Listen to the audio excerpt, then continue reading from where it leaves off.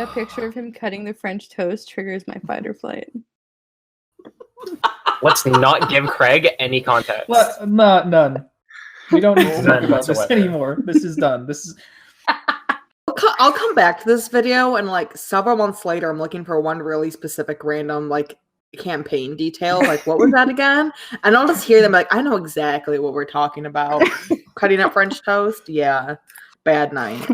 Bad night. The curse tonight. Oh. God. What do you think they are now? Do you think they got COVID?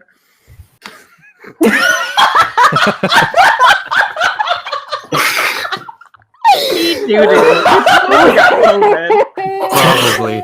I'm gonna fucking scream. I will fucking scream right now. Invisible little doo-doo. Like, fucking straight up, no cap. What the fuck?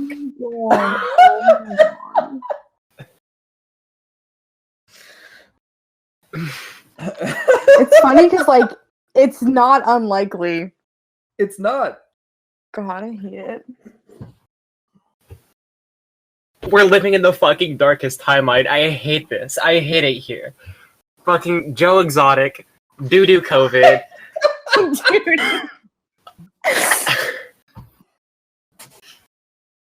You start that rumor, COVID started because people were eating doo-doo after Denny's.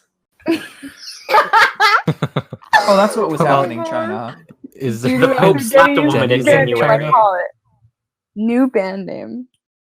New band name? Doo-doo after Doo-doo Denny's. after Denny's.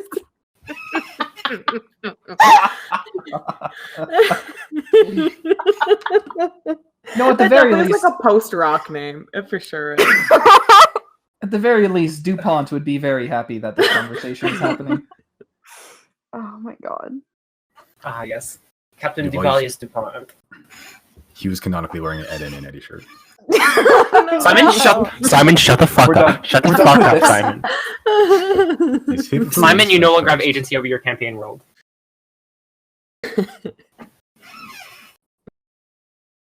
How about that Dungeons and Dragons? What were we doing again? I don't remember. The Hag. Previously on. Previously on Dragon Ball Z. You guys are trying to flee city after starting a coup. That was interesting. Well, we're not fleeing a city. Fleeing the city. We're not- Utterly no, we're fleeing not. the city. I mean, that's a very interesting interpretation and phrasing of words, but I mean, hastily kinda, retreat. kind of. We have stuff to do. We can't stay I mean, here. we're gonna be coming back to the city Yeah. after everything is all, you know, Guys the going out ashes for have cigarettes settled. and not coming back. Naruto running into danger is what we're doing. We're Come going back to 6 save months the later, there'll city. be riots. Yeah, you guys did an investigation. You talked to some corpses on the beach. You started a coup, made a man piss himself. Like looking like he came back from like what was it, EDC. Got a hint that one of the kidnapped children was kept in a cave, allegedly somewhere in the forest to the west, allegedly. You guys grabbed your horses and are proceeding to make your way downtown, potentially walking fast. You see faces past, but you are not homebound. Do. Simon, I just want to take Simon, I appreciate you so much. I don't. Amazing. Banned. You're not allowed to not appreciate yourself. Mm-hmm. Cool. You guys grab your horses and such. I'm going to ignore costs of feeding and stabling or whatever. You guys make your way. I forgot my cardinal directions for a second. Holy shit. West. Yes, west. That is a west. Or is it west? East. West. Let me grab my. Ah, fuck. calendar time management. There we go. Oh shit. Look at all this space I have now.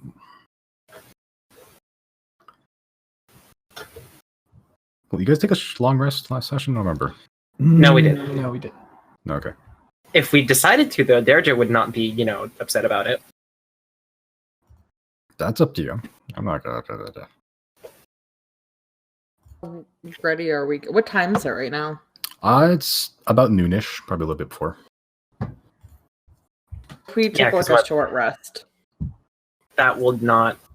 Yeah, because Deirdre's low on high-level spell slots. Basically out. No, yeah, we had to stay an hour. Did you lose them on? Because I had to cast Find Familiar to turn Azek into a bird again. So you guys have an hour. You could have done. Yeah, but we spent a lot of time playing music and stuff, though. Oh yeah. And also, a short rest wouldn't really do a whole lot for Deirdre in particular, but if anyone else needed it, go for it. Nope. It's because... Everything. Let's head out. Yeah, because we were just playing music and It we were goes just on getting... 10%. Chris doesn't care. Hey! Healer has no spells and you're going into battle? Yeah, what of it? I mean, I got healing spells. That's just about all I got, though. Well, Yeah, I We mean- might need to stay a night in the forest anyways. Yeah, that is true. maybe.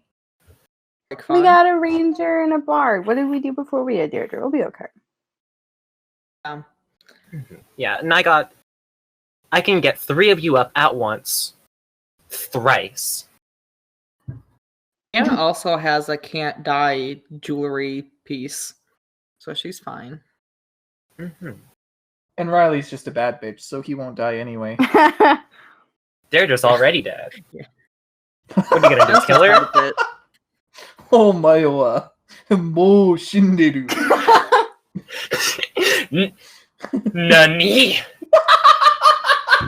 their just head suddenly expands and explodes.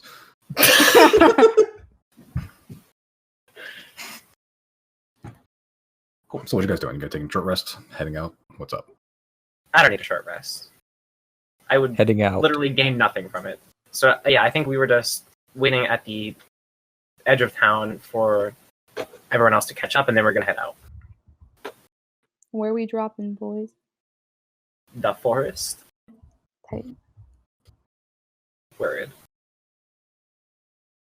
When you get to the edge of the forest, can Jana, I know it won't be useful, but use her greater favored, no, not greater favor enemy. Primeval awareness. Okay, that does. Detect monstrosities. Okay. Wait, is it only monstrosities, or is it like Cecil's Fate Fiend Undead and stuff? Because I don't know a lot about Revised Ranger. I think it only detects favored enemies, as far as I'm aware. Because I'm pretty sure. Oh, just anything that's labeled a monstrosity. Okay.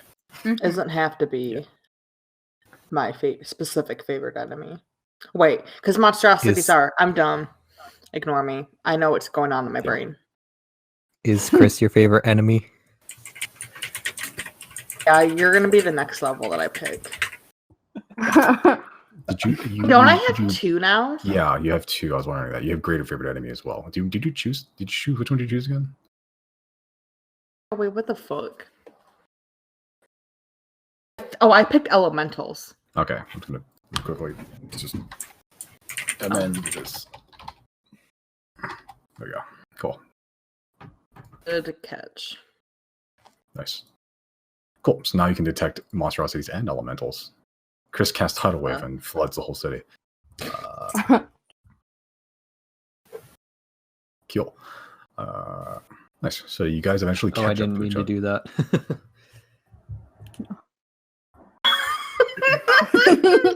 Okay, everyone, I have a question. If you had access to a spell that could make Chris do or not do anything for 30 days, what would you ask?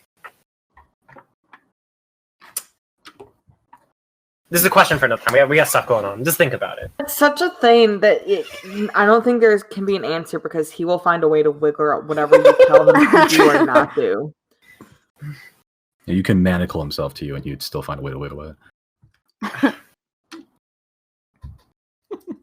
Chrys, motherfucker. Like an eel. Slippery as fuck. Okay. Okay. Tell him to behave, and then he'll still do whatever he wants. Be like, well, I'm behaving irrationally. Okay. So Anyway. you guys get in your horses. You guys do the giddy up thing. Let's get leave that Giorgio there. also gallop. He saunters. He Can does like Can Deirdre write the song Old Town Road while we're on our journey?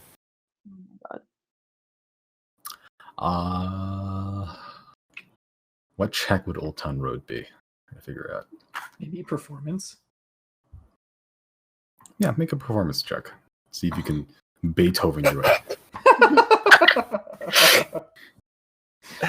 Deirdre's not a performer. She is not for the people. You created the song Ancient City Streets, but not quite Old Town Road. It's like a bad, like those copyright-free versions they play in like stores and amusement parks because they can't afford the real licensing. It's like I wrote the Kids Bop version. Yeah. They on a roll to invent a joint yet to like deal with this. Just as a coping mechanism to make the joke. Roll for dankness. Always forget what this role it really is. Intelligence? Make a nature check, or if you have an herbalism kit, make an herbalism kit check. I don't know if I have that. What's that? Did I finally do it? Might be Did I it. finally do it? You don't quite make the joint, but you do find a couple plants that you remember just from your times. Just in your time, foraging in the forests. Forests are pretty common. They tend to have some of the same qualities. A couple plants here you know that are mild hallucinogens. Mild. They make you feel things. Oh yeah. We got like a 10-year-old's blunt going. Homemade bong. I'm 5. Do you want to smoke? Do you want to turn Deirdre's skull into a bong? Yeah. Word. Get it at the Etsy store. Mm-hmm. Okay. Sure. So mark off if you want I think 1 satchel worth of mild hallucinogens. You know we're gonna give those to someone. Or plant them on someone. I love how off track we get right at the beginning of the session. In my defense, I have been asking to make a joint for months. I just forgot about it. I think you've been doing this since the beginning of the fucking campaign. Yes. We kind of got there. I hope over the next coming years, I just perfect the joint. Yeah, you need to find more exotic plants, probably. This is pretty vanilla over here. None of the strong shit. This is like the regular like there's almost, it's like partly even medicinal. Not really. Oh, I had joint. strong stuff. Had the strong stuff, yeah. Okay. That's cocaine though. That wasn't fucking weed. That was fucking meth. Yeah, Oh, I got several Arcanium vials, or so Deirdre thinks. What do you mean, or so Deirdre thinks? Zero stole most of them. Oh, okay. 0. What did you... I won't even ask.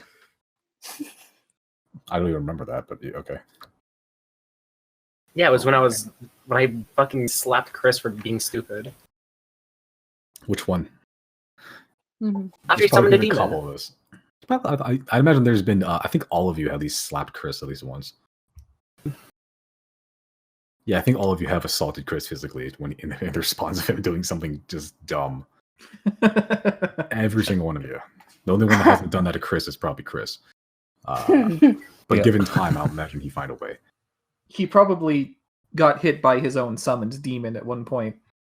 Yeah. Probably make a clone to have him just slap himself just to complete the circle. Okay, so you guys get on your horses. That was the point I was trying to get to. And you did a giddy up. It's probably about like a half hour-ish to get to the forest. It's still hot outside. Very hot. I'm just going to see exactly. Jesus. Did we already make constitution checks in the morning? No, you slept inside, so you didn't have to. But now you guys are going to be out the road for a little bit. So I need everyone to make constitution checks. Constitution saving throws. Excusez-moi. Oh, no! Do I need you? You do it with advantage. Also, Fuck. when I rolled twice. My mouse has been double clicking lately, and I'm not sure why. So if I roll twice, I apologize.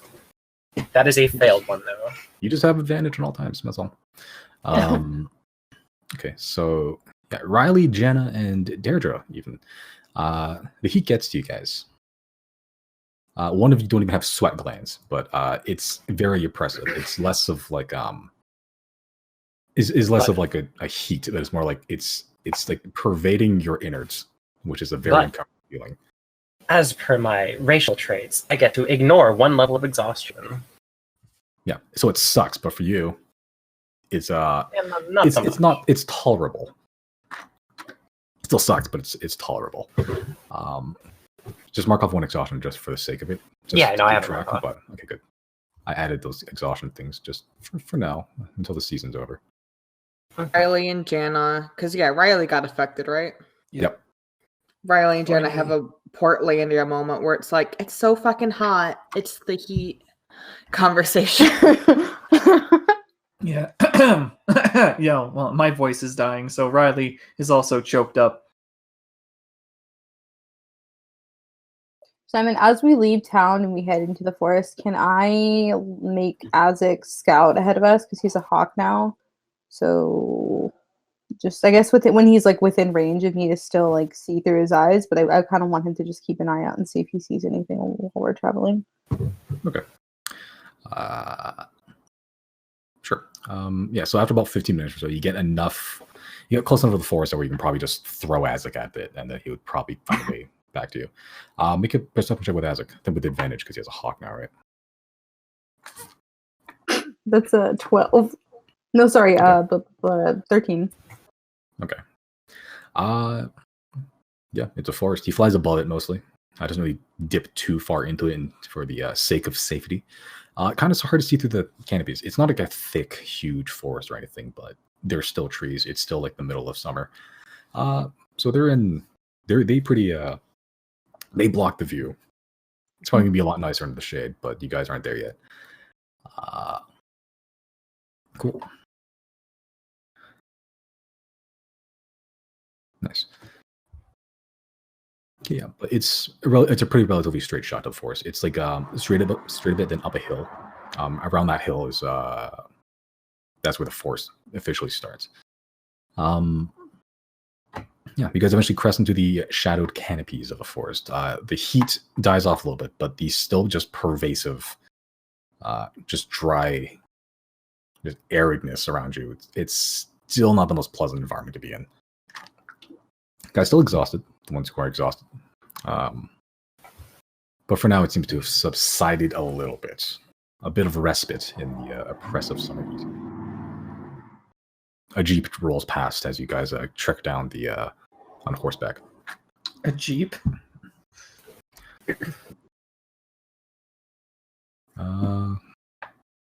Cool. These haven't been around since Deirdre's time.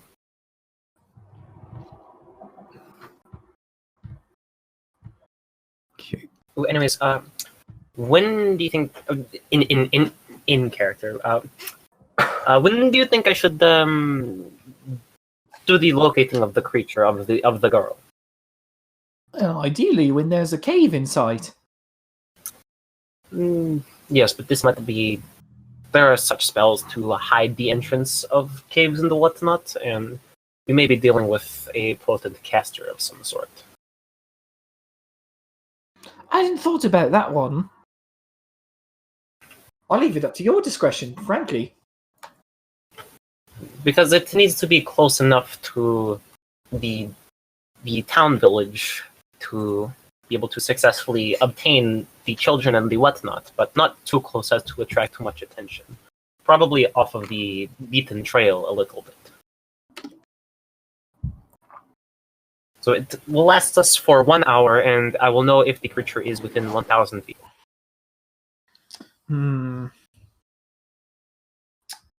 I forgot.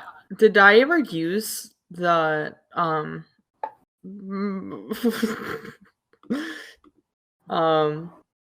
primeval awareness? Oh, you said you do it, yeah. That lasts an hour, 10 minutes. I remember. I think it says instant. I think it's It's like 5 minutes or so. It doesn't take long. yeah.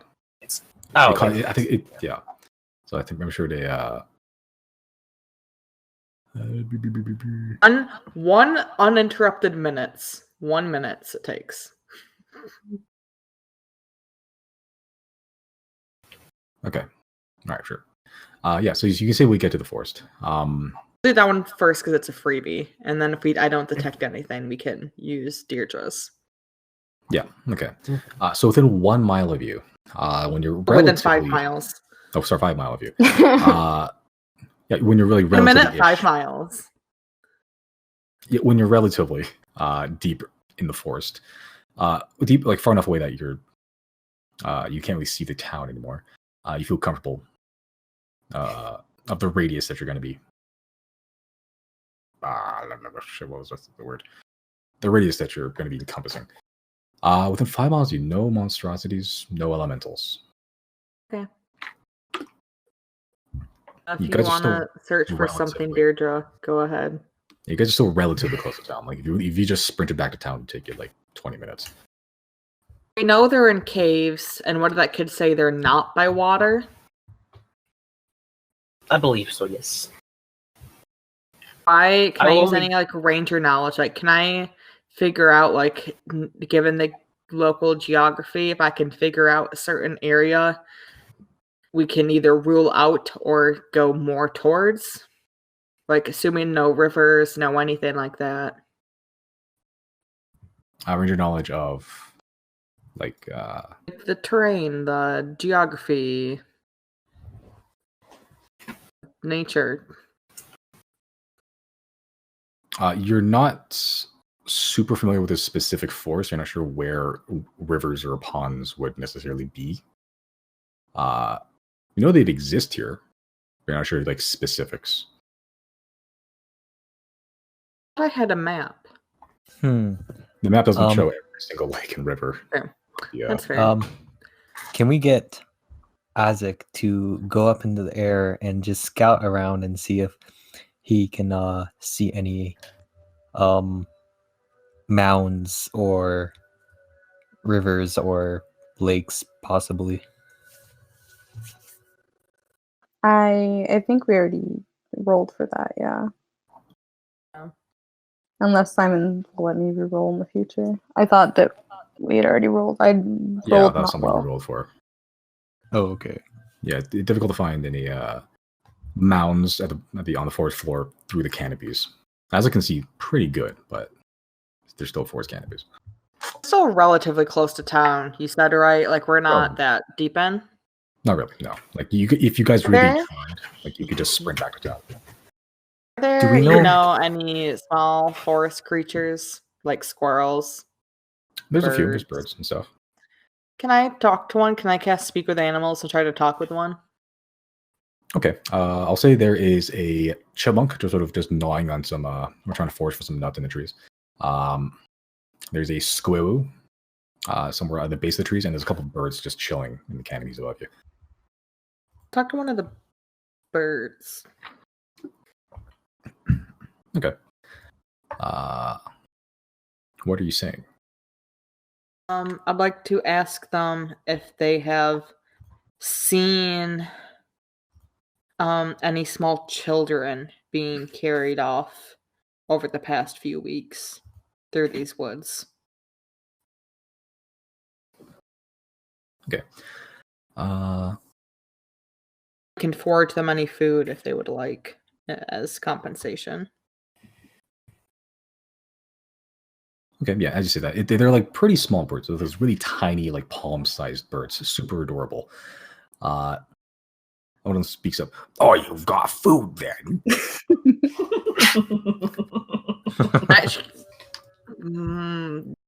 Can she quickly conjure up Goodberry and like hand one of them out to the bird? Okay, yeah, the bird that you were talking to flutters down. Like it's you're pretty small, but even this bird is like about the size of your fist. Like it's fucking tiny. Yeah, flutters down to your palm and to each one of the berries. Sort of looks up to you and then looks up to the birds. Goes, "Oi lads, this berry's pretty good. I can get some." At this point, all the rest of the birds start flocking towards the berries. You guys will get more berries if you have information about the small children. What's the children? Like people like us, but like tiny. Yours is all pretty big. Pretty tiny. So like anyone my size. I think I saw ones around the place with all the bones and the dead ones over there. Where is that exactly? About 3 trips over that way, and he sort of like almost like jumps and pivots in the one direction. From your, it's roughly southwestish. You're certain. When did you see these berries? Pretty good. And it continues eating some more of the berries. And when did you see these small people? This one was about 7 weeks ago. No, 7 moons ago. What does that actually mean? Like way longer than they would have been kidnapped? 7 moons. You'd wager that the thing's probably about a week or so.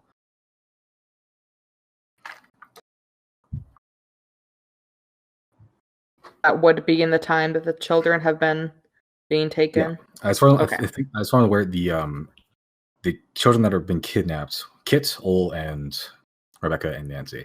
Kit disappeared around 2-ish weeks ago. Ol disappeared around a week ago, and Rebecca and Nancy disappeared about 4 days ago. 5 now.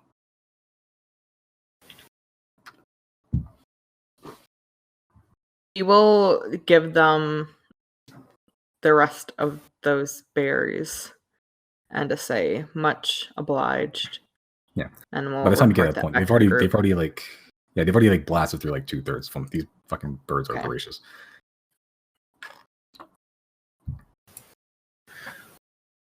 Learn anything fun about these tiny people? Yeah, so can I just reconvey the directions? The southwest bone house. Yeah. Haha. Yeah, so you get the information. Roughly, there's a place with the bones and the dead animals, about southwestish from this position, at least. It's a good old as any. Let's get that way then. Yeah, so this would be going off the road. So you'd be going ATVing in the mud. Most of it's dry. How far away is this house? 3 miles, they said? I don't think they specified. They said 13 chirps away, whatever that means. The animals, they don't have exactly the best grasp of human concept. Probably farish. We like to stealth game. Yes. On our horses? Probably. Or the horses. Oh, the way we stealthed last time, we just got off the horses and walked with them, right? Good, yeah. If you wanted to move quieter, you could move slower on the horses. Not necessarily stealth, but you'd be less easily known. Because you're not making so much noise. If someone looked in your direction, they'd still see you. Okay. Is there a point in doing that? Moving I slower, can even yes. I can stealth ahead if you guys want me to kind of like scout it out and see what's what before all of you go in there? Like, you guys can follow a distance. I just think we have a ways to, like, we don't know where exactly it is, which is why I was opting to. But I think it's a good idea. How far away did they say it was? 13 trips away. Yeah. 13 chirps. How long do you reckon a chirp is? A minute of flight time, or? I don't know. Deirdre, you're a bird. You should know what that means. Is that racist? Is it? You can construe it as racist if you'd like. Does Deirdre know how far away a chirp is? Just make a general intelligence check. Ooh, not great. Kind of great. Okay. Yeah. Turning into your very not racist bird heritage, you gather that chirps, since they're birds, it probably means it seems like that's their way of gauging distance. You vaguely gather that that's probably like the audible distance of their chirps. So 13 chirps away. If it was one chirp away, you could hear. That's like the maximum range a bird could hear. Another one chirp. So 13 chirps, probably decently far. Mm-hmm. Decently far, but not too far. Yeah. So it's right in that rough sweet spot of close enough to the town, but not so far. Yeah. It's and they are still chirping. I'll say with that intelligence check, you could probably gauge that that's probably like somewhere between about 2 to 5 miles from here. Okay, that's not bad. So I can gauge that the total distance is probably 2 to 5 miles from here. Does Riley know what a mile is? You have there needs to be a way of measuring distance. Right, especially on boat. But this is just based off of a guess. I am not sure, but I do not equate me with your tree birds and such. That is a little bit disrespectful, I think. But you're the birds.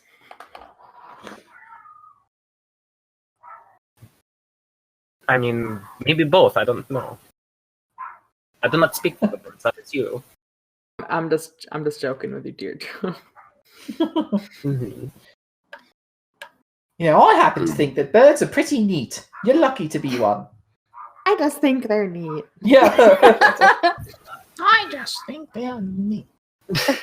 Yeah, I think bird people deserve rights, same as white people and normal people. Let's not go that far.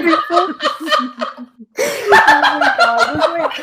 Was that from that billboard? I think that's from Joe Biden. Oh shit. Are you gay or are you normal? Yeah, I think. Yeah, I remember I showed someone this. Someone here. I think it was like a billboard someone planted. It was like a school poster almost. I'm not sure whether it was a joke or not, but it said like it was like this racial inclusivity poster, and like a bunch of like multi-race children just like holding each other like yay, and then it said like respect each other. It doesn't matter if you're black, yellow, brown, or normal.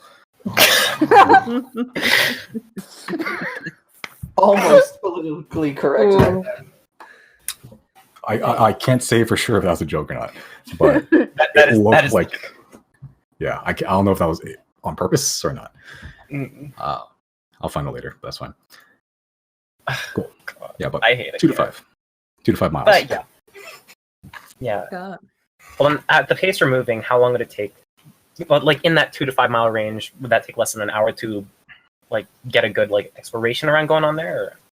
Or? If you want guys to get pretty thorough with it, it would take a few hours because it would take you a while to travel through the forest on horses. It's not just like a clean road. Once we like get there. Yeah, it would for like a 2 to 5 miles. You'd have like a 3 mile range just to explore. Just for the sake of like locate creature for pinging something that's within 1,000 feet. For the purposes of that, once we get there, do we have a good range there for 1 hour to explore that radius? That would be a decent amount. It's not going to spoil the whole of it. You're probably ping it a couple times. If you want to get the whole general area. Because I can afford one. Yeah, but it's One only, easily. Yeah, 1,000. Yeah, we get a decent chunk, but you have to ping it probably like 2 or 3 times to get the whole picture. Okay, yeah, let's probably just go for one then and get a decent chunk. Yeah, it'll still take you like a couple of hours to get there, even. But okay, yeah. I'm gonna Alright, hang let's- up and rejoin real quick. all right. Mark, fuck. You good? What's so? All right. Hold on. I'm gonna read. Sorry, give me 1 second. I'm so sorry. Simon, Hmm? can you say stonks the way you say small? Stonks.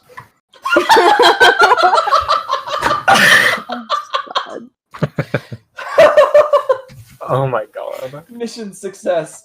I love it here.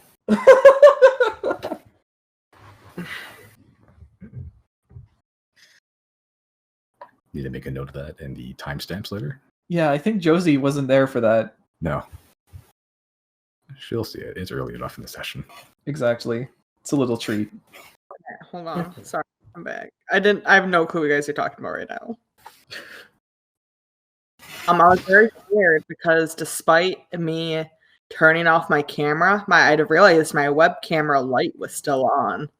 And I was Oh. fiercely trying to get it to turn off, so I had to completely close the Discord tab to get it to quote unquote turn off. Oh, Are you using a laptop or like a actual webcam? Like the built-in webcam. Ah, okay. Tape. was there It's like taped off, but like I don't like that the light was on. an angry woman from Wisconsin there telling you to turn Yeah. your mother effing camera off? Yeah, yeah. I love how it's like turn your web camera or turn your camera off. Like that's not how YouTube works. You turn your camera off. You're the one that's like no concept. No concept. Way.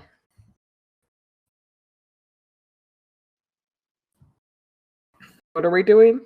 I don't remember. I don't either. You guys were traveling. Yeah, we were just about This to is make our why- way. Yeah. This is why it Yeah, we're takes us making our an way to- hour to just like walk 10 feet.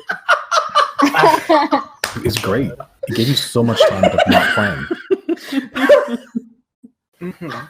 I mean, we're having fun, and that's what we're here to do. So Yeah, I'm not yeah. upset about it. You guys are having fun, and it takes some of the anxiety off me. It's great.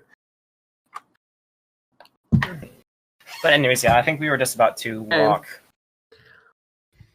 So Go what's the to different thing? Just go there and I drop the locate child Let's go to the And- bone zone.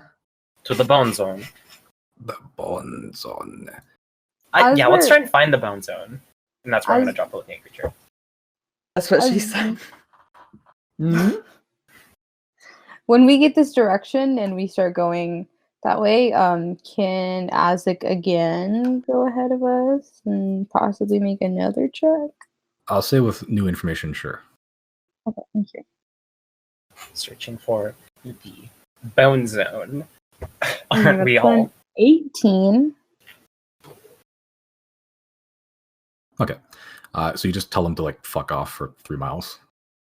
Yeah, I'm just gonna tell him to go ahead of us and see if he spots like any noticeable mounds, like maybe possibly a cave or just some sort of like I don't know, rock formation. If there's anything that stands Or out. the bone zone?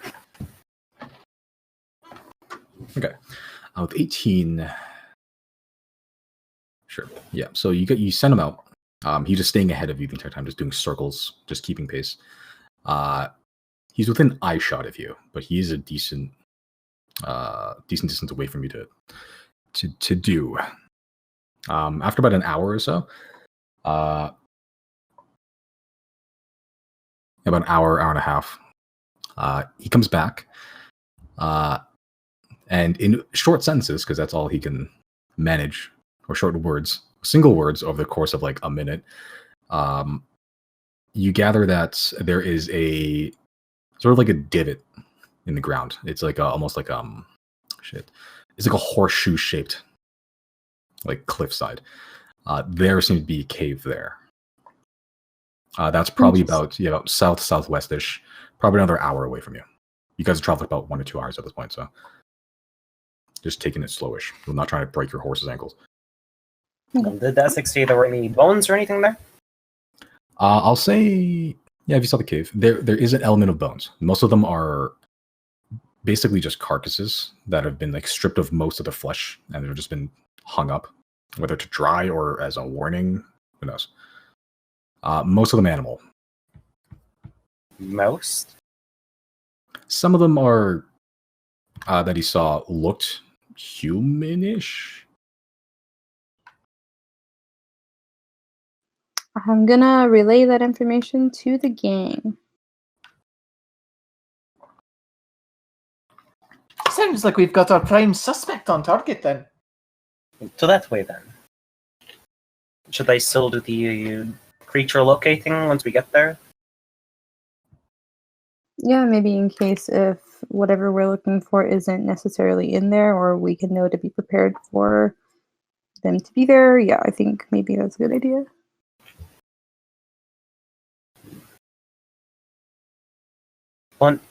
While you have locate creature up, can you change the type of creature you're trying to locate while you're concentrating on it? Because it doesn't necessarily specify that you can, but it doesn't say that you can't.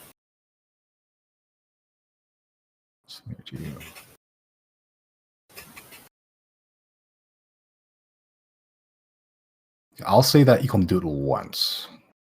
Okay. Yeah, otherwise you could have it for an hour locate every creature, because you could just keep swapping it every 3 seconds. Yeah, that's fair. Yeah, so I'll say that at the time of casting, you choose a specific creature type or a specific creature, and then you can sense that. Then like as an action later, you can switch it to a different one once. No, I'll say when you cast it, you choose a creature when you cast it, and then that's it. Okay, so just the one kind of creature. Yeah, otherwise, if at every action you can just switch to a different creature and just cycle through every creature. Yeah, to know exactly what it is. Yeah, so you basically, that's detect life form at that point. I did not mean to do that. Did you cast Guardian Faith? Everyone does. Skeletal hands just bitch slap everything. Right, cool. so that is Trevel, nice. Nice. Yeah, so it's not a huge forest. It's not a complicated forest. There are elements of just tangled roots that you have a bit difficulty navigating through with the horses. Fear doesn't seem to be having much difficulty. He's a tough horse. Yeah, but after about another hour or so, 30 minutes, hour or so, you notice as you approach the sort of horseshoe-shaped cliff, you notice signs, like actual signs, like made of various half-rotted planks, dried dead trees. A lot of them either are painted or carved with common letters. They say stuff like "keep out," "get out," "death." They're not painted neatly. They're not carved. The ones that are carved not neatly. It doesn't even look like it's with a knife. It looks like it's some sort of like sharp instrument, but not a knife. So this is like horror movie writing. Basically, all capital letters. Okay. Just a lot of threatening signs, just made of planks. Can I detect magic as a ritual? Okay, you'd have to stop for 10 minutes, but yeah. Don't see why not. I can drop my locate creature, walk around the area a little bit. Okay. So you if you want to do it, this is a choice between having me be more combatively preparedness, or to be sure we are in the right spot. What does everybody think? It is up to you.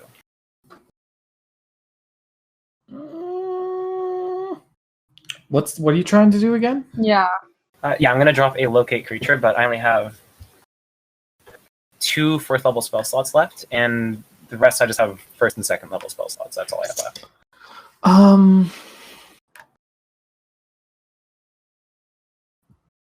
You really need to locate creature?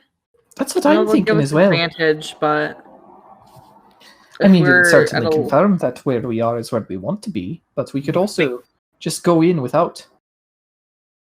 Yes, because we may be trespassing on something completely unrelated. And this is just somebody who wants to be left alone. we have to be like, what if this thing isn't a hag? Like, would that just waste the spell? No, I would be looking for the wee little child. Is my plan. Because we know for certain that the child is a child. I think that's Yeah. fair. Okay. Yeah, so do it. I believe we can short up the combat should we need to, so why not? Alright then. And so they're just going to drop the locate creature while Chrys is doing the ritual. Okay. What creature are you locating? Child? Yes, the child. I forget her name. Nancy? Nancy. Okay. Specifically Nancy? Specifically Nancy. Okay. Sure. So it's a mile radius for an hour, right? It's 1,000 feet. a 1,000 feet, and it does not detect the creature if running water at least 10 feet wide blocks a direct path between you and the creature. Okay, well, that's a weird blocking, but whatever. Okay. So you cast it. You aren't within the within even eye shot of the cave yet. Just a rough estimation, you're probably within a mile though. So And we can definitely get there within an hour. Yeah, like not even an issue. You'd have to burn like Okay. 10, 20 minutes, but yeah, you can get there within an hour. Okay. And nothing so far? Nothing in 1,000 feet around you, no. Okay. Nothing in the 1,000 feet around me, but I'd assume we're probably about another mile from the cave, yes?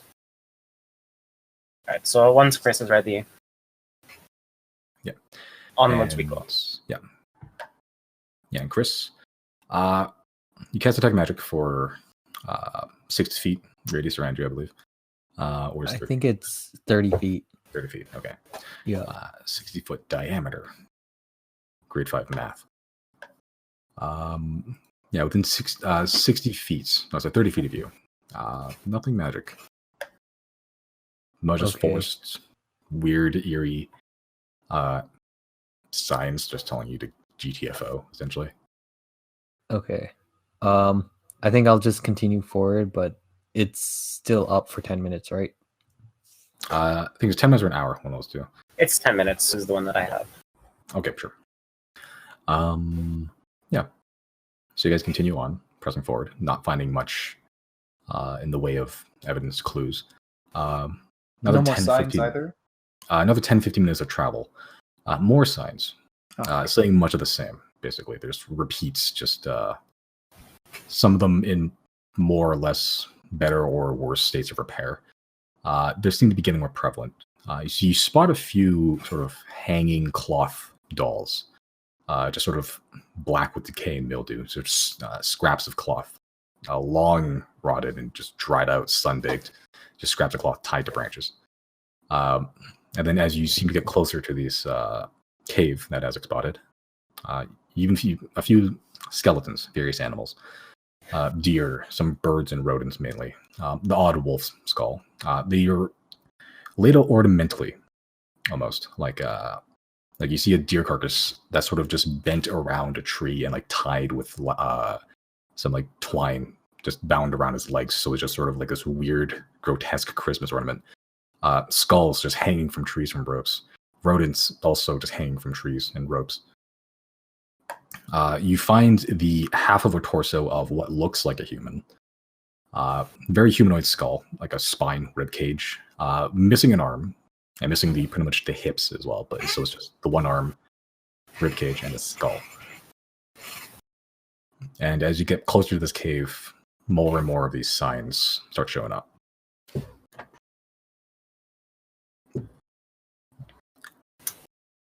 Can I look for traps? Sure, make a perception check. Perception or investigation, your choice. Guidance.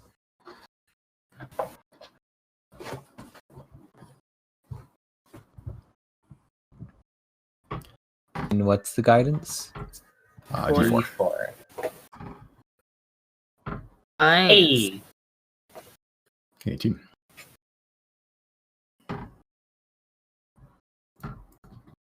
Oh, shit. Can you hear that rattling from my desk? Yeah. Oh. A little bit. Noticeable though. Okay. If you would have pointed Yeah, it I out. wouldn't have really paid it any mind if you didn't point it out. I think me and brother fucked up building this desk and now the a bit loose. That's alright. Whatever.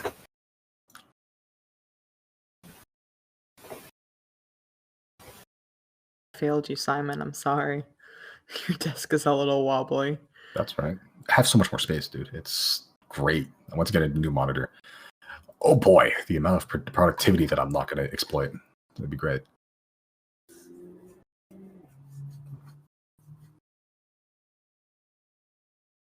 Okay. Chrys and Riley would notice us first. You hear a sort of a snap from off to the corner in the clearing. Relatively close. Does Deirdre notice? It takes you a while, but it would be Chrys and Riley that would notice first. Their highest perceptions. I have a 19. And then Deirdre would notice. I forgot that you have a higher. I'm pretty sure Deirdre has a higher passive than Riley. All the sound doesn't even travel through your ears; it just travels like through your body, and then into your brain where it gets processed. Directly into my soul. Basically, sound travels. The music touches my soul quite literally. The three of you see a sort of brown furred mass shifting past the brush. It begins to edge closer, just rustling leaves and sort of scraping across the dried bark of the trees around you. I'm gonna point my wand to it. Riley is going to pat Fieri and make sure Fieri's attentive. Okay. Yeah, and the rest of you notice this as well after Chrys raises his wand in preparation. Is there anything else you guys would like to do this time? I'll give you one thing you can do if you guys want to do anything. Mage armor. Okay. I just want to ready an attack if whatever this thing is lunges at us or something with my short bow. I'd like to do the same. Can I ready a dash as an action? Yeah, you can. Yeah. Using Fieri? Yeah, because Okay, I'm going to do that. Are one. You're basically a centaur. Yeah, okay. I'm going to ready a dash with Fieri then in case it comes at us. Okay. Deirdre's just going to keep a tight grip on her shield and staff because she thinks it's probably just like an animal or something. Okay. Okay, so it emerges from the bushes. And the five of you see a fairly large grizzly bear. The bear sort of snarls at you. It would be normal, but is at this point you notice that it has a pretty sizable axe under its claws. I sort of marvel at that. They sort of curl around the shaft of the axe and it begins to stand upright. Oh. It cradles the axe in two hands, and as you see it inhale, it begins to roar. I need all of you to roll initiative. Oh. So we're being attacked by an axe-wielding bear.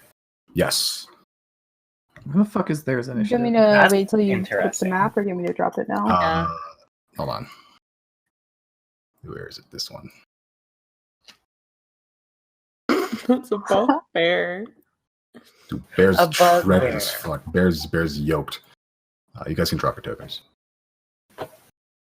And we're on horses right now too, You right? guys are on your horses. This could be Georgia's Ah. BF, so just throwing that out into the world. And Deirdre's skeletons let's- are not out since we are on horses. Mm-hmm. I'm sorry, I was going to change the music. That's pretty cool. And my axe! And I my wasn't bear. sure when to drop that one. How do just I have get to- my token out? You just go to your icon, your name thing, and just drag it from the menu to the screen. That's it. No, I don't think so. Yeah. Not the actual Well, not the actual stripes, just your name. Oh no. Oh, Quick So question. when it highlights blue, that's you wait, drag it. blue. What? Ah, okay. I see the You click name. on your not the- character sheet. Yeah, the drag letter. it The over. letter. The letters, yeah, not What? The token. Yeah, But go the to text. where you access your character sheet and hover over your name, not the picture. And Oh. Wait, hover over name. Yeah. Hovering over name. Yep. Look Yeah, at the and it newspaper turns icon blue, right? on If the it's- left right-hand toolbar. if you're hovering over your name with your mouse and it's blue, click and drag to the screen. It's not blue.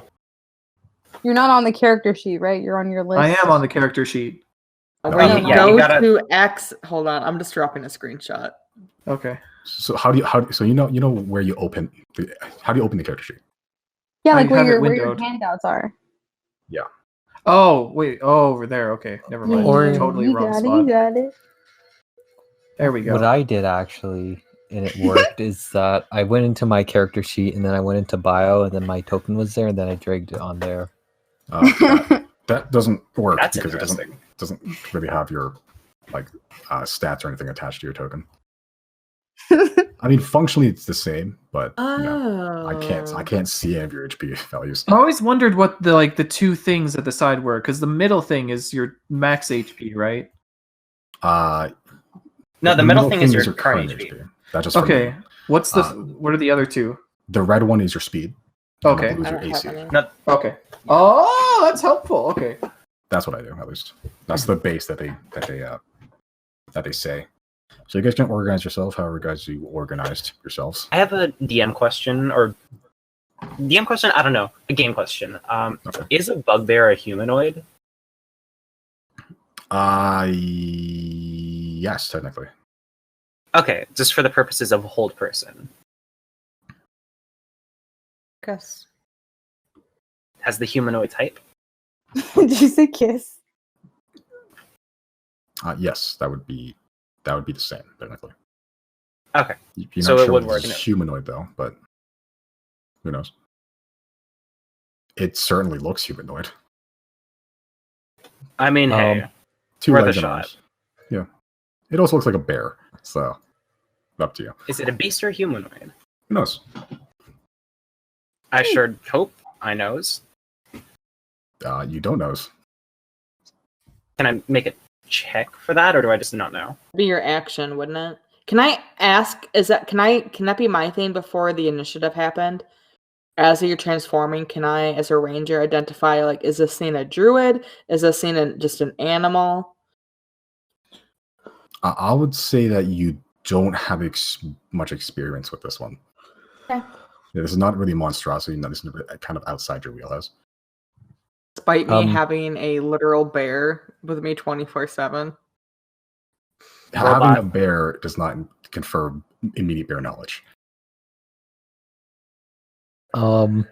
So to get my token, like the regular token, I just go where it says players and then Yeah. Players, your name, just to open up, and then whenever you see your name there, just drag your name to the board.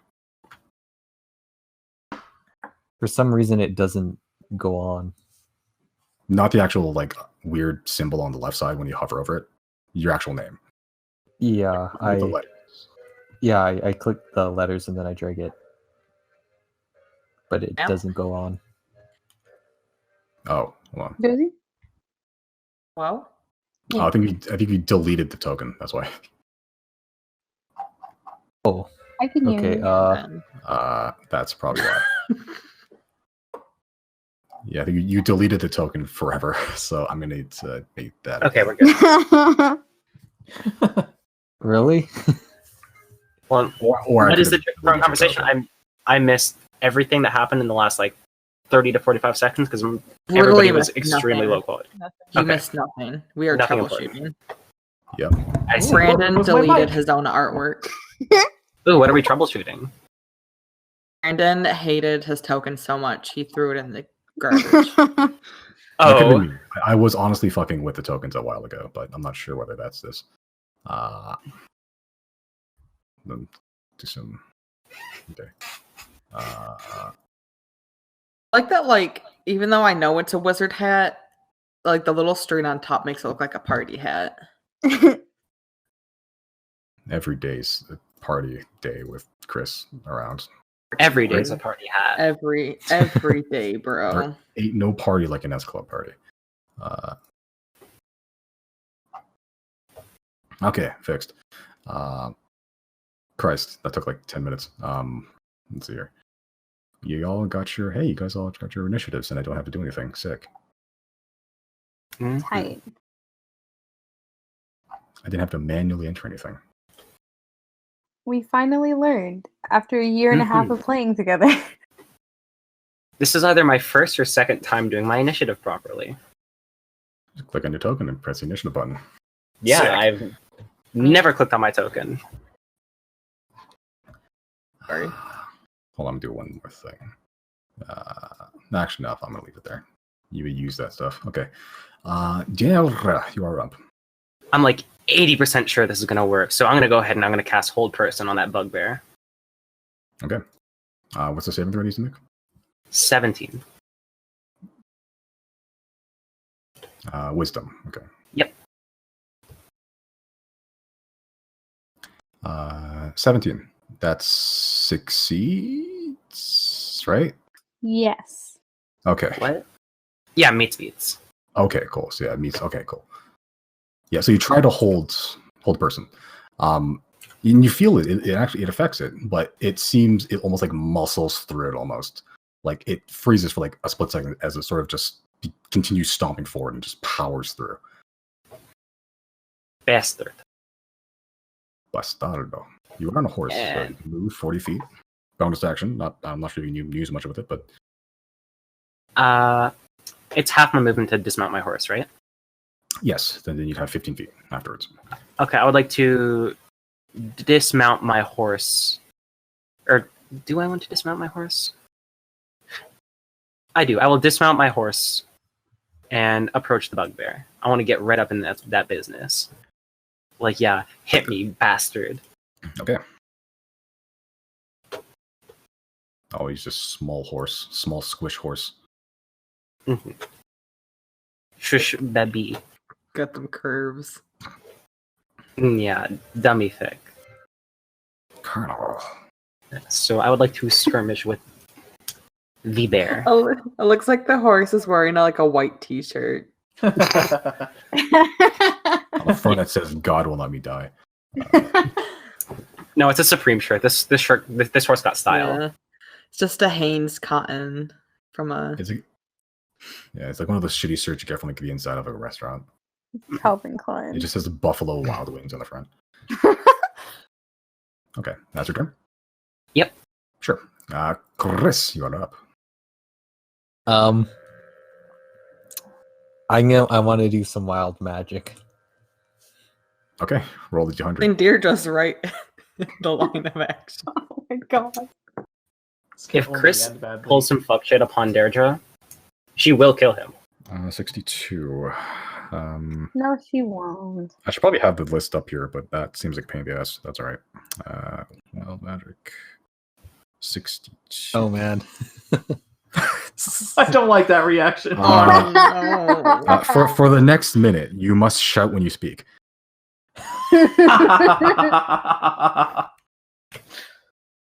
Amazing. There's some really fucked up spells and like effects that happen to wild magic stuff. You just hasn't activated any of them yet. There's God, some I love wacky wild stuff. magic. The stuff that Chrys has rolled so far has been relatively tame. So now anytime you speak, you're shouting at the top of your goddamn lungs. Oh. So that's your action. Okay. Shout, 9th level shout magic. I'm gonna back away one. There. Okay.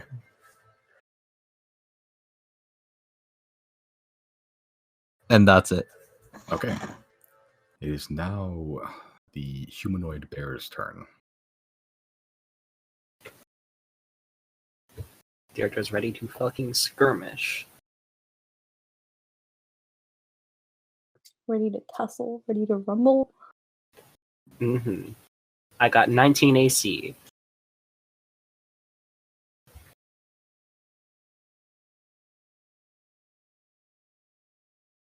Okay. So as you sort of just roll up to it with a swagger that can only be described as pimpin', you just stroll up to the werebear, and yeah, so it swings its axe at you, and sort of just screams, "Get out!" Your AC is what? 19.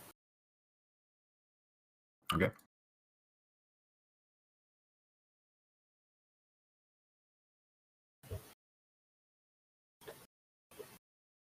Okay.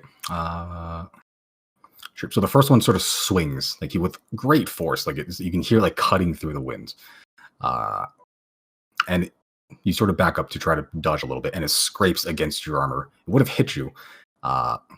Luckily, your armor seems to protect you in that case. And you're expecting to be sort of slow and lumbering, but the second swing goes pretty much straight for your head, where your head would be. So this one would definitely hit. Make a perception check. A perception check? Hmm?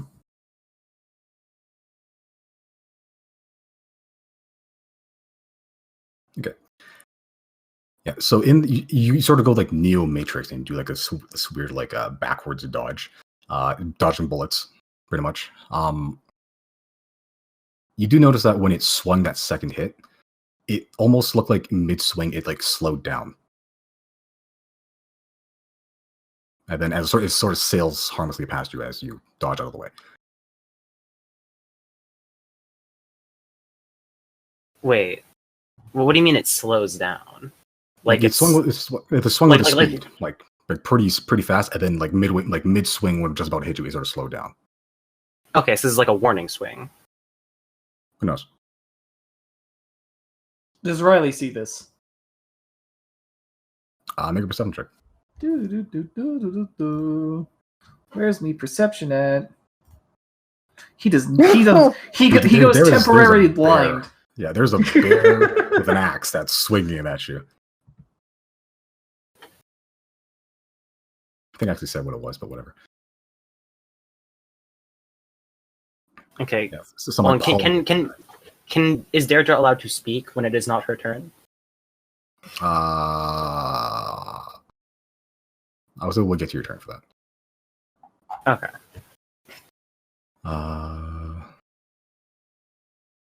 However, just gonna move. Just gonna move over yonder. Jana, is your turn. Shoot with me bow. I'm gonna back up a second. Okay.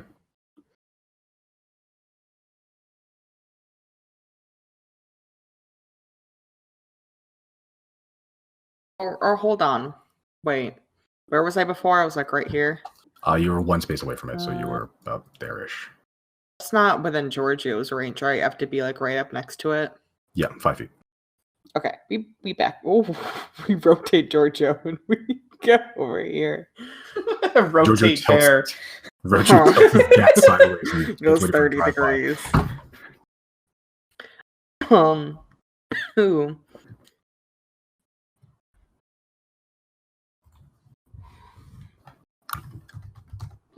Ooh. Okay. That one hits. Wow. Oh, Oh. fuck. Okay. Can I, at this point now, will Hunter's Mark it? I'm a dumbass. You may.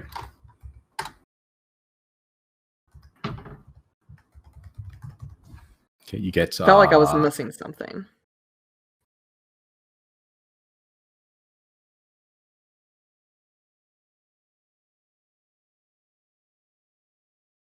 Okay, you get one attack, right?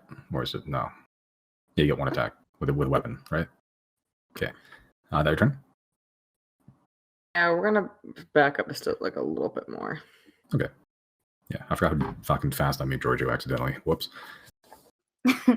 God, those homebrew rules. No, I just You I didn't just wasn't thinking accidentally. ahead. I very purposely made him very speedy. I let those rules happen. Your hand Okay. slipped, and now Giorgio's a god. Giorgio Better does turn? Mach 100. I left like Giorgio's tilted his gat sideways. It's great. All I right, don't know how I did that. This is Giorgio. But there we go. there we go. Giorgio gets ready for a drive-by next turn. Cool. 0 is your to go. He's like, I mean, he's like right next to me, right? Like he's all up in my shit. He's all up in your grill, as the kids say. All up in your grizzly. Okay, I want to use, I guess, half my movement to dismount, and from there, I'm gonna make 2 dagger attacks. Okay. Do I get my proficiency bonus on the second one now? Don't Because My you did ability modifier. I? Right. With You took the what dual wielder thing? yeah, wielder. Okay. Yeah. So on the second attack, you can add your ability modifier. Yeah, both hit. Okay, so 9. And some sneak attack. Yes. The sneak attack just once, right? Yeah.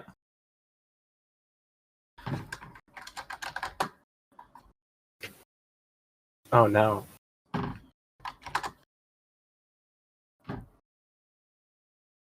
Okay. Yeah, as sort of Jana sort of backs up and just does like a drive-by with the arrow, essentially retreating shots.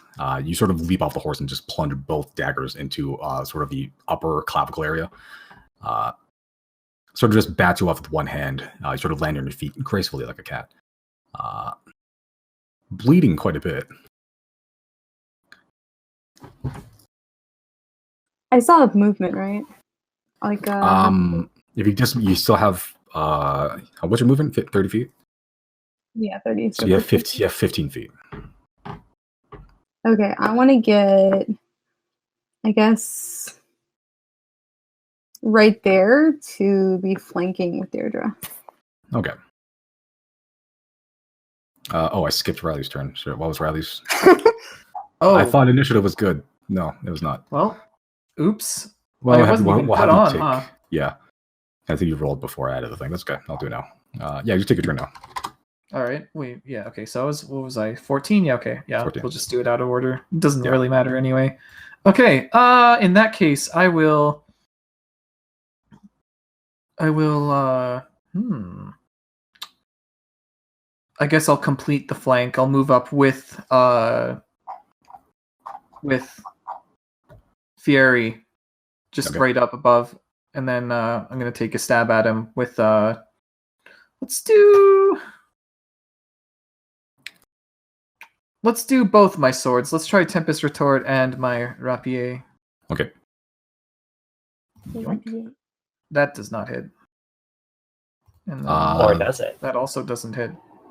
Both miss. Yeah, Riley is worthless piece Thank of shit right now. Goodness. No. Yes. So you ride up gallantly with Fury. You try to take one stab with Tempest Retort. Turns out dual wielding on horseback kind of clumsy. So you're not quite used to it. You're not exactly like a banner knight or anything, a banner lord, if you will. I used to riding a bike with no handlebars. Yeah.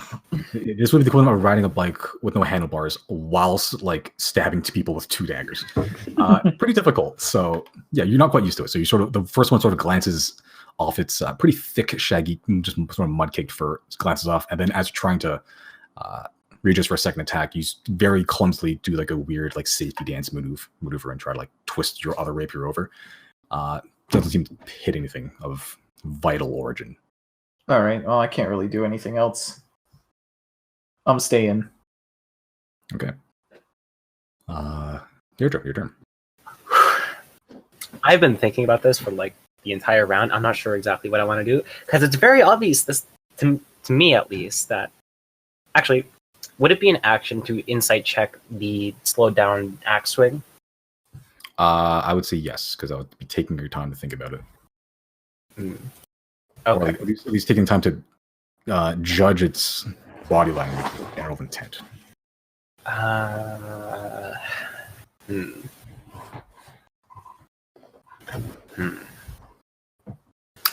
Yeah, I'm gonna do that. Okay. Nice. Sometimes I forget insight's like a wisdom-based thing. Fucking 9. Christ. Okay. I'm gonna do a new thing here. I'm not gonna say it out loud. More secrets. Oh, It's gonna type more it out. secrets. More secrets.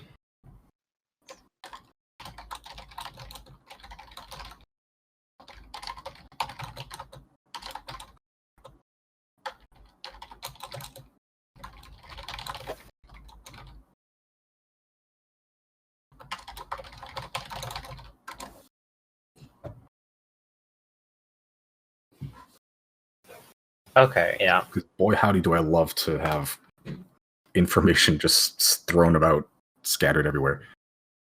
Mhm. How does Deirdre succinctly relay this without just saying, "Hey guys, guess what?" in the middle of like what may be an intense combat encounter? What do Chrys and Heel scream it to us?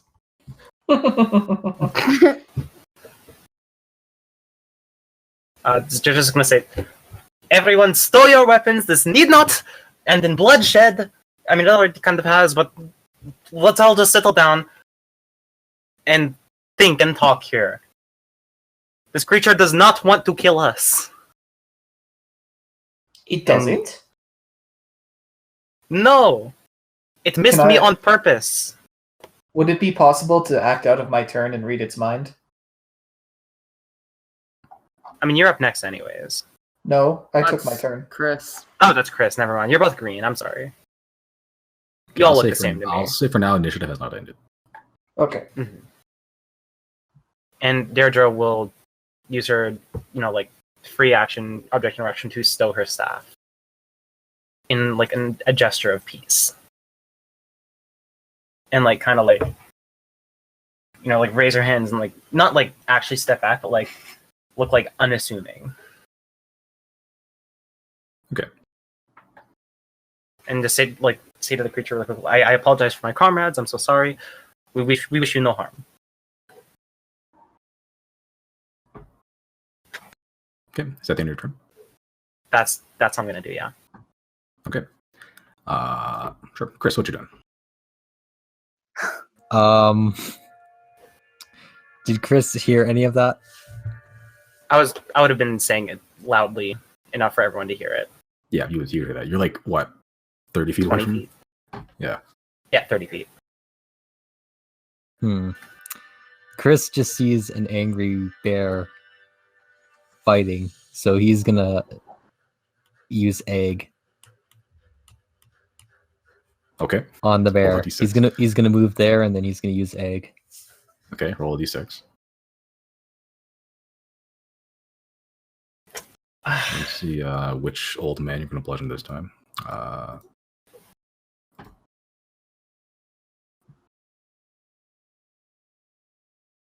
If it's a double yoke. Roll 2d8.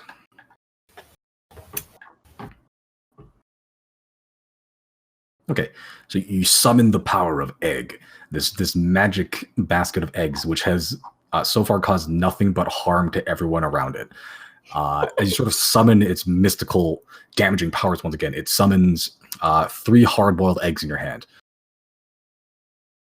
of which they restore 2 HP when consumed. We can give them to the bear.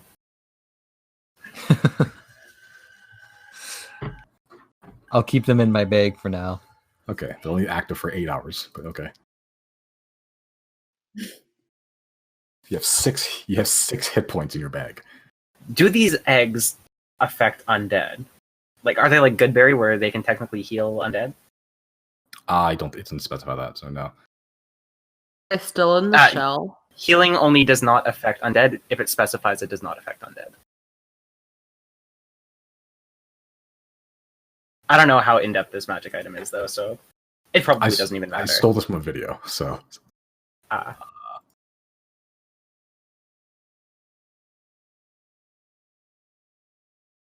it's not an important judgment to make right now. So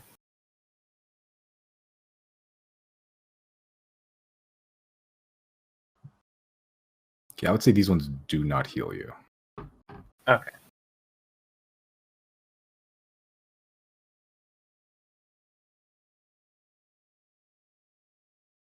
Yeah, I'll make a decision later.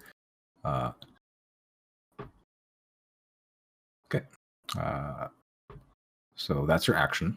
So got a bonus action. You have some movement left. I'll just stay there. Okay.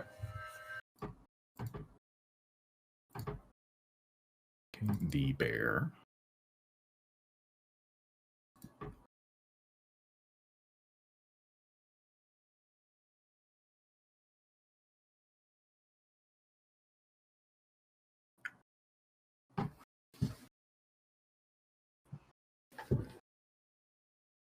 Okay.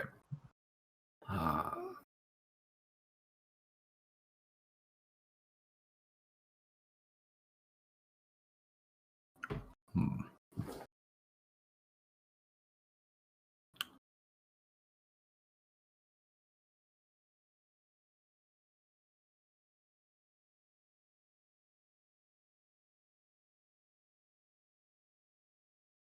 Okay, I'll stay for this. The standing bear sort of pauses for a second after hearing the 6-minute long speech Deirdre gave.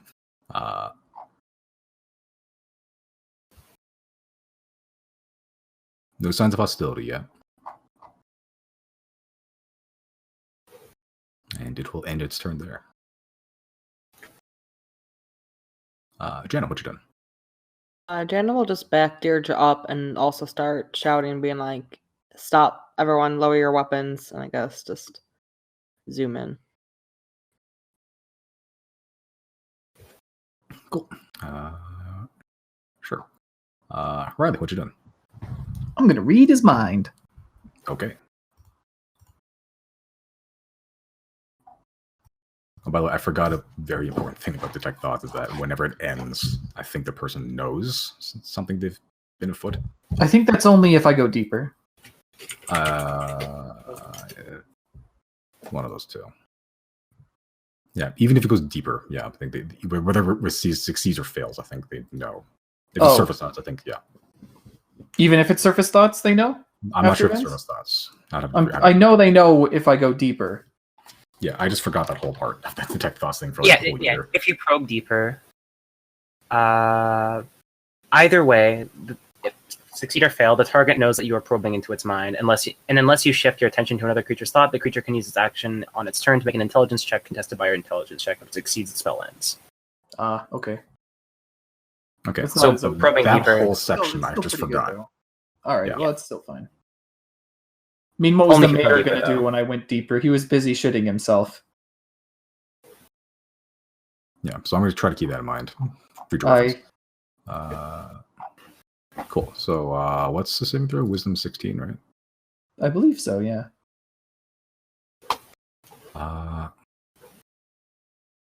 13. Cool. Give me them surface thoughts. Surface thoughts are who are these people and what do they want? All right. I don't have any reason to go deeper. I'll just be like, "Oh, it's a good thing I missed you with those 2 swipes, huh? We're just passing by. We're on our way to save some children, actually." Okay, that's your turn. Yeah. Cool. Zero, what you doing? Assumably my horse is still chilling right there next to Riley, right? Probably. Yes. Okay, so yeah, I'm just gonna put my weapons away and then kind of slowly, not tiptoe, but just like make my way over there while keeping my eyes on the bear and just like pull my horse back a little bit so we're not super close to him anymore because I don't know how he's gonna react now. And so yeah, just gonna end up right there. I'm not mounted or anything. I pulled the horse a bit farther away. Okay. And that's it. So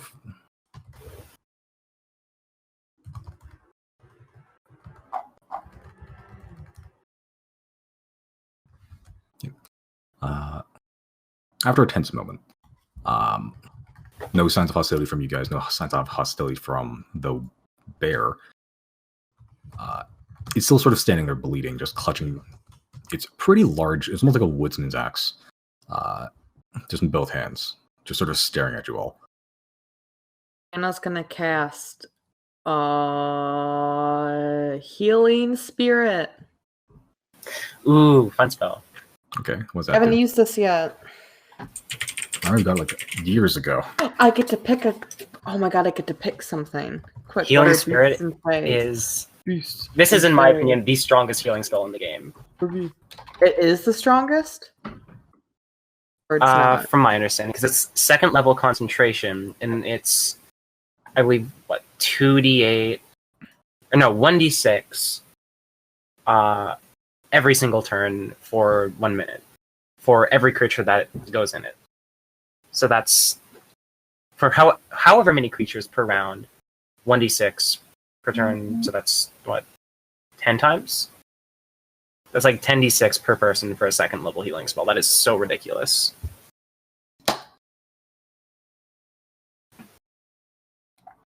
Can I stuff some eggs in his mouth? Or forcibly shove eggs into his mouth. Yeah, I'm gonna walk up and then put an egg in his mouth. Okay, I was trying to do it stealthily.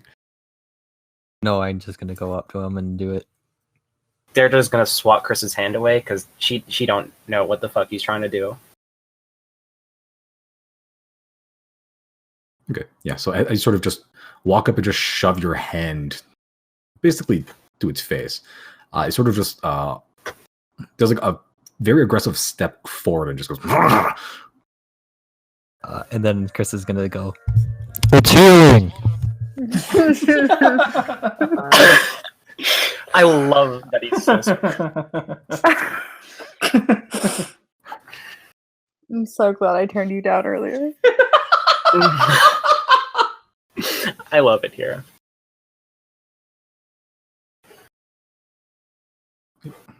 Another tense moment passes. Did I cast Healing Spirit or no? Oh, right. Sure. So that heals. I don't have the spell up on my thing. Doesn't show up on the compendium. I think it's probably from. Call forth the nature spirit to soothe the wounded. The intangible spirit appears in the space, 5-foot cube. Restore 1d6 hit points to that creature. No action required. Per turn. Okay. Sure. So, what do you want your healing spirit to look like? Make it look like an elk. Okay. Yeah. So you start summoning the spirit. Start using the mystical words and like druidic hand movements to sort of summon the spirits, like almost a ghostly apparition of an elk. The elk is very majestic. The horns are pretty huge. They're almost tree branch like. And sort of like in the center between the two antlers are sort of just like this almost like a soft light that seems to be emanating from it, healing everyone that's within, which in this case Yeah, is everyone gets healed. yeah, except no one's wounded, so it just be the just do the bear. But we all have fun watching this ghost elk come in. Deirdre is absolutely fascinated. Cool. And as elk shows up, the bear sort of turns startled for a little bit, but as the healing magic sort of radiates away from it, its wounds start closing up, and its tense guard sort of not drops, it just lessens. You hear sort of like almost like the vocal cords weren't meant for human speech. Who are you? Anyone? Oh, we're the Xodiacs. I'm Yes, looking we are. for You gotta put a little some- bit more spunk into it, Jana. We're the Zodiacs. I gave him a business card. Zodiac. There's some children that are being taken from town, though, and we were trying to come rescue them. Yes, we there's some kind of witch creature or something that is stealing, kidnapping children and people from a town nearby, and The I apologize hags. for it. I would imagine so, yes. That is our current hypothesis. I apologize for the initial hostility. We are in very high guards right now regarding the nature of this creature. What do you know of the missing children? You know of the missing children. I want to pull out like the pictures and stuff of like the materials I had for the scrying. Like this is one of the children who they started going missing 2 weeks ago, roughly, with the latest being taken only 5 days ago, and we have decided to investigate to find these children. Missing children is not good for a town. And we assumed we were going in the right direction because of all the do not enter signs and whatnot. I apologize again for encroaching on your territory. Now, why would you be looking for children? Money? Fame?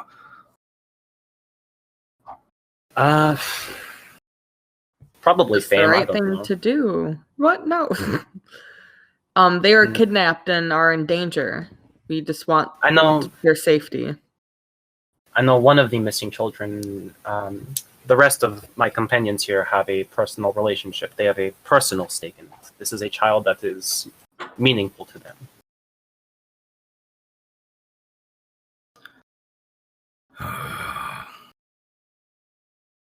If you are looking for the children, then follow me. I appreciate your help. Is in the the tech matter. thoughts still going? Can I insight check? Okay, I'll start with the insight check first.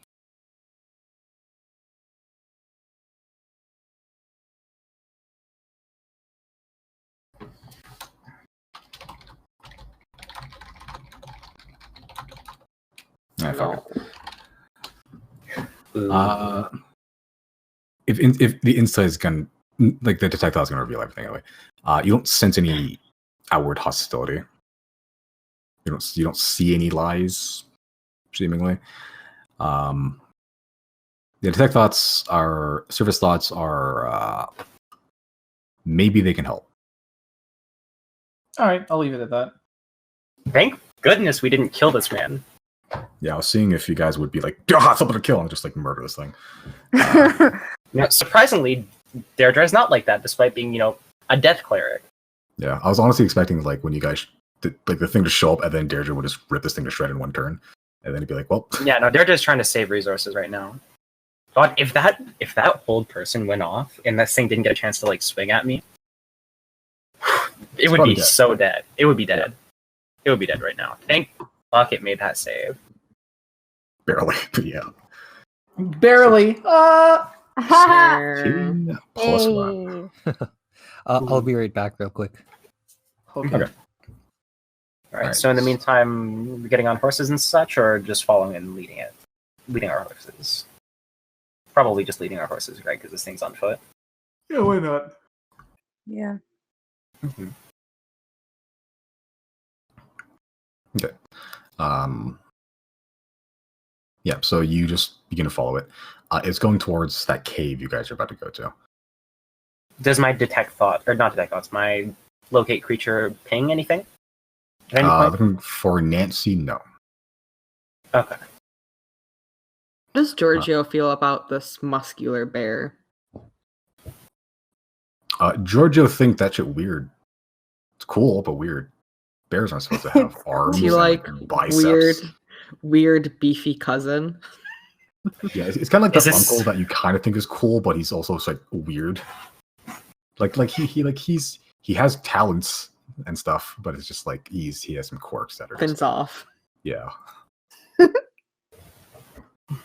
Like initial impact very strong, but sort of tapers off as he starts really thinking about it. Existential crisis. I want biceps. Giorgio attempt to, because this thing is bipedal, right? It is. It's straight up walking on 2 feet. Can Giorgio attempt to stand up on his 2 feet? I think bears can do that, but I don't think he They can. opts to do that Yeah, often. They can I don't think stand they can up. walk like that. Yeah, they have Also, try and stand up and like walk a little bit on his feet. Okay, make a dexterity check for Giorgio. He's pretty good at this now, just because of the fucking like animal companion rules that I let you use.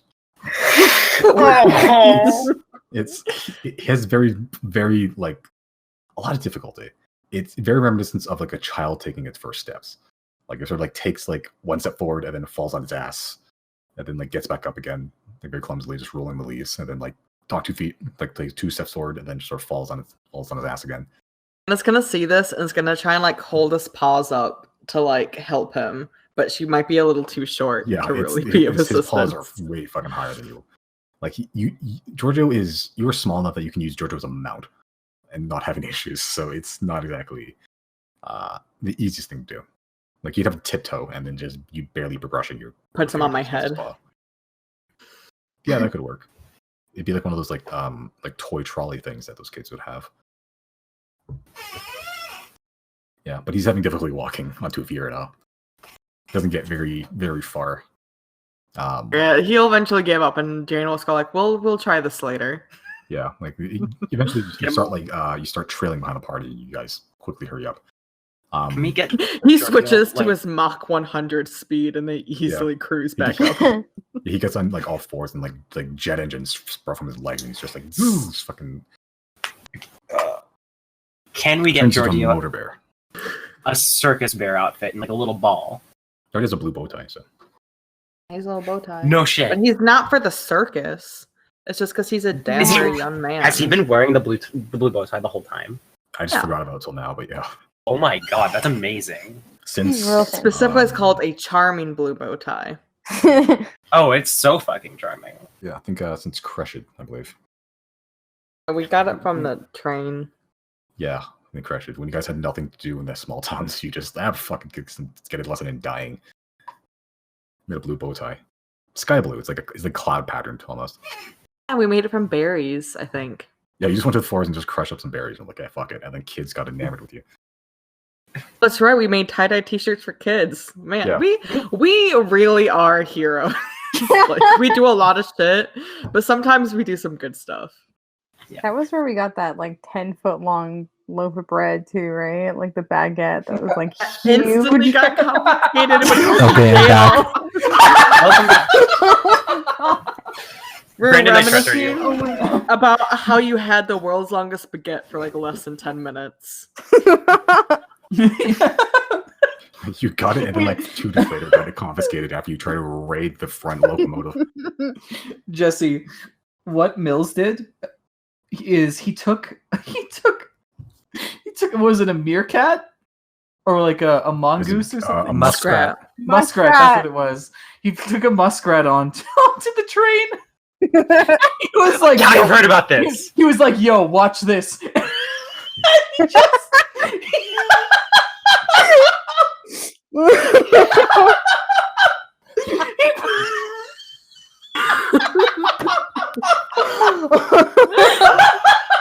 Hold on, what exactly did he fucking do to this muskrat? he would repeatedly put it in and out of his back folding. He's like, "Yo, check it out." What the fuck? Why? No, it's a good session when like Bowen loses it at least once. Mhm. I think the best part about the muskrat thing was because I homebrewed a spell which caused Chrys to have the ability to control animals through fear. So the muskrat was Yeah, in a state of terror. Yeah. That's what I heard. That Right. is the part I heard. He has like kneecaps or something. I don't fucking Yeah, like yeah, kneecaps that let him. Yeah, he can imprint a object to have to cause like a primal fear in creatures that he spends enough time with. The muskrat And- was one of them. None of us knew that before, so Jana willingly found this muskrat for him as a pet, only to have it like pee itself in the corner for like a week. Yes. Oh my god. He fucking carved like a ritual circle into the carpet of the train car he was in, like the room, and he fucking ruined it just to cast a spell to scare the muskrat. And then he called me in there to pick a lock for him, and I just see this fucking muskrat trembling in the corner, and I leave with no questions. Oh my god. Bone powder everywhere, because that's what they basically. Those are All these muskrat regular- bones. muskrat- And then Azek was like, what the fuck is going on?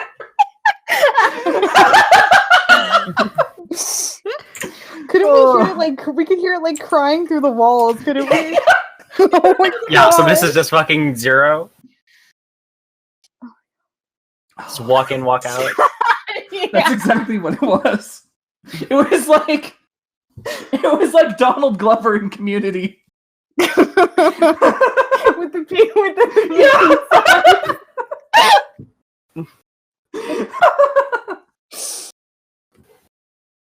God, the trends.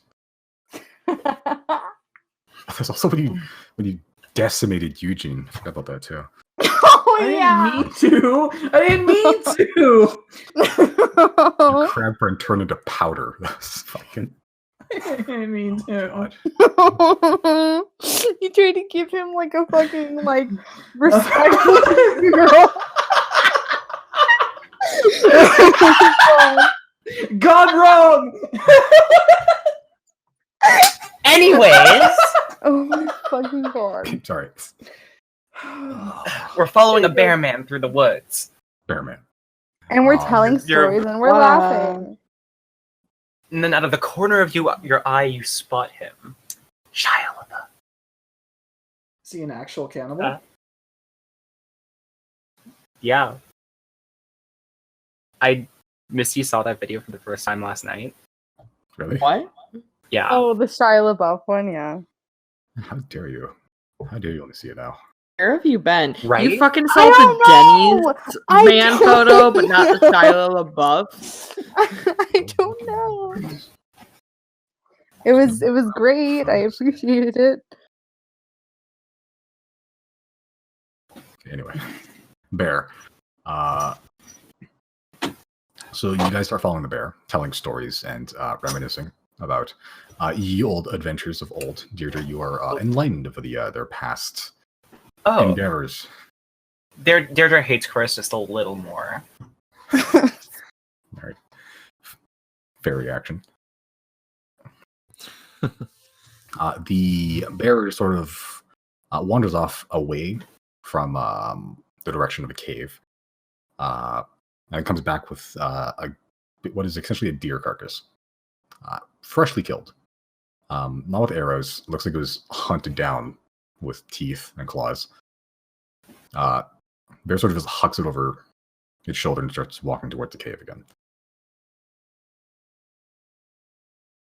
You guys want to do anything on the way there, or? Did this bear like just hunt this? Does it look like freshly killed? Did the teeth and claw marks look like bear marks, or is this hunted by like something? It looks like bear marks. Okay. Definitely matches the size. But it was just like sitting in the corner. Just Okay, like, so this is just something it's setting out for later, presumably. We interrupted him. Yeah. So you assume that this is something it hunted earlier, but then it spotted you guys. The site is going to remind Riley to give Fieri a fish. Okay. Fieri graciously accepts. Fieri will accept any meat. Will Fieri eat people? Because I have like a probably half-rotted corpse in my holding sack. Yeah, probably. I was thinking Sweet. about like, have we fed him Yeah. human flesh yet? I mean, hey, Deirdre don't got nothing against that. And I mean, as long as he don't eat the None of us are bones, she could use the humans. skeleton. None of us are humans. That's I true. got a human corpse. Person corpse. Well, yeah. I don't know exactly what race that bandit was. What race Do was we- that bandit? They're pretty much all predominantly human. Some were half elves, but that one was human. Okay, so yeah, human. Well, probably a little rancid by now. It's been a good couple days. Yeah, it's not. It would have rotted way faster if it was in the heat, but luckily your bag of holding is air conditioned. It's cool, just no air, no, just no oxygen. Mhm. And Which will breathable. also make it rot slower, wouldn't it? Yeah, it would. Nifty. It is essentially a refrigerator. It still rots, it still rots, but it wouldn't be natural, at least. Mhm. Not the natural rate. Anyways, we're following a bear man. Yeah, bear begins walking in the forest. Yeah, takes a while. Probably another like 10 minutes, 20 minutes. At this point, you reach the horseshoe-shaped cliff. Just sort of on the inner part is like where the cave is. Not a huge cliff, just enough to have a cave. And in pretty much that whole inner horseshoe area, littered with signs. You a guess from the bear's making. I would like to there's no- ask the bear if the signs are from his making. Yes. I see. Is this the same cave that Isaac saw? Yes, it is. Okay. Okay. And there's no humanoid corpses here, though, right? There's one. Ah, I see.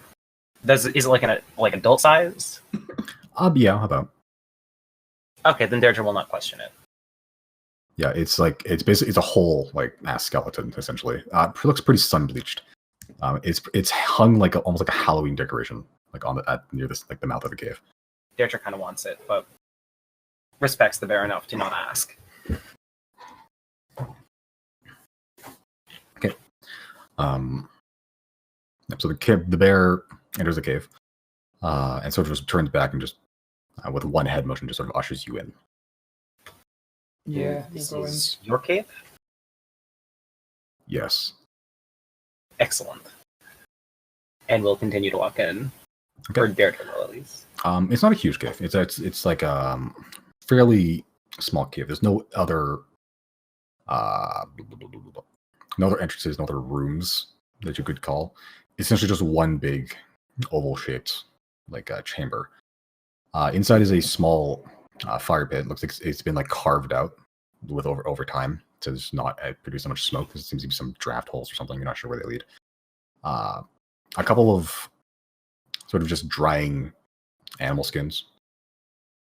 Looks like they've been sort of just like soaking some sort of liquid. A lot of wood, a lot of lumber actually. Like if you wouldn't know any better, it looks pretty professional almost. The interesting part is you see a child at the far end of the cave, just near the fire. Like pretty short actually, like probably like 2 feet high. Can't be older than like any like 4 or 5 or so. It seems like a half-orc kid. Clean shaven, and tusks just barely growing in.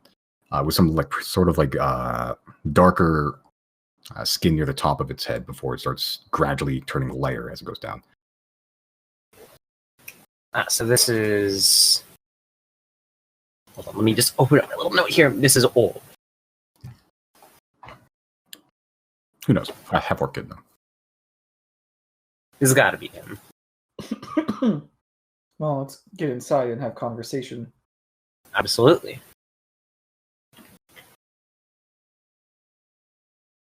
Okay. As the bear enters, maybe right here to civilian map.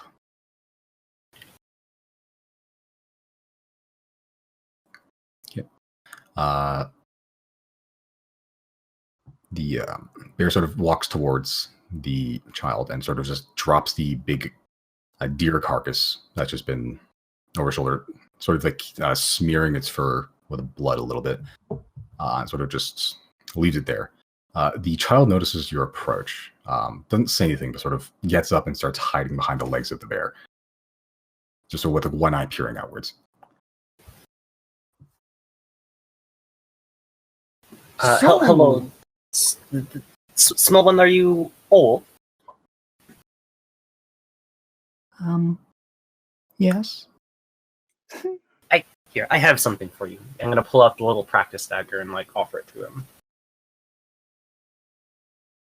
Okay. The kid, the old, sort of looks up at the bear's face, and the bear sort of just like with head motion just motions the kid forward before very sheepishly, meekly, very slowly inches towards you.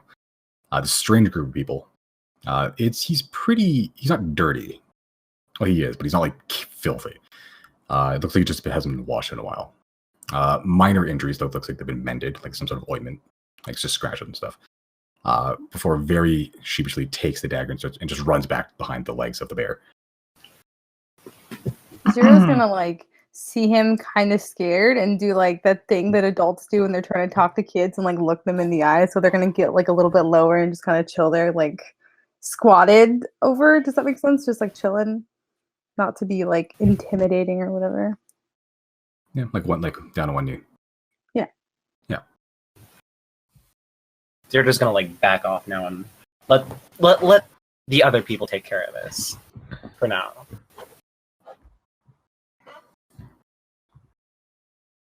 Riley is going to get his lyre out just in case. Liar, liar, pants on fire. Like you're gonna play a jaunty tune or what? I'm just gonna use the strum along to inspire Zero just in case. You know what? I'll just do it now. Okay, so you inspire Zero. Yep. Okay. You play Smoke on the Water.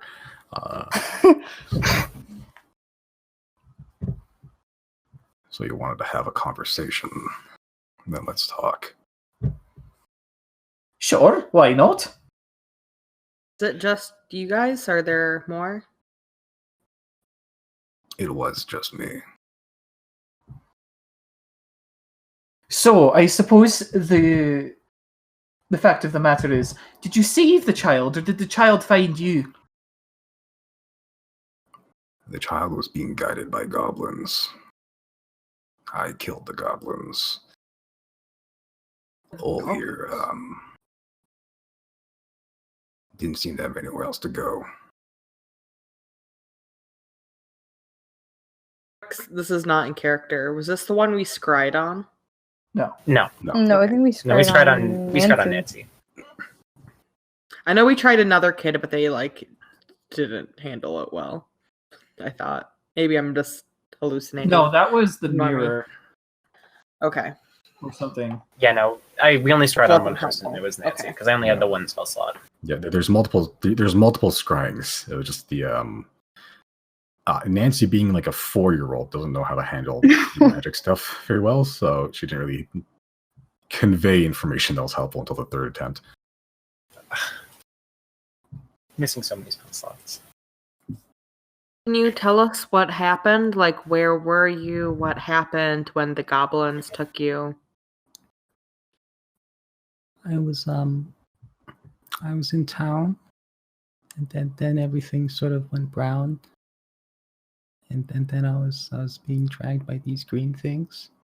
Where were you in town? Were you at the orphanage? I was outside in the orphanage. And when you woke up, you were just being transported by the goblins through the woods? What's transported? Mm. Moved from one place to another. Yeah. So Was anything said to you before from like other children? No. Well, Ol was the one with the mirror, right? Kit was the one with the mirror. Kit, right? Yeah, Kit was, from what you know, Kit was like the sort of progenitor of the song. Right. And Ol was friends with Kit. No, Derek was friend with Kit. Okay, yeah. Ol So Ol was, wouldn't know anything about that. according to the owner of the orphanage, was like a very quiet, didn't have a lot of friends, just sort of just kept to himself. You know where they were taking you? No. Did they say anything to you that you understood, maybe? Talking to anybody or talking about somebody? No. They were making weird noises. They're probably weird speaking noises. another language. Maybe goblin. They were goblins after all. I'm gonna look up at the bear and ask him like how far from this cave did he find the goblins? Like what direction were they going and then like about how close were they? I can imagine where they're going. The only one that- person in these forests have sway over the goblinoids. They call her Mama Teto. She's Sure, what? What do you know about her? She's a hag you mentioned earlier. She's a hag. Mostly, Hmm. she kept to herself. She left me alone. She left the town alone. Now I guess she's making plays. Yeah, we know that there is possibly. Well, do you know what type of hag she is? She is a forest hag or sea hag? Because I know there's a she's, sea hag. She's a big, gray, and ugly. Gray? Hmm. Because we know there is a sea hag, and I do not know. Hold on, what were the people that we know? Like they were saying, like the green woman, the kids. I think it was Nancy who said the green woman when we Yeah. spied on her. Nancy said the green woman. The corpses you interrogated at the beach said the blue woman. Okay. Or blue one or something. Yes. We telepathically communicated with one of the missing children, Nancy. She said that there is a green woman that is holding her in a cave somewhere nearby. Fetia. She's she's a green hag. And we spoke with a corpse that had washed up on the beach, bloated, possibly. We are not sure. Wait, do we know if the corpse drowned or they didn't drown? They drowned. Right? They drowned. As these corpses probably drowned, and we asked them, and they said that they were taken and killed by a blue woman, which I'm assuming is a sea hag. I don't know much about that one. I stay away from the town. But, do you think these three could be working together? Because If they are, then they'd be quite the trio. so we're in for quite an issue here. Hold on, but I know that 3 is the amount you need to form a hag coven. You rolled pretty high on hag stuff last time, did you? I did, yeah. Yeah. So yeah, you would know 3's the magic number. 3 is the magic number, so to speak, for them to form a coven and garner more ritual power. But I know it is not very common for hags of different types to form such a coven. But their versatility and power would be intimidating. I'm gonna speak to. Sorry, go ahead, Jesse. I was just going to say to the bear that the children in the orphanage that we come from, where Ol is from, have been singing a song as of late, a little rhyme, and I wanted to know if it meant anything to you. And then I would like to recite I would like to ask whoever has the note for it to recite the rhyme. It would probably be Riley. I think so, yeah. Riley will recite it then. Okay.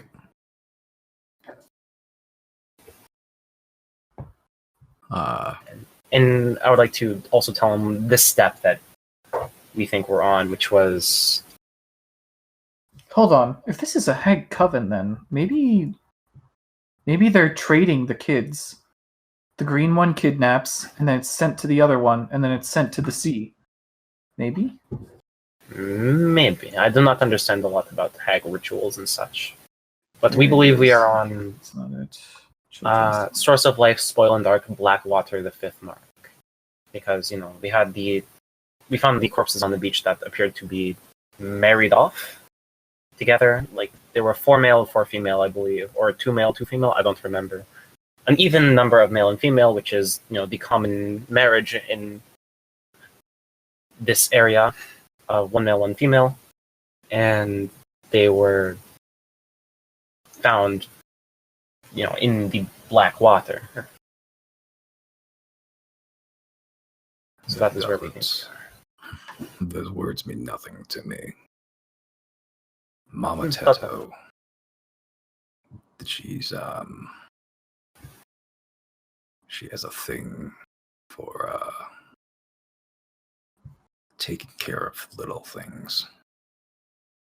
I don't know if that has anything to do with this. What are you Taking planning care to do? When you I'll say save taking- the children, obviously. When you say taking care of little things, do you mean little things as in children, or little things? What do you mean by this? Both. She has a set of let's call them dumb goblinoids just at her beck and call. That's assuming who I slaughtered when I saved the little one here. Right, so she has sway over the little goblins, and she likes to kidnap children or take care of them. I don't know what she does with them, but it's not the first time she's taken children. Well, I'm sure it cannot be a good thing. The girl we spoke to was terrified. She was chained to a wall. She was filthy. There was dried blood. Not hers, but still. Not a good place for a child to be chained to a dark wall like that. Where is she located? That I don't know, but if I had to guess, it'd probably be in Mama Teto's. Well, I don't think Where would there's that more be? debate to be had here. So one at a time, please.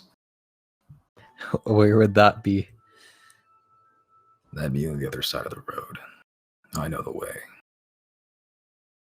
What are we waiting for then? I want to know what,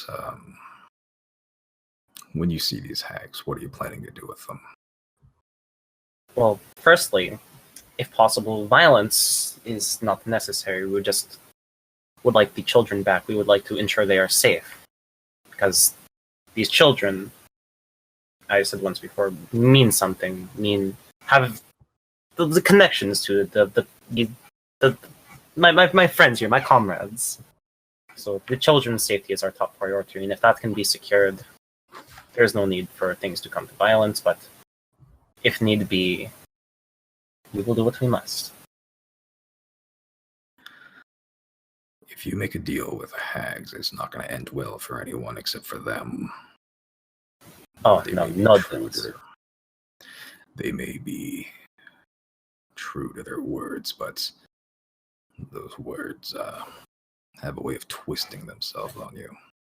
The only deal I'm willing to make with these hags who have stolen these children from their rightful lives is you give the children back and leave them alone and leave us alone, and we will leave you alone.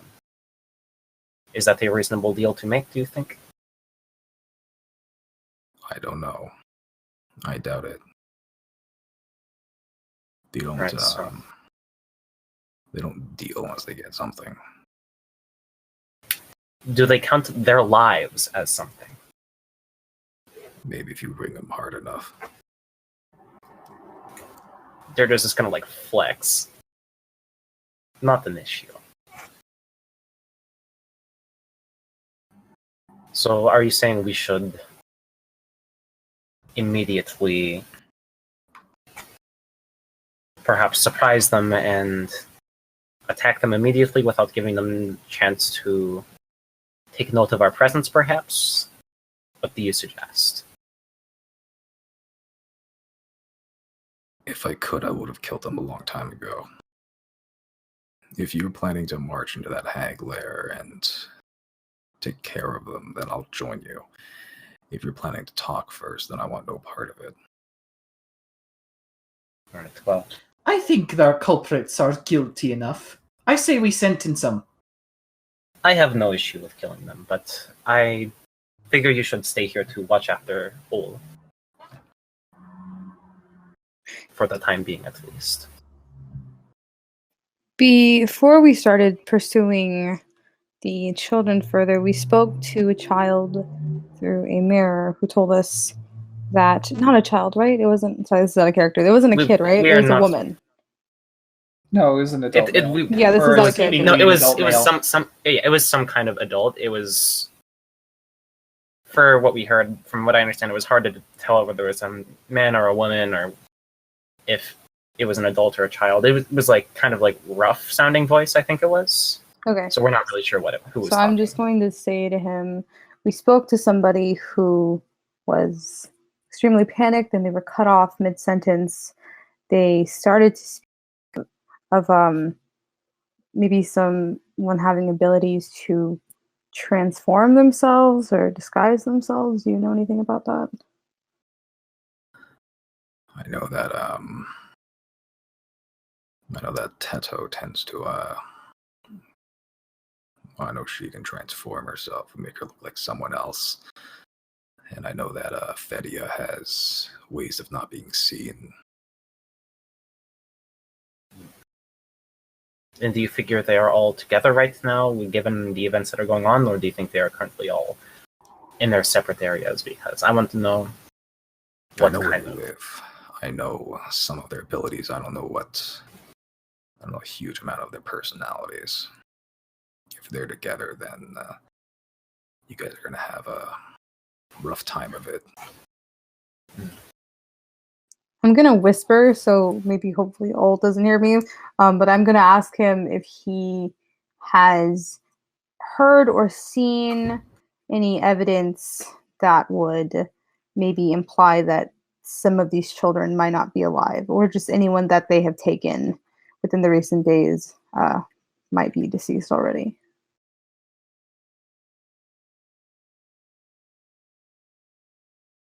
Are you whispering to the bear?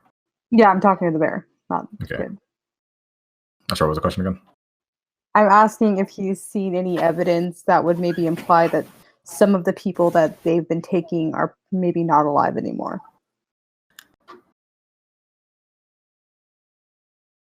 I know that Mama Teto tends to eat people. The skeletons you see outside are just some poor unlucky saps that I managed to steal from her lair. I know where she lives. She puts up her own signs. Those are a bit more grotesque. I suppose it's worth asking. What's your beef with the witches anyway? I just want to be left alone. I don't want anyone to end up dead constantly around the forest. What do we call you? Dead bodies tend to attract attention.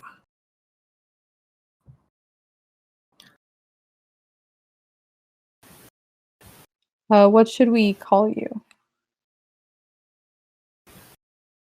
Just call me Andreas.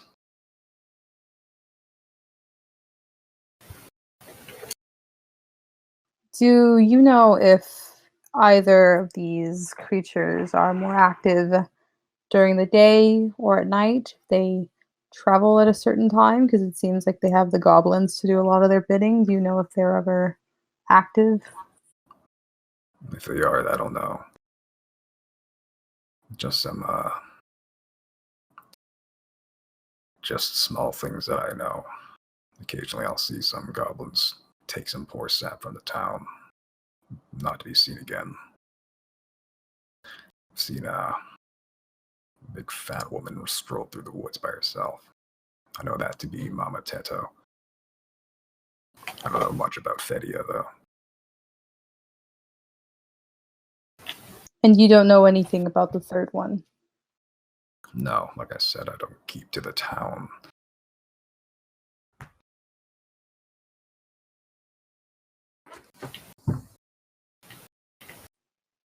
What time did you find Ol? Was it during the day or was it at night that they were traveling with him? Late evening. The sun had just started to set. Seems like the city guard's doing a lousy job if they're letting goblins saunter in like it's nothing. Well, from what the old told me, it seems that he might be being. There's a spell to dominate a person, which seems to be what happened, because you said everything went brown, and then... Hold on. Oh, when you say everything went brown, was it like there was a bag slipped over your head, or do you, like... Was it like you completely, like, blanked out like you were asleep? I don't know. Happened very fast. Could you still feel your arms, your fingers? How long did it last? I could still feel. I don't know. I was too scared to know.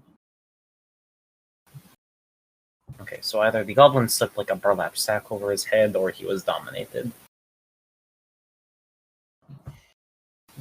Something may have... I'm unsure, but...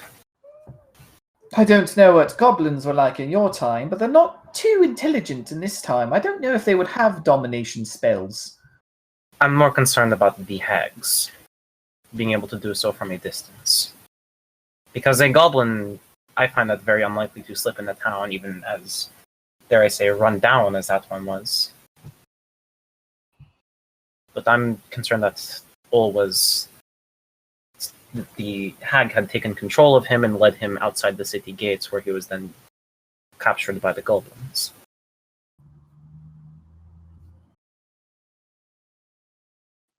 I think right now, as you have suggested, these two are able to change their form, and obviously these children are valuable enough to them that they're willing to, go out in broad daylight to take them. Maybe it's best that you stay here and watch all while we take care of everything else. I'm inclined to agree. Fine. If you gotta make a deal with the hags, just know that it's not gonna end well for you. I don't think there's going to be. Did you hear that, Chrys? If Chrys says a word to the hags, that is the last word he will speak.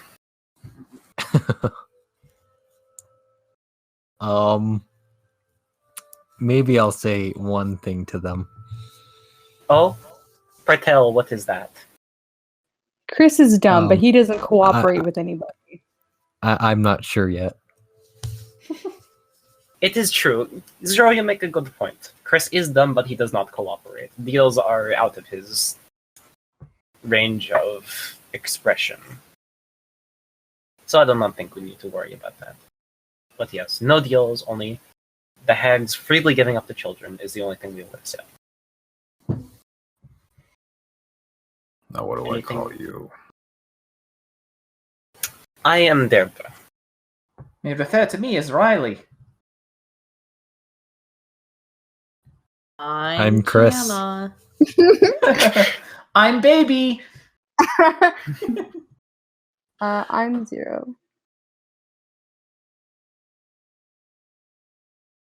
Pleasure to meet you, Andreas.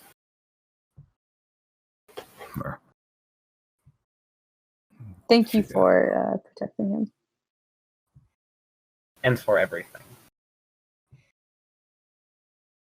Sorry I stabbed you twice.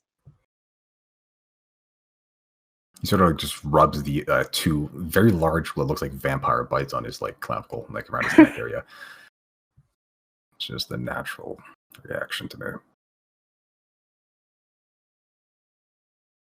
If you need a place to bed down for the night, I don't have any, not a lot of space in here, but feel free. Is it like That'd be a good idea? It would be like Yeah, late probably. evening now? No, not really. Well, sort of. It's like late afternoon, so you still have a decent amount of sun left, but But yeah, these are like not quite night creatures, but they are more active in like the late evening, so you might have better luck in the morning.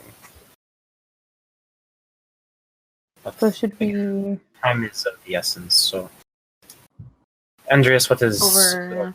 should we go immediately for the children? But because I am not quite exhausted, but low Riley's in on favor of magic. going immediately. I feel like if we long rested now, we would wake up in the evening time, and that may be the best time to do everything. Like, they will be more active, but you guys will have your spell slots back. And it'll be as soon as possible that we can go. I agree. If we do it in the night, then no one will be exhausted. Yeah.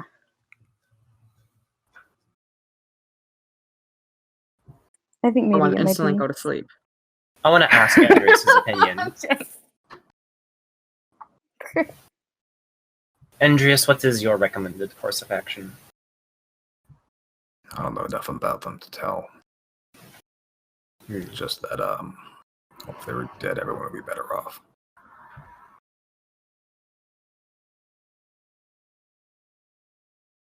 Right, so killing them is certainly option A here. That's my recommendation.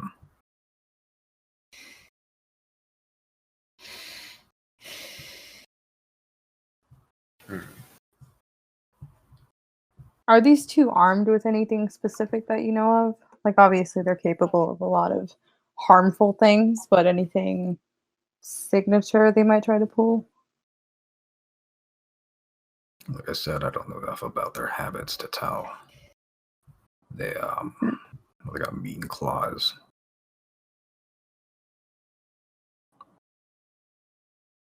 The old Mama Teto's about as big as me, so maybe that's something you want to watch out for.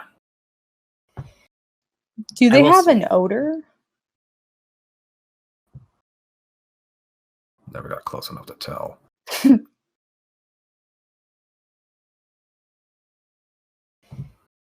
I will say, if we do take our rest, tomorrow I can prepare a spell to send them to the Feywild, which will not kill them, but it will get rid of them for at least a good chunk of time. I think permanently removing them would be the most optimal thing to do. Yeah. Let's Would make sure they permanent- don't come back and harass the town again. We're not going to be Permanent- here for long. Permanent remove, as in, like, they're just like a little like throat slitting motion. As in kill, yes. Okay, I thought my So that horror is dialects was not weird ideal. enough. right. Because banishment is certainly an option that I am capable of quite easily. I want them to bother some other town, though. Like, let's just. Yes, Yeah. they found a way here in the first place. Let's be rid of them. Right? Makes sense to me. Yeah. Yes. And plus, aren't there people in the Feywild too that they could be doing the same shit to?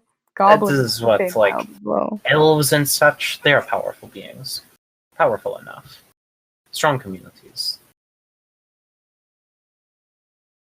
Probably. I don't know, I've never been there. I think fully rested, we could wipe them out. Fully rested, I would be much more confident in my ability to handle them. By which I mean kill them. Quite permanently. Simon, what time is it right now? Like midday? About late afternoon. Okay, so if we went to yeah, if we went unconscious right now and tried to get like a full long rest, would we be waking up like in like super early in the morning, like 2 or 3 a.m. or something like that? No, it would be closer to what's like 3 o'clock right now. So it'd be like a little later than midnight, or a little after, or a little before midnight, That's not bad. like 10, 11. I need simply 4 hours of communing, let's say. And then I will be ready. Okay, well, we have people who sleep here too, so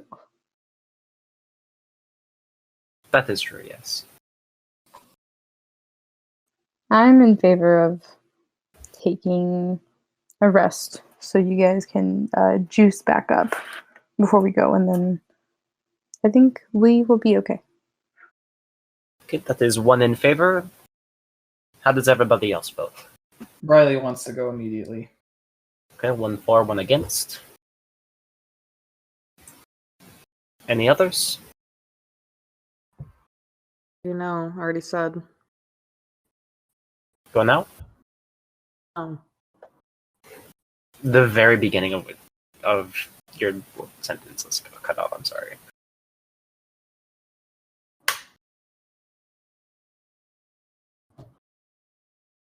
Josie? I'm here. Were you for or against? You got cut off a I just little. said I already said what I wanted, so But we don't know what you want. I said a long time ago we'd rest before we go, so everyone has full stuff Okay. and they're active at night. And we go in Nothing the has night. Okay, that is 2 for, 1 against. And 3 for. Chrys? 3 for? Chrys says rest. Yeah, I say we rest, and then we go in the night. Yeah, we might have better luck sneaking up on them too. All right. In which case, Riley is going to turn to Andreas. He's gonna be like, "Do you know if there's any good fishing spots around here?" Sigh. There's a fairly decent-sized lake a bit east of here. I don't know that going off alone is the best of idea right now. What, you want me to sit around for 8 hours? I want you to have a rest for 8 hours. That is why we're doing this. I don't need one. Yeah, I'm nearly I'll- full everything. I'll go with Riley. Make sure you do get at least some rest, though. We wouldn't want you to be exhausted while we go on this murder trip. It's fine. Being in the water revitalizes me anyway. You too, Zero. So Make sure we you won't, get we enough. won't be like exhausted by midnight, right? It'll be like the following day if we don't get a long rest.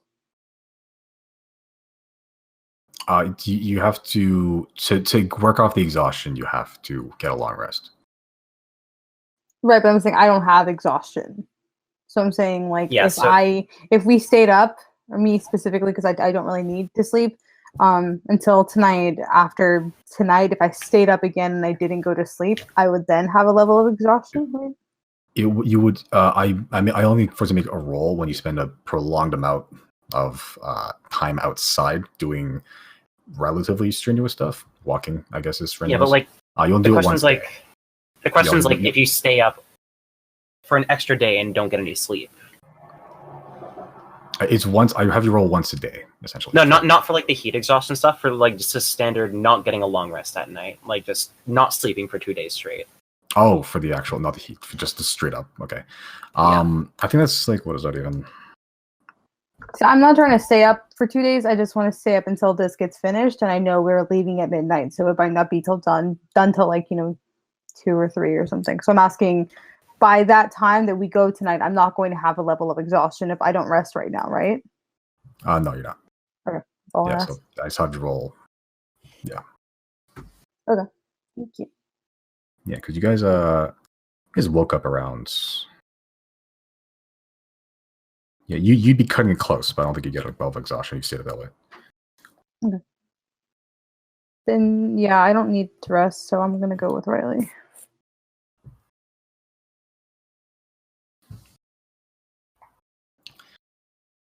Okay, so the rest of you guys get a long rest, and Hell yeah. Zero and Riley go fishing. We'll take Fury just to make it faster. Okay. Is he really good at fishing? Maybe. Maybe. While Riley feels good. fishes, while Since Riley Jana had heat exhaustion, was she supposed to have like disadvantages during combat? No, that's It's ability that's checks. one ability checks. And that's what I'm about to do, isn't it? Yes. All right, disadvantage we go. Mm-hmm. Yeah. So, so the rest of you guys just do your I guess it's 3 different types of sleep you guys are doing. Very strange. One actually sleeps, one just meditates, and one just sits there and goes into sleep mode. Power saving. The 2 of you, Zero and Riley, go to the just go east to get super specific directions, but yeah, it's not very far. It's probably like maybe half a mile, maybe a mile. Yeah, it's a decently sized lake. It's nothing special. The waters are kind of murky. Can't really see to the bottom, just like sort of the top layer. You find a lake. All right, Riley's going to inspect it a little bit first. Okay. Inspecting for what? Just looking for any points of interest. Okay. Make a perception check with disadvantage.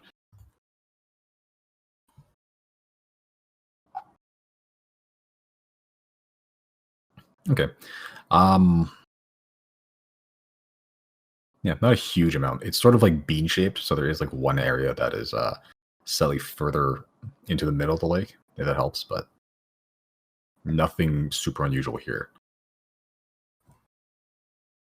Okay, Riley's going to fish. He's going to try using the trident this time. Okay. Yep, so just make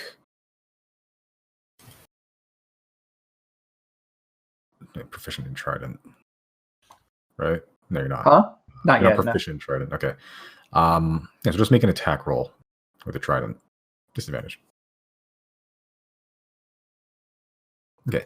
Yeah. So there's not a huge amount of trees covering this area. As it sort of gets to the edges of the lake, it starts thinning out. So you are direct fucking heat right now. So your throws, you're trying to like catch these fish, and it's just feeble and weak.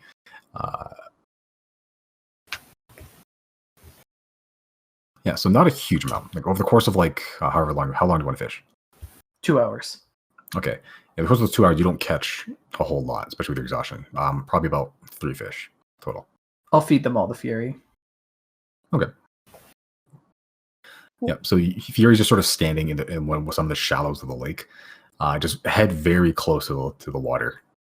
And then occasionally you'll see him just jolt forward and then just catch a fish in his teeth. Kind of like how a bear hunts, but yeah. Looks like he's having a better go at it than I am. Oh, I need to get my shit together.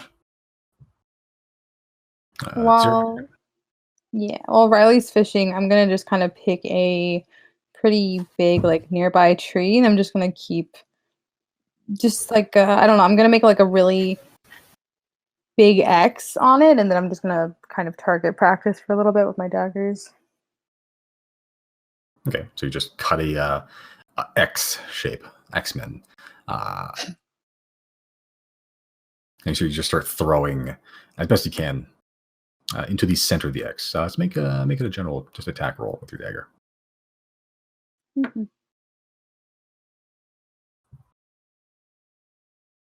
Nice.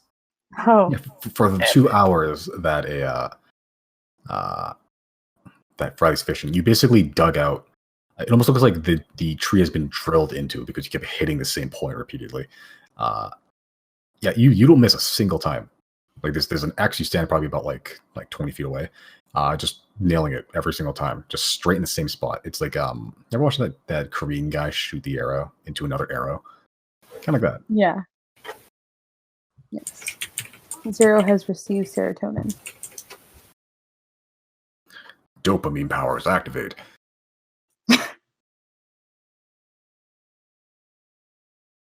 Fuck. All right. Hey, Simon. Yes. I'm so sorry to ask this. How many prepared spells can I have at a day? Is it 4 or 5? It's your spellcasting modifier plus your spellcasting level. So if you're a druid, you're what level druid right now? 3. Okay, and what's your wisdom modifier? 1, right? 1 or 2? Yes, 1. 1. So you can prepare 4 druid spells. In any order, yeah.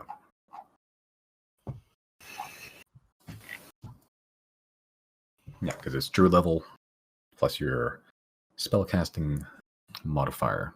For druids, that'd be wisdom, so 1 plus 3.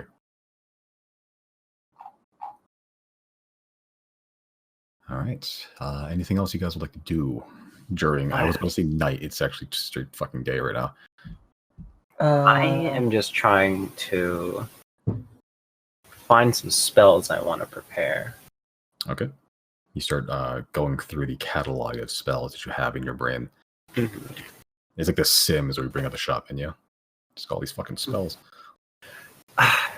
Yeah, but you I guys. have like the greatest hits here, but I'm considering. What do y'all think? Should I take detect evil and good? Should I take protection from evil and good? I have dispel evil and good just in case. Much Music 2017 best hits. Mm-hmm. None of that means anything to me. That sounds like No. do the I magic. chose to conjure wind. That's what I did. That's fun. Whatever your heart tells you. Because I don't think Hold Person is going to be too helpful.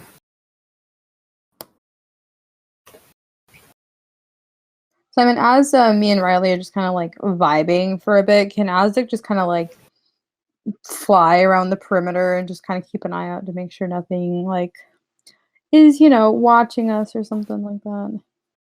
Sure, make a perception check with Azek. 19. Okay. Yeah, the course of 2 hours, just occasionally flying overhead for a couple minutes, landing, taking a rest, flying again. Doesn't spot anything suspicious. Okay. Except for Rogue Fiari. Fiari? Okay. Cool. So there's nothing else. You guys awake? A week for the next day. Yeah, it is. Yeah, moon has arisen. It's full. That's why it's so hot. And thus it's really bright outside. Yeah, when you're camping, it's still pretty bright. You basically don't need to use dark vision at all. It's basically just like a dim light constantly.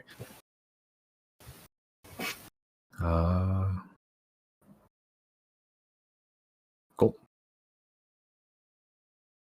At this point, the two of you return way before that. When everyone wakes up, you see that Ol has basically just been bundled up in like a small, almost looks like a badger pelt that's been just cured and like worked to make like a blanket. Just sort of sleeping there. Andreas, the bear, you notice that's not a bear. You see like a dwarf, relatively old actually. Like the beard is just shaggy and just a mess, sort of graying, sort of frayed at the tips. Hair basically hasn't been cut in years, so it's just dangling down to his waist. So what you're saying is he's a backwards werebear. He turns into a dwarf during a full moon. Who knows? I don't. Is there any bond Jana can make with him to be like you two, like sisters of the moon?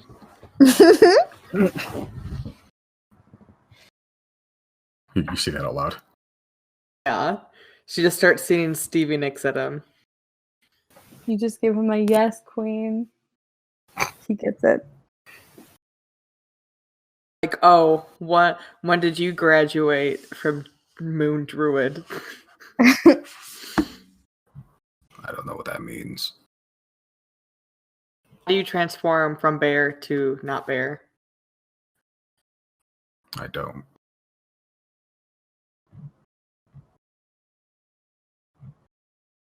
Did this happen? Whenever night falls, I turn into this. I was this. Whenever day comes up. It's like Fiona. Who is Fiona? Have you been like this your whole life? No. Is it a curse, if you don't mind me asking? Make a persuasion check. No, fuck. Not an advantage. Oh, that's Giorgio. Doesn't count. Doesn't count. It's Giorgio. No, it doesn't, because that's his what's it called? Doesn't really help that much, but Oh, wait, did you use your stat thing? Whatever. it doesn't really fucking matter, does it? They're both low. But one's low and one is passable, so I'll be honest, I hit Janice, but it came up as Giorgio. Okay.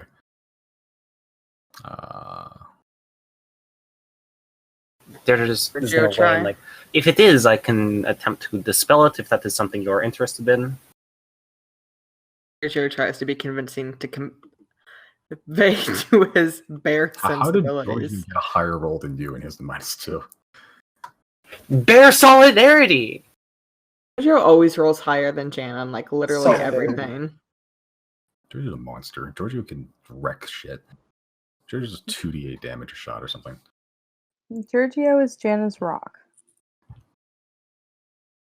Giorgio's just like the Or Tasmanian what? devil, just mowing through things.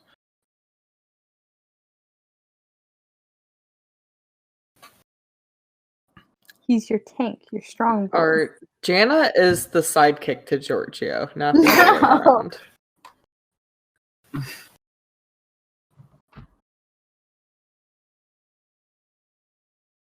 Does Giorgio convince him? What does Giorgio do? Just sit there? Bear Gives solidarity. him like you know those like sad baby eyes, and really like kind of tilts his head, tries to look all cute, and nuzzles his hand.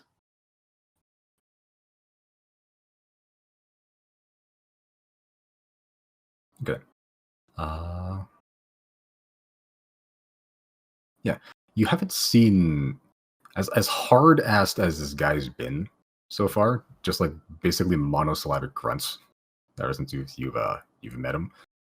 You see like a slight smile in one corner of the mouth just like appear as he starts like just slowly rubbing Giorgio's head. Giorgio loves that and leans in.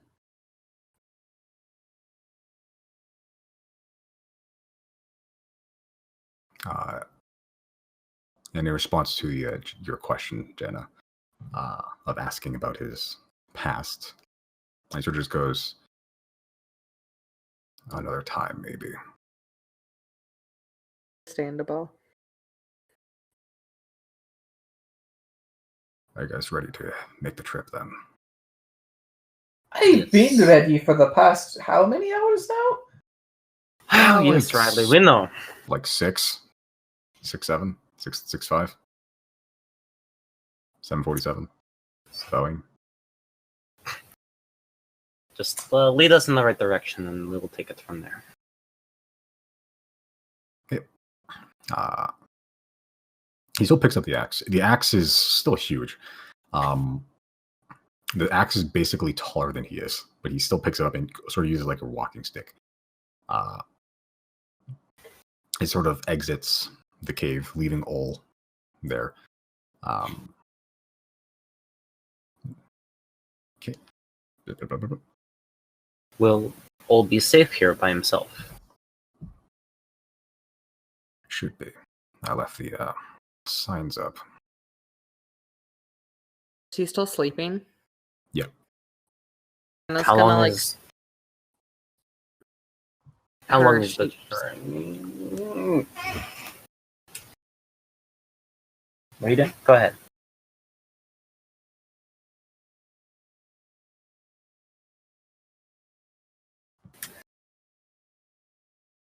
All right. How long is the journey roughly to the place we're trying to get to?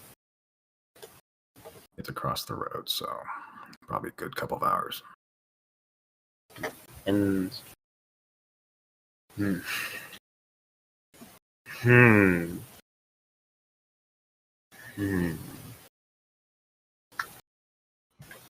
Deirdre will leave a guardian of faith behind.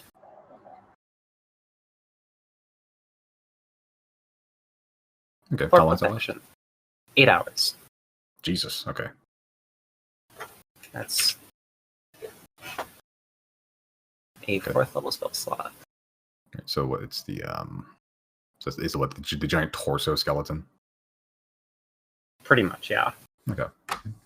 Just a skeleton that will smack anyone who ain't supposed to be there. Okay. Sure. Josie's still here. Here. Okay. I just want to double check. So he leads you out. He starts making his way across the woods silently.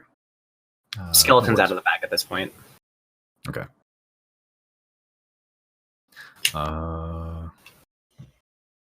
Yep. So it does take a while to get there. He basically makes a straight shot to the road, which takes a little less time than the way you guys took, where you sort of went like a slant. He still travels across the road. He looks both ways because he's a responsible civilian, just to make sure there's no horses or anything like that. When he thinks it's safe, makes his way across, and he begins trekking through the other half of the woods.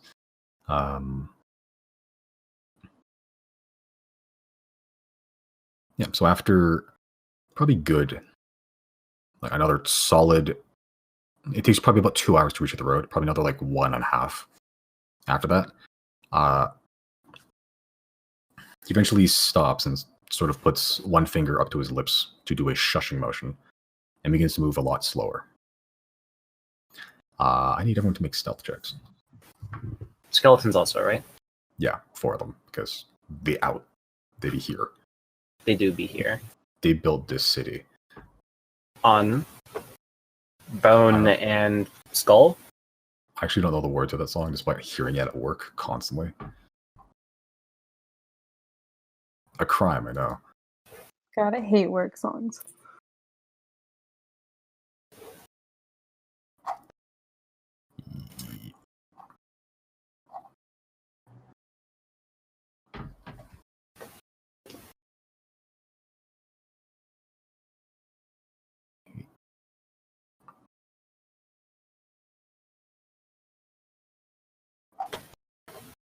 Okay, so I also need Oh yeah, 2 more.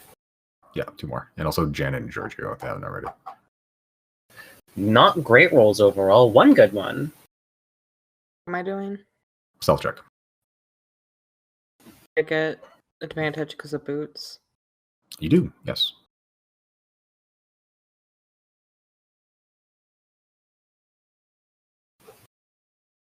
And 1 for Giorgio as well.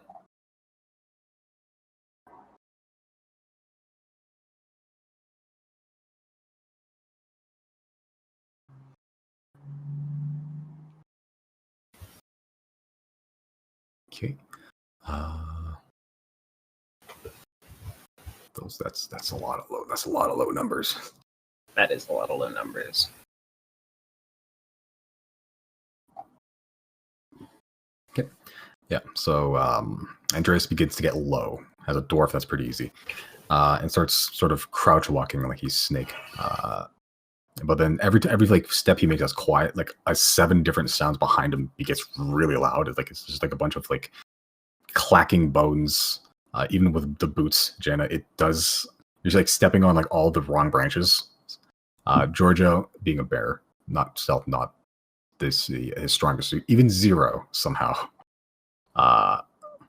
Managing to not just 4 stealth, kind of difficult. You're more of a city person. Every few steps, Andreas has to stop and just look back at this basically marching band that he's now escorting. Some of you manage to stay relatively quiet. Yeah, you can. But as you get further into the forest, you see why he started moving a lot slower. Signs, but this time they're a bit more grotesque. They're you basically see bodies, a good amount of them, just strung up every so often. Whereas Andreas hung up animal corpses and stuff, these are just corpses. Most of them kept seemingly purposely rotted, they've been covered in mud, left there sit for a while, and then just hung up as they've been just bloated and just sort of full of gas and stuff. One of them seems to be a human male, strung up by 1 arm and 1 leg, so they're just hanging sideways on a tree, completely nude. And on the chest, just carved in, just says hello. You see another one human woman. Pretty much sort of the same thing, except the other side, the other arm and leg, turned away on the back says, "How are you doing?" There's a lot of this grotesque sort of just corpses, just these just vicious signs, essentially. See like heads on pikes. You see just arms strung up in like almost like they're meant to be like those hippie beads that you put over doorways, except they're just made of arms and hands and stuff. A lot of body parts. In some sects of my religion, this is very inviting, very homey. Andreas sort of looks at you, just, and what religion would that be? An ancient death god. Orin, you probably haven't heard of him. He's been gone from history since 2,000 years ago.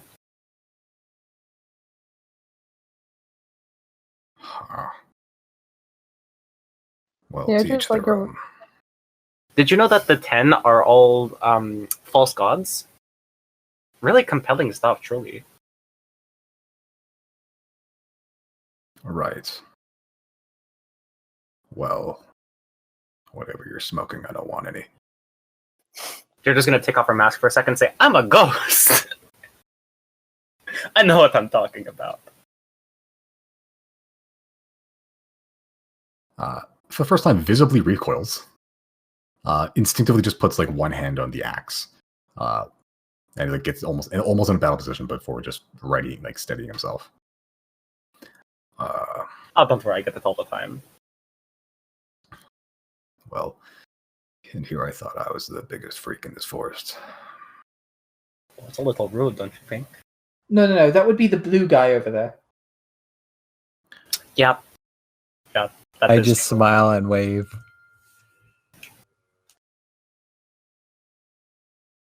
I am surrounded by psychopaths. Great. I'm not a psychopath. And he begins walking forward to this lair. Get about another half hour. And the signs, similar to Andreas' lair, gets more and more prevalent. Just more corpses, more bodies, heads strung up. Some of them shrunken. A lot of foot. There's a lot of feet here now. It seems like just whatever this hag has killed, she's either just strung it up just all over the place. Like Christmas decorations. Like an overzealous Christian family. A lot of decorations. Eventually you come to a fairly large mound. It's like a good-sized hill. And at the one end of the hill, just near the side, it looks like a cave entrance. Probably about 25, 30 feet in width. No lights or anything, though. And it's just grass followed by a sort of packed dirt cave. Now that is the lair of Mama Teto. It's the only one I know. Suppose we should get to it then? I'm all in. I'm ready. I'm gonna conjure up a ball and then roll it in there. Are you sure that is the Rubber best ball? idea? Yep. We're trying to, be a little sneaky, are we not? For once, Riley's not going to stop him. Do what you will, then. Sure. So you guys are probably about, I'll say, 100, 150 feet away from the mouth of the entrance. Mouth of the cave. So you want to just, Okay. are you going to roll the ball in there? Or you're going to just yeet it, and it'll be, Conjure up a golf club and forward. Yeah, Sorry, is what's it that? like dodgeball, volleyball, bowling? It's more like bowling. oh, like the heaviest ball there is. Okay. Cool. So if you want to conjure up a bowling ball, bowling uninvented, so I'll say it's a heavy stone ball. Okay, to throw it any distance, you'd have to get pretty close. Okay. But We first, I'm can gonna do check this for. anyways. I'm gonna check for traps. Okay, make an investigation Guidance. check. Guidance. So D4 on top of that.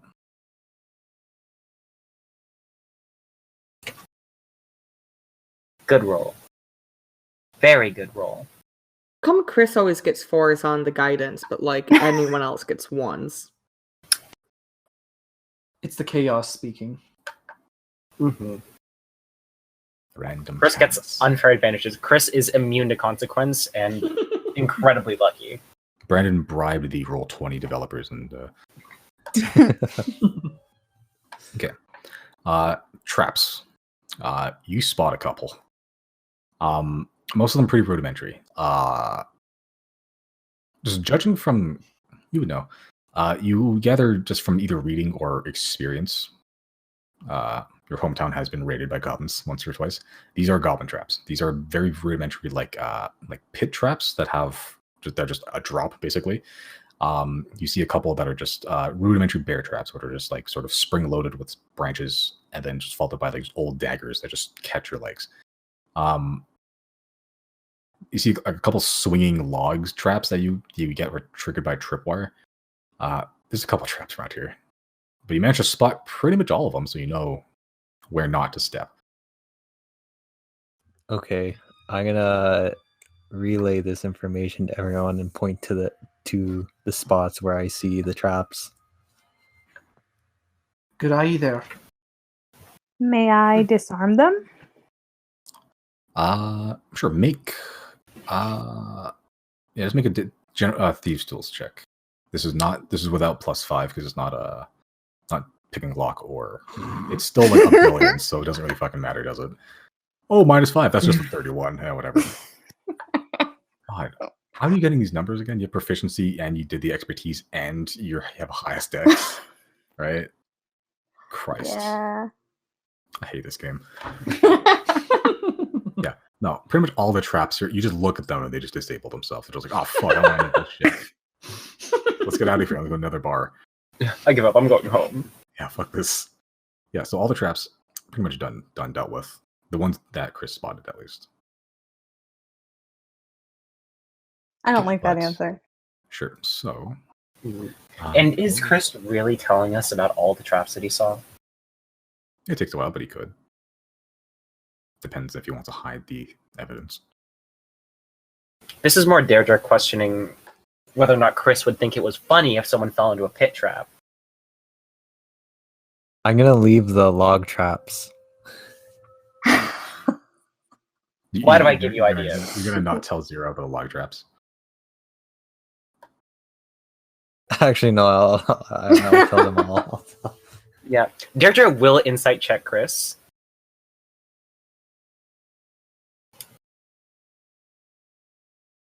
Okay. Yeah, so yeah, it seems like Chrys is on the up and up, surprisingly. He's not thinking how funny it would be if one of my companions had their chest caged in. Okay, that's good to know at least. Deirdre is reassured for the time being. Chris forgets that he's the squishy one here. These traps would like kill him. No, if he didn't roll high in his investigation. Boy. Okay. Yeah, and your stealth is pretty high too. My god, Brandon. Yeah, so you managed to roll up to probably about 20-30 feet away from it. You're gonna take a look sees inside, or you're just gonna just try your best Big Lebowski impression here. Right. I wanted to roll it inside too. Okay, so Big Lebowski. Cool. So you get a run up, ball in the 3 fingers or 3 holes, because you're smart. You can figure out make hand grip and stuff, and you just bomb bowl this thing into the mouth of the cave entrance. It goes pretty slow. You're gonna stay there, or you're gonna just flee.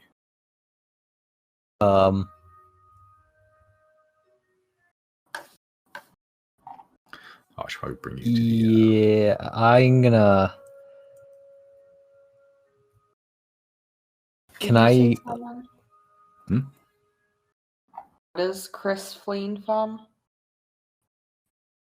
He just rolled a potentially loud object into the mouth of the cave, which is supposedly where one of the hags live. Also, where are we on this map? Over at the left, like You're here. on the left side. Yes, you were there. That is Okay. where the It's cave also- entrance is. It's also a glowing ball, so it gives off a little bit of light. But I'm gonna, when I roll it into there, I'm gonna go onto the side of the opening, so that like I'm not in view in the opening, but I'm like to the side of it, like So you just taking press it up cover. ag- You just press it up against the wall, essentially. Yeah. Okay. So Like let's this say... map. He turns to the camera and goes, "Hi, I'm Chrys Killager, and this is Jack."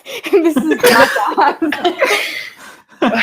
Does the ball smell like anything? If you're already adding fire, Smell. yeah, is it scented? It's just glowing, and It smells like glowing, yeah. Does it play a little tune?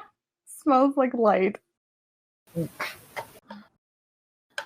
What flavor is this pie? Pie flavored. Okay, so... Remember when we all ate pie, and that used to be like the peak of the campaign? The highlight of the session. Miss those days. What Gary's up to today? It has been a while since you've seen the... since you've seen the corners. In real life, probably not in actual in-game time. No, it hasn't been It's that been like long. 2 weeks since you saw Yeah. them last. Like give it a month, give or take, a little bit less. You guys spend a lot of time traveling. Eric's gonna Yeah. be so pissed when he gets out of jail and his apotheosis vessel isn't there. his That's what they get, apotheosis vessel. If he finds out we have it, That Deirdre has it. And now that you're not, And gonna you have to it give back, it back to him. That's all that happens. Do I though? You want to deal with Merrick? You can give it to us willingly, or we'll take it off you. It's fine. Merrick will take it off you. That's that's a lender. That's a loaner. Merrick can certainly try, but if y'all demand it, I will commune. I'll ask my sugar daddy if it's okay. Merrick can fuck shit up. Deirdre can fuck And shit he'll have up. the four Yeah, I corners wouldn't- behind him. Yeah. Deirdre's got the 4 skeletons behind her. I don't know what you got over here. Okay. He So used to you- be like you. We used to think we could take on Merrick. It took all 4 of us.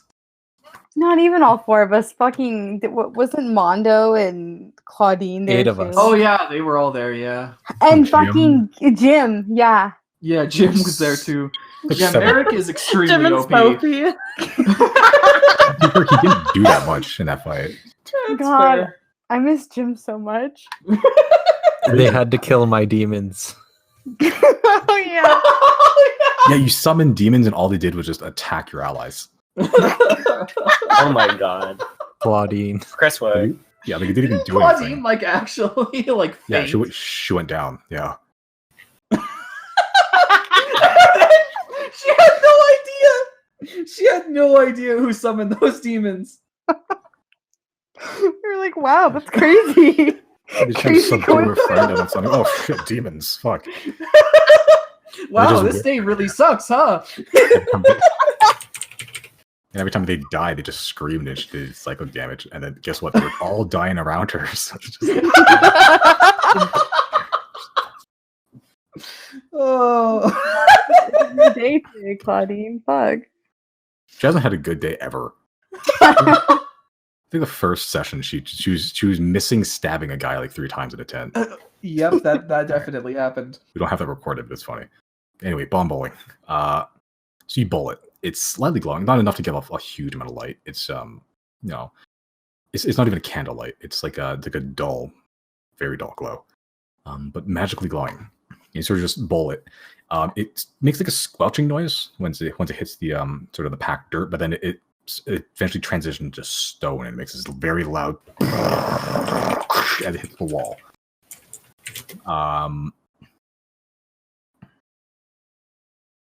I want to hide. Okay. I'll say all of you guys may reroll your stealth checks, since this is a new area now. Oh, can Here I we pass? go. Lead a skeleton. Everyone's making their things. I wanted to cast Pass Without Trace. Okay, Oh. I'll allow it. I'll allow it. Okay. That is one too many skeletons because my mouse loves to double click on the most inopportune times. So that last 16 does not count. Okay, fair enough. So it's still plus 10 to fucking everything. God, Pass Without Trace. The It's like the same spell. roll I got before. Oh, good. So 30. So you just basically Homer Simpson into this wall. Aqua Camel Metal Gear Solid 4. Making jokes only I can understand. And holy shit, it's pretty good rolls. Very good rolls. Mm-hmm. And the plus. This is where they counts. matter. Pass Without Trace is basically just We just walk by the glowing bowling ball. sorry, who? Just walk by the glowing bowling ball. Are we? Because we're going in, right? That's up to you. I mean, actually, Chrys wouldn't have the Pass Without Trace because he's outside of the range. You guys are about 150 feet away. Chrys went on a solo mission by himself so far. You guys can do I figured whatever. we were moving up a little bit. Oh yeah, no, I put my token on the map up there. Okay, so you guys I figured are I was only all like a okay. few spaces behind Chrys. I'm gonna hang out wherever Jana's hanging out because I want to be within passive. Yeah, I don't know. I have no clue what's happening. This is Okay, so it's you just guys fire are plan. Because how far away are the trees? The trees. It clears out a little bit near the hill. They're probably about 75 feet away from the mouth of the cave entrance. And what's the range on Pass Without Trace? Like 30 feet? Something like that. Yeah, no, we won't get it then. Yeah, so only people that are around Jana would be getting it. So it's up to Okay, it's and up we to have to you stay guys. around Jana, right? I thought we Yeah, were all yeah. together. I've already committed to Guys. being up here, so How are we already me too. split up? We haven't even gotten in yet. We're like 60 feet away from each other. This is not bad. That's a whole turn's worth of running. That's a whole turn. just teleport. Yeah. Oh, just teleport. I can teleport. Fuck you. Jana could actually teleport Fuck pretty easy you. now. Send Giorgio up with his insane speed and just like go in a bonus action teleport on your turn. Boom, 80 feet. If anything happens, good luck on behind 4 skeletons. Can Jana like lift up Zero? She's strong enough to lift up Zero like above her head, and then Giorgio just runs really fast, and we all go.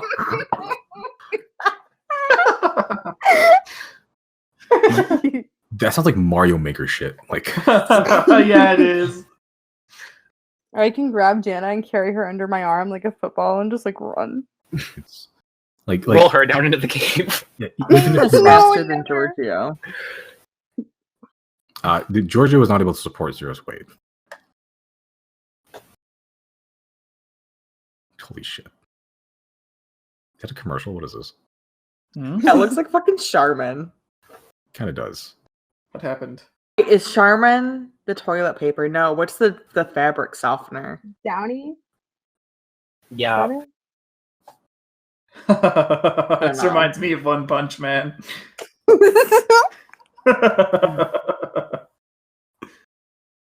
Okay, so who's going where? Chrys and Riley are up, confirmed. Deirdre will Lauren's- also be up. Deirdre's also up. Are the two of you staying back? I'm gonna It's hang the back two, with Jana. Jana and Zero. Are you guys staying back 100 I'll say 100 we're feet up. or so? Was there a reason why we're staying back? It's up to I you. just- You guys can be safe, or you can guys get up all in the mouth of the cave. It's up to you.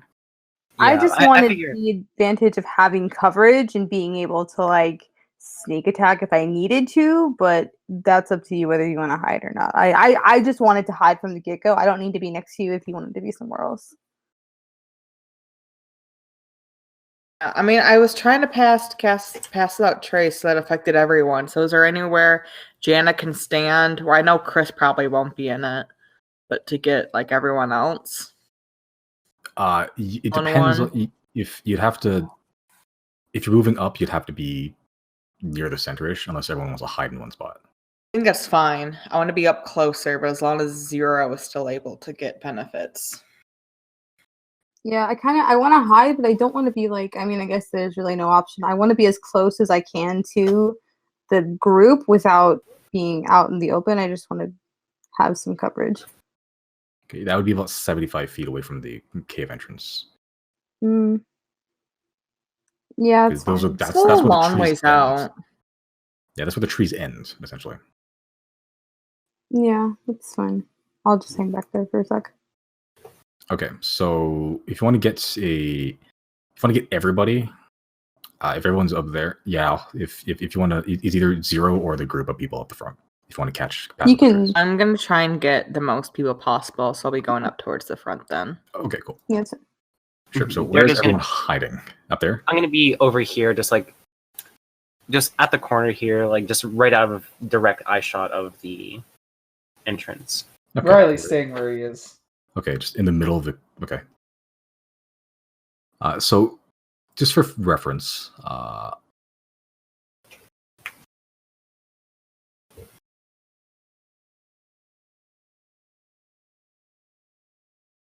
because you guys are all up in the cave right now, so I guess you can see a little bit. Isn't there a light ball rolling through it? It's not a Just wondering huge. when- It's not a whole. It's not a big like a torch. It's like a small thing. Oh, okay. So you guys can see probably about this far. Is Andreas still with us? He's staying back. If you guys are gonna kill stuff, he'll join you. But you guys. So Yeah, I like- thought. Yeah. Once we get there. Go ahead. I thought that the cave entrance would be where Chrys is placed, so I want to be a little bit to the side of him. Okay, cool. So like here. Sure. And Jenna, where are you staying? Up there?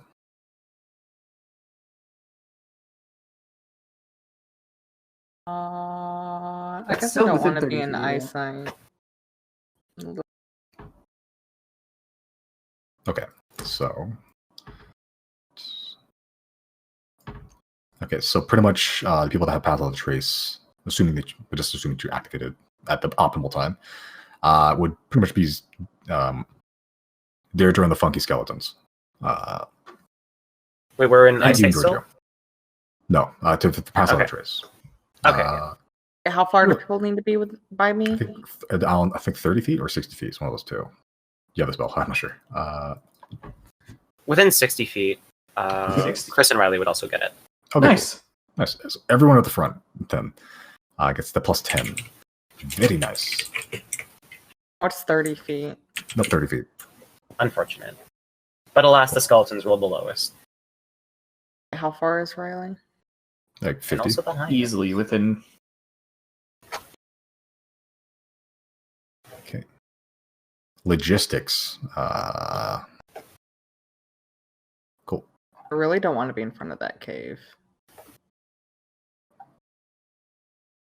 Yeah, I figured. I mean, I was kind of going on the assumption that they were going to come out, so I was going to hang back and let them come to me.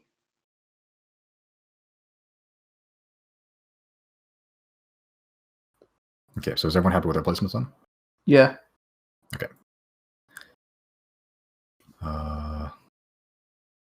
Cool. So, Chris bomb balls. You sort of bowl it at like a forward, but as it sort of hits the rough patches of the cave, it stops probably about in the middle of where I revealed.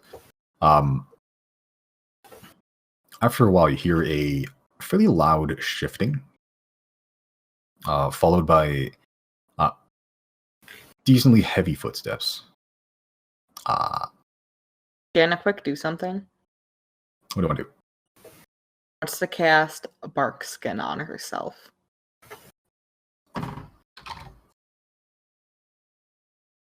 Okay, that's concentration as well, so I think you'd be dropping past the other trays. Look. You're not doing that then. Cool. It's a good spell though. Cool. Every spell is concentration. Why can't I just turn my brain off to cast a spell? Vegetable casting. So, after the heavy footsteps, you get a little bit closer to the cave entrance.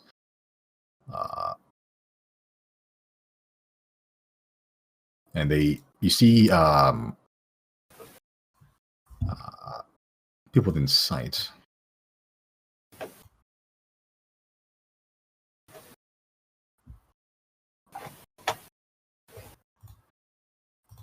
Ooh, what is this? Looks like a troll. Can Deirdre see this creature? So yeah, passive perception high enough. You have pass the trace now, so not going to notice you. Wisdom not great. Yeah, so Excellent. Doesn't notice any of you guys, despite some of you being pretty much on the direct eye line from where it stopped. Doesn't notice shit. Sort of stops at where the ball stopped, and then just leans down, picks it up. It's like a big. You guys will know this. It's an ogre, essentially. It's carrying what looks like a battering ram.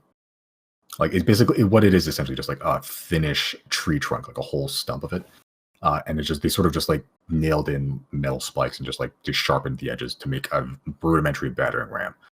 And it sort of puts it, leads it to one side, leans on it, and picks up this strange bowling ball, which to it is probably about, deep rock sized. Very confused what it is. You see it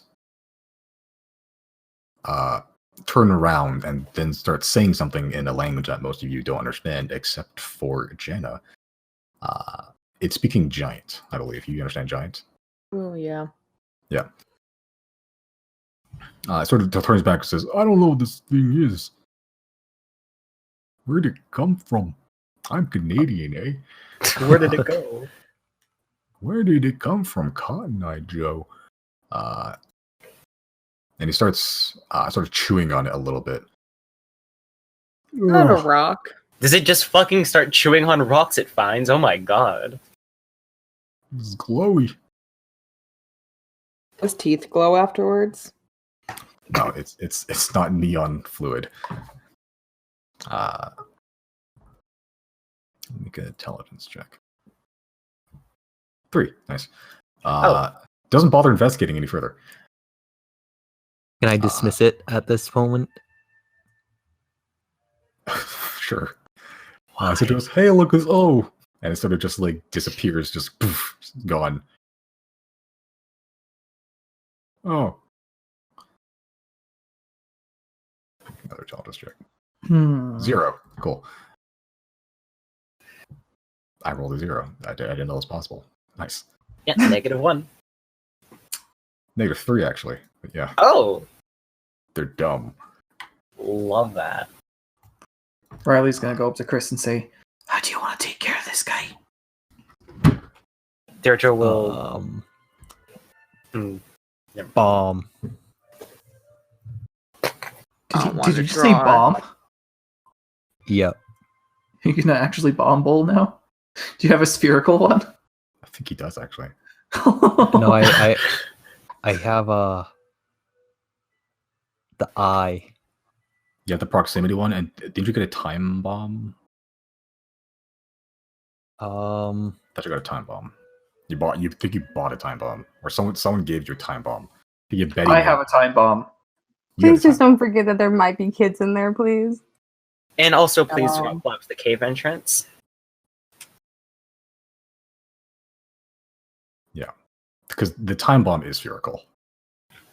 The proximity bomb is a pyramid with eyes on it, like eye stalks. I know I have the proximity bomb. Do you have the time bomb? Because I have the time bomb. I don't have the time bomb. Yeah, I think your Betty gave you the time bomb. Okay, yeah. I'm gonna say Do you think you can pull off what you did with the stone again? Yep. All right. I'm going to just put my hand on his shoulder and say, "You get a free pass this time," and that should be inspiration. Does Deirdre know what a bomb is? No, you don't know. Oh, I Yes, love it bomb. here. I am relinquishing my time bomb to Chrys. Okay, sure. Okay, Oh so my mark it God. mark it off your inventory.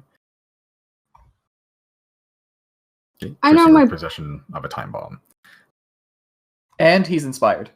and you're inspired. So it's basically a sphere, roughly about the size of a baseball, a little bit bigger, like a grapefruit. And what it has is a ring around the circumference of it, which is how you dictate how long it lasts, or how long it ticks down for. It goes in increments of 6 seconds, which is around up to 10 minutes. So 6 seconds, and then from there it's minutes. So Okay. yeah, I'm gonna go 30 seconds for Okay. it. Time it up for 30 seconds. all right. And then I'm gonna roll it up, roll it into the cave. Like, I'll peek around the corner and then throw it at the dude. Okay. Deirdre just be like, "Why you keep throwing rocks?" It's a fancy metal rock you just threw. Oh shit. Jana recognized the time bomb.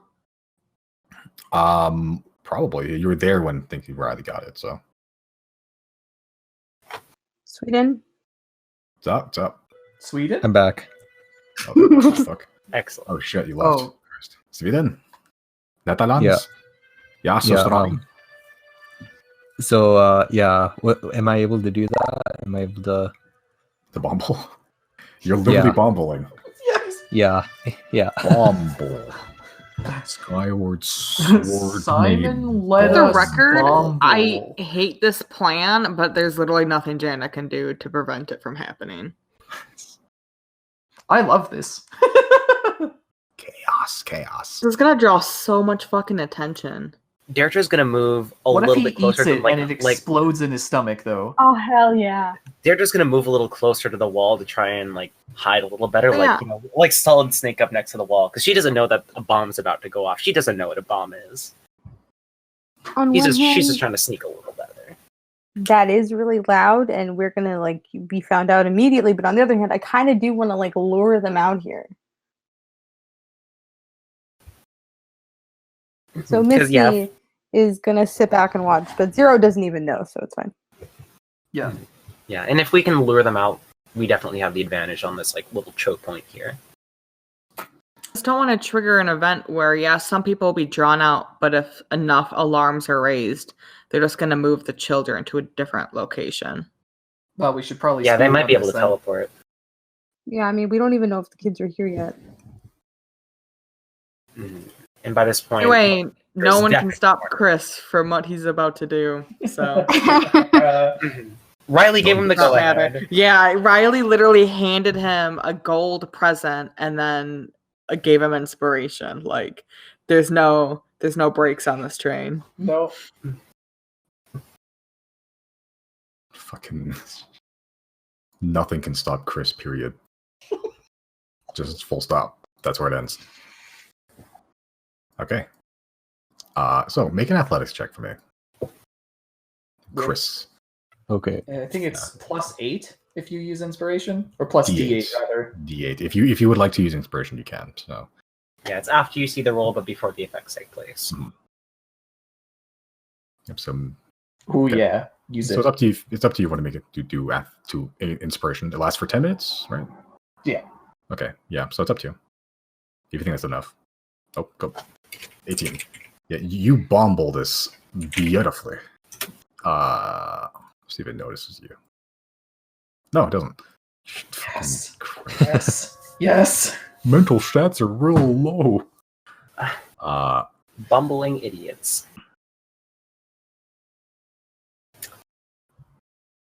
All three of you. Okay. Oops, sorry. Okay, cool. Sorry, I forgot that I had the stats for that specific bomb in your thing. Cool. Good thing you didn't delete it permanently. I want to see the live-action Flintstones movie. I remember that. A long time ago. He did like this scene in the movie, and it's the only thing I remember from the movie was that fucking 10 split, whatever that is called.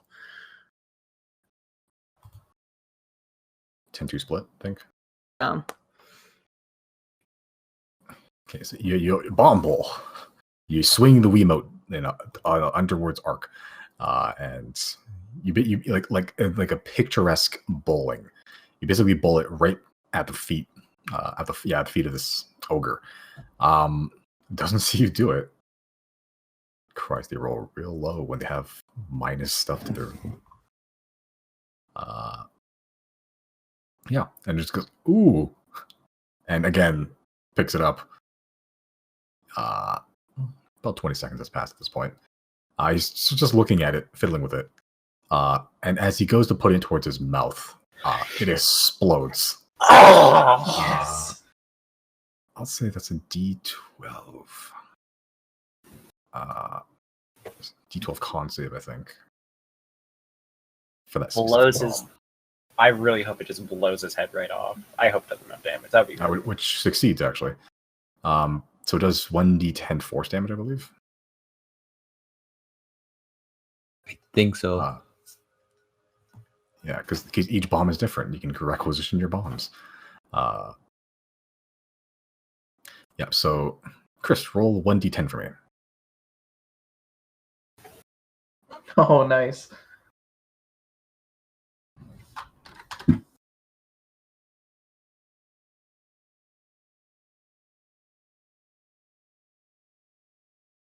Okay.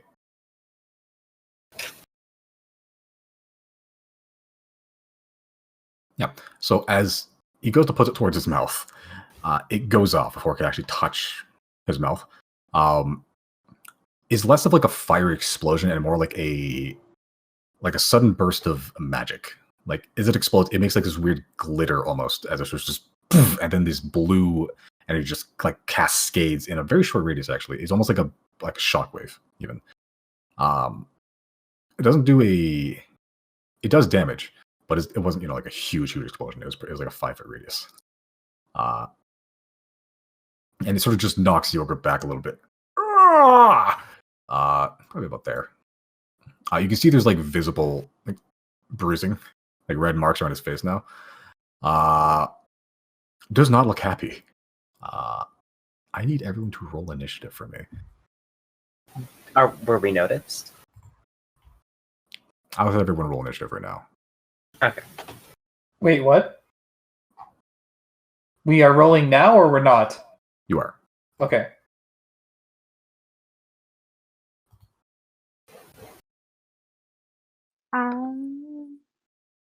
Should I put my token on the map even though I'm not really in this range right now? Just to have. Yeah. Just put it near the edge.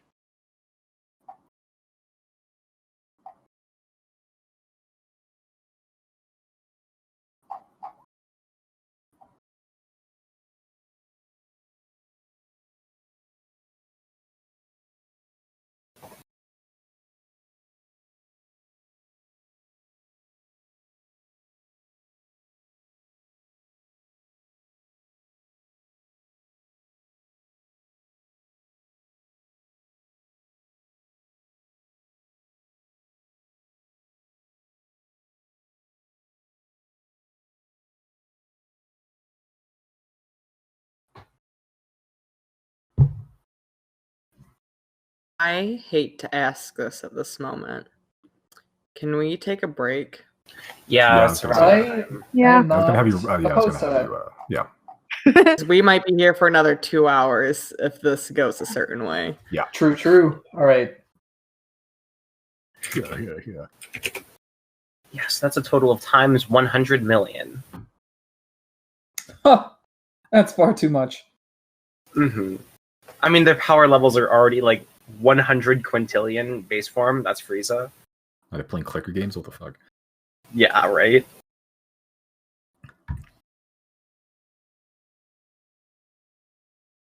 Reminds me of that like comic where Superman punches so hard he can rip dimensions apart. That just sounds like One Punch Man. Yeah. Still need to watch that. All right, battle. 0, you're up. You are 75 feet away, roughly. Haha. How far Sure, would sure, you sure. say the ogre is from me? From where you are, like assuming you're just over there, over yonder. I'm not sure you can see. Probably like 150. If I want to say 150 feet away. But it's 75 feet to get to here, right? Or wait, no, 0. Sure. Never mind. I'm a fool. From your angle from over there, I'm not sure if you can see the ogre. I mean, I didn't necessarily want to be there. I just put my token there to roll initiative. But this is fine. I will just I guess I'll just use my movement to go next to Jana, and I guess I'll have to use bonus action dash. That's only 60 feet though, right? Yeah, so if you wanted to, you can use your action to dash again, and that would put you on the board. But it's up to you. Or you can move at diagonal and try to get a line of sight on the ogre. Your dark vision only extends so far, though. Yeah, I'll just use my action to dash again, and I just want to. I'll be next to Jana. Cool. No, I ran out of coffee. Whatever. Sure. You're there. We'll say you're there. Giorgio, are you mounted on Giorgio? Janal? No. Yes. Okay. Riley, your go. I feel like I should probably just. I think what I'm gonna do. How much would this be? 60 feet. Ooh, yeah. Does that? Is he able to hear me within 60 feet? I think he is within 60 feet of me. 1 second. 15 Because feet. we rolled initiative doesn't mean we need to start fighting now. I'm not looking for. Okay, how do you? Is it like there we go? Okay, no. How do you keep the arrow there? Right click. That's what I tried. Okay, so But you don't. You just have to hold it down. You don't really. Once you go back left click, it goes away. But if you want to make that shit. The fuck is it? Why am I? What the hell? What? What the shit? Why am? Okay, my thing turned into 0. What? I'm gonna click off that for a second. It's still 0. What the fuck? What are you doing? I don't know, man. Things fucking up. Press your Oh. tab. Huh? Yeah, that's a good idea. You just invade a character sheet. I have no idea what happened. I was just trying to right click. Wait, do you say? Wait, yeah, right click. Yeah.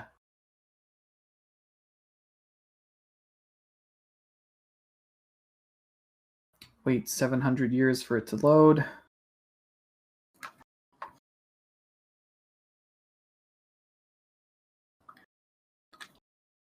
Only another 600 to go.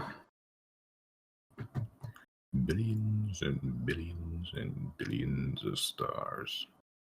There are 10 million particles in the universe. that we can observe. Your mama And took every the ugly single ones one and of put them. them into one node. Who won? Who's next? What is Alright. your favorite epic rap battle of history? This truly is a 2012 week. It's still doing the thing. Oh my lord, really? What if What's I it like doing? what if I clicked on 0? Oh, this is lagging so hard. Jesus Christ. Really? What is the issue? Oh, it fixed itself. I don't know what the hell's going on there. Okay, right click. Wait, why does it stop though? Make sure you're still left clicking, and then just right click Oh, once, okay, and then okay. yeah. Okay. Oh, he is just barely out of range. Nice, nice. Okay. And then nice. What does that say? Does that say 60 or 50? Well, it'd be 60 feet from where 50. you are currently. Okay, yeah. which is what I'm doing, and that's 65. So literally, you won't be able to hear me. Nice. Well, he would, because if you moved up to this, hold on. If you moved up to this spot, you're moving up to this spot, right? No, I'm not moving. No. Okay. All right. Although, okay, so would he be able to hear me if I did like inspiring song or whatever? Because that's within 60 feet. Is he? Yeah, that is within As the 60 crow feet. flies, yeah. That's the inspiring song is affected by 60 feet. It doesn't mean the sound doesn't travel further. Shit, you're right. Just you don't sing it at lovingly 60 feet, it whisper just it into stops. Chris's ear. Just sweet Would that nothings. work? Would that actually work? It's a motivational speech. Actually, yeah, I could do that, huh? I could just do it. Motivational speech is what's the casting time of motivational speech? 1 minute. Oh shit, you're right. That would cost 10 turns. Okay, good You catch. I could. If you wanted to, just 10 turns longer than the average combat. Just shooting his guns, and you're just whispering in his ear the whole time. Instead, I'm going to tell Chrys, we're going invisible. And I'm going to cast invisibility on us both. Great. Okay. Going ghost. Yeah, going ghost. That's my turn. They're all sneaky beaky like. Okay. So you guys are invisible now? Yeah. Right, I should hope that say... Riley Chrys understands that if he does anything, he is no longer invisible. I'll just use that. Cool. Chrys, you go. You're invisible. Shit, that's a good band name. So, if I do anything, I'm invisible. Yeah, so you cast a spell, if you attack.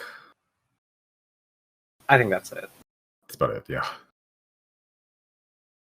If you do anything hostile towards another creature, then it drops. Okay, I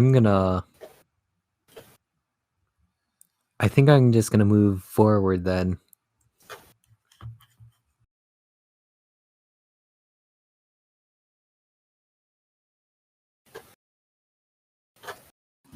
Over there. Okay. Sure. Can you do anything else? That's it for now. Actually,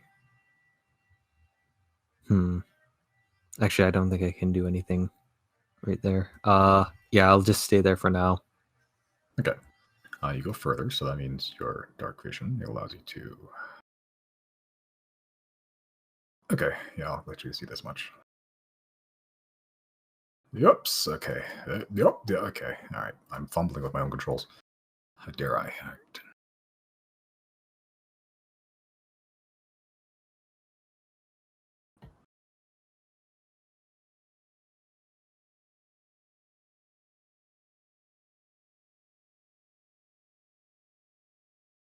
Cool, let's go.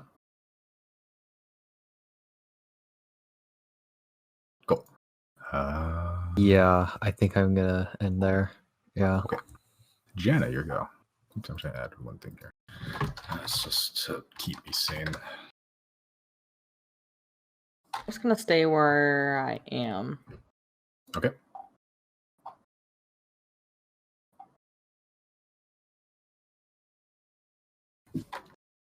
Nice. Cool. Can I hold any actions or anything?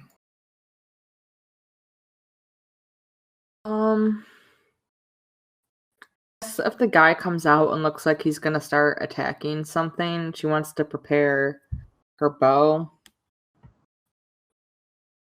Okay. He's even gonna do that though. He seems pretty dumb. I mean, he touched something and exploded in his face. He's probably trying to investigate something. I only want to do it if he looks like he's gonna attack though. So I don't want to blow anyone's cover. Okay. So if you notice, just a weird invisible guy. Probably not. Oops, that's the wrong button. Absolutely not. No. Okay. The ogre. In a bit of a huff after having a strange orb that didn't know what it was. explode in his face. Gonna attempt to see what's good. Show what's his speed.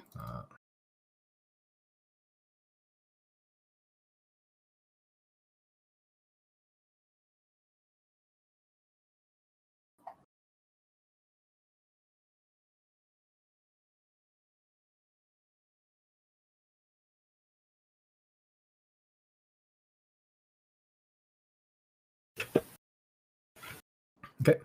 Yep. So after being attacked, essentially, it runs out of the mouth of the cave in a big huff, like a big pounding footsteps on the way there.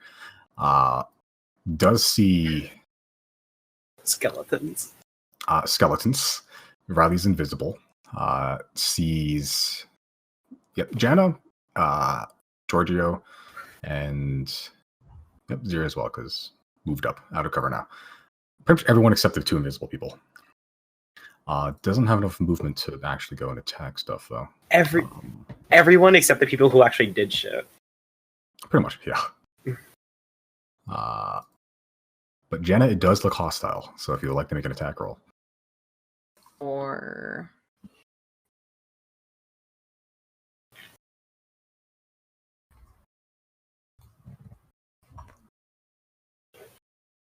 Oh yeah. That does.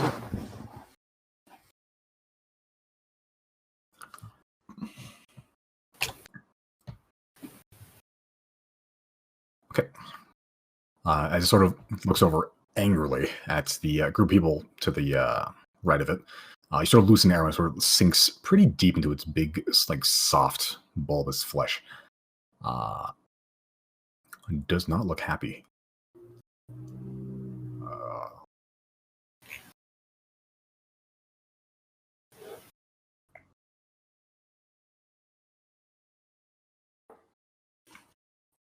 Okay, that's going to do the only thing it can do.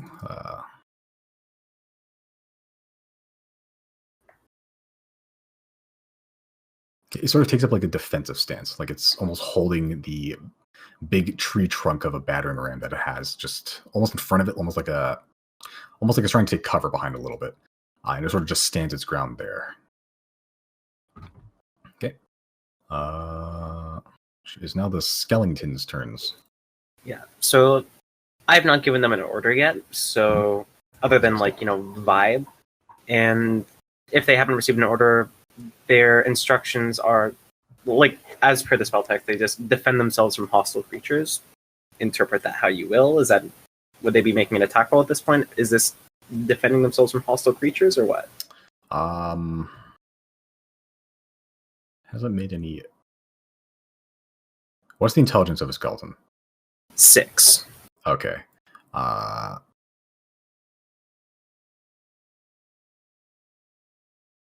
Okay, I'll say that, because it's kind of low, I'll say that hostile means they've been physically attacked.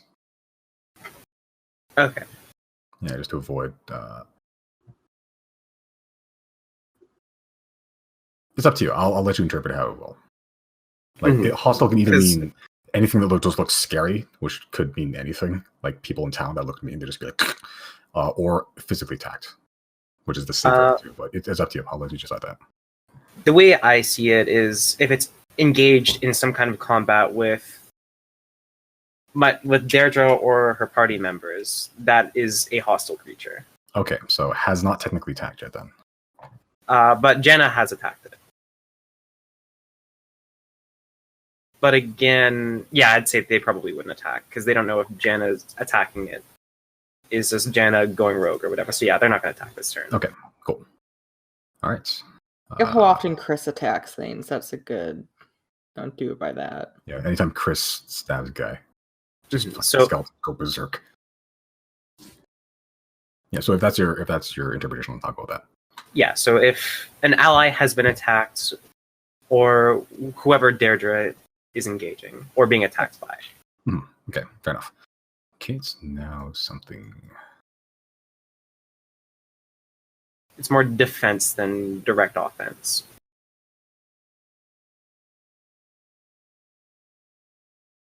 So now Deirdre's up.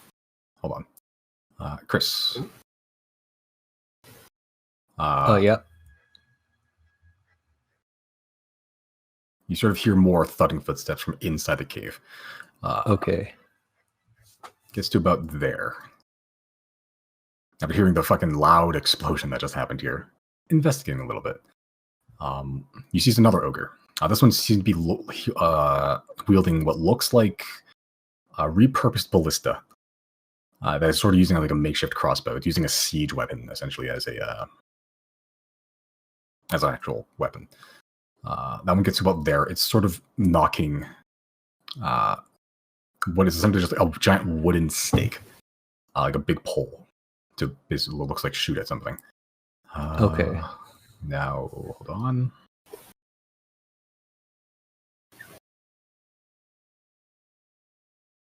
And you hear another pair of big thudding footsteps. This one you see sort of it's sort of covered like headed on chains. Like it's wrapped themselves around its forearms and it seems to be ready to swing them, it looks like. Ready to what? Ready to swing these chains around. I see. Now it's Deirdre's turn. But okay, so we got a big sequence of big boys here. Yeah, from your angle, right. you can probably hear the footsteps because you're past the side, but you don't really see them yet. You can probably infer though. Mm-hmm. Okay, with that addition,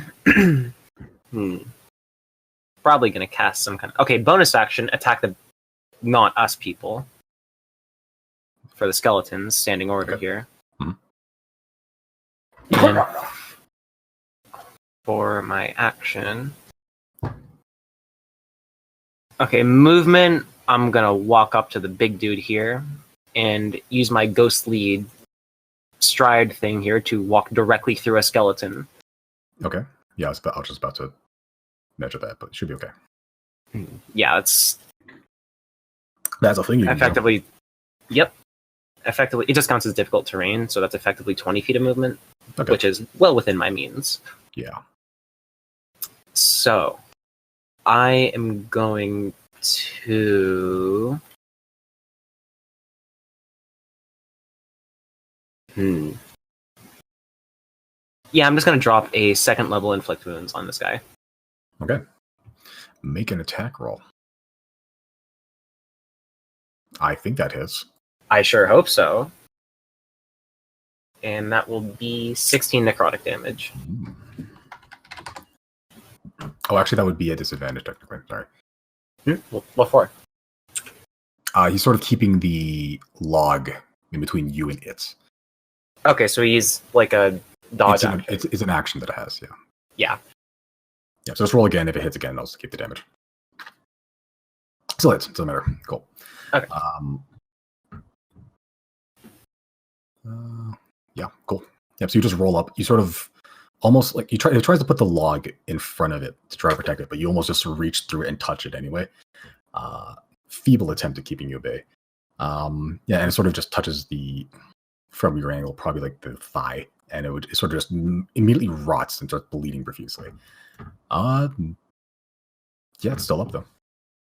Yeah, I figured. Cool. That's my turn. Nice. Round 2, 0, your go.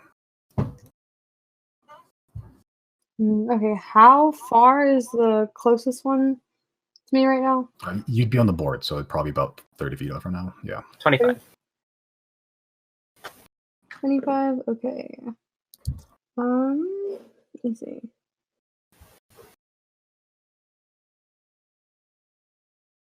I'm just going to make an attack with my short bow from this distance. Sure. That'd be a disadvantage as well. Sorry.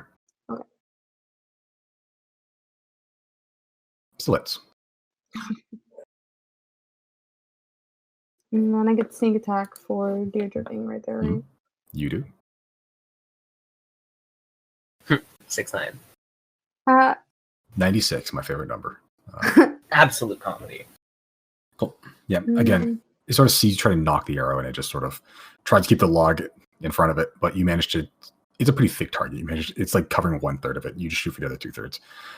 This one sinks pretty deep. You basically sink it near its neck, not quite in the neck, but it sort of hits like this upper shoulder area. It's not looking great. Hmm. And I'm gonna use my movement to get like right here, and then that'll be my turn. Okay. Andreas, same initiative. Riley, you are Invisibro.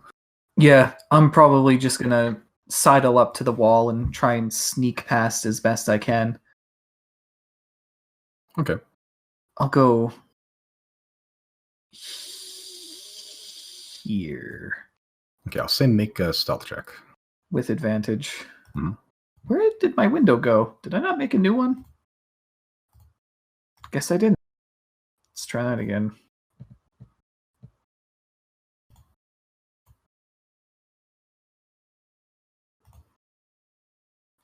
Yeah, it's fine. You're fine. Yep. So you got that far. At this point, you do see the other ogres about to stride up and do things. How many? That was. Okay, I'm going to.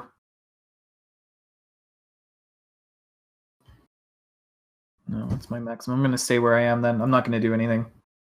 Cool. Chris, here you go. You're Invisibro. Okay, so I can't do any spells, right?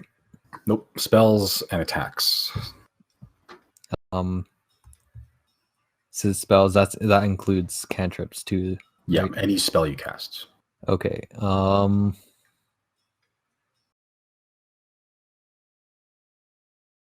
Spells or attacks.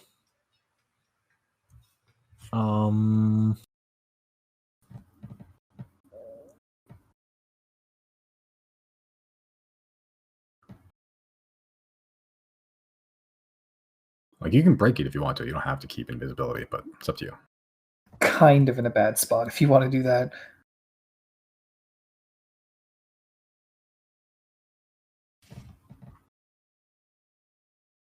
I love the idea of you guys like running ahead and scouting out what the fuck is coming our way.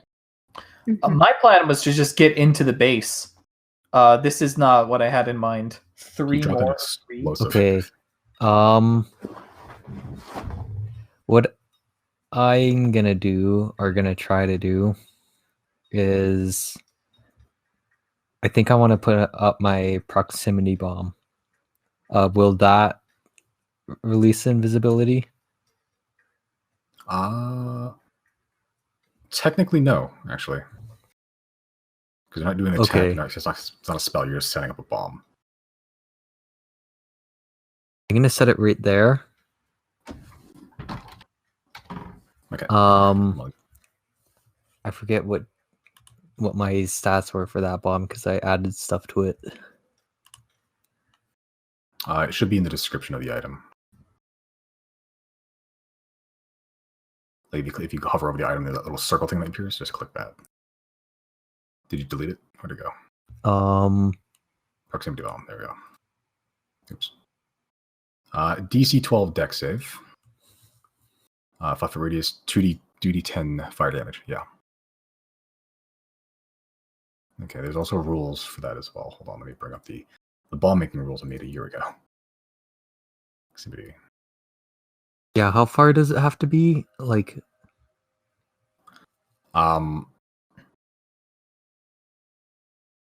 you choose the range. So it's increments of 5 feet increased to a maximum of 20 feet. It only has a 5 foot radius though. Okay. So yeah, the actual blast radius only has 5 foot radius, so probably to be 5 foot radius. You can also, if you want to, because the nature of the bomb itself, you can make it do a whole, like a whole radius, like an actual explosion, like mine, or you can have it be directional, which would increase the damage, but it would force the area to be smaller. okay. Yeah, I'm gonna stay here. Mhm. And I'm gonna make it directional towards where those guys are. Sure. Yeah, the east side. Okay. And I'm gonna do it 5 feet. Okay. So that increases the damage by 2d10. So that's 4d10 fire damage. I'll say this little square is the bomb. Cool.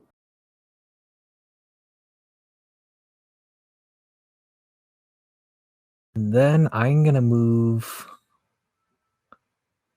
1, 2, 3. Where was I again? I was 5. Is that my maximum?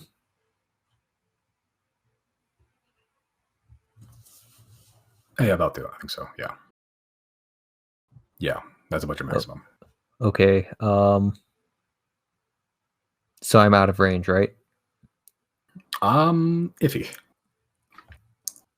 It's a 5-foot radius. It's sort of condensed into a cone now.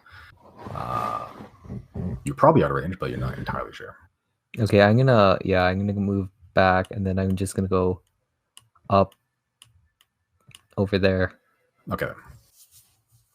Okay, yeah, you're definitely out of range for that one. Sure, that's your turn. Yep. Does Riley see? My voice fucking died. Does Riley see the mine as it's placed? With your dark vision, at the range you are with your passive perception, I'd say yeah. You just see a mine just randomly appear, like a weird diamond thing on the floor. Okay, Yeah, it's like a metal pyramid with like 3 eye stalks. When you prime it to be directional, it's sort of the other 2 eye stalks retracted, and that 1 eye stalk is the one that's left. All right.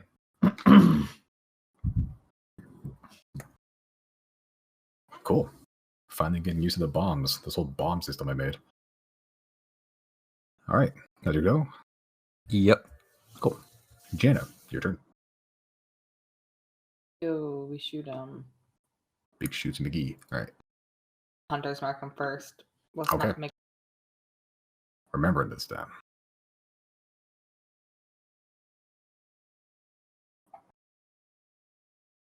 That fucking hits, yeah. Okay, and Hunter's Mark's damage. Okay. 8 piercing damage. Sorry, that was also with disadvantage for now. Yeah, if it hits again, just roll again and it should be okay. Disadvantage. A disadvantage.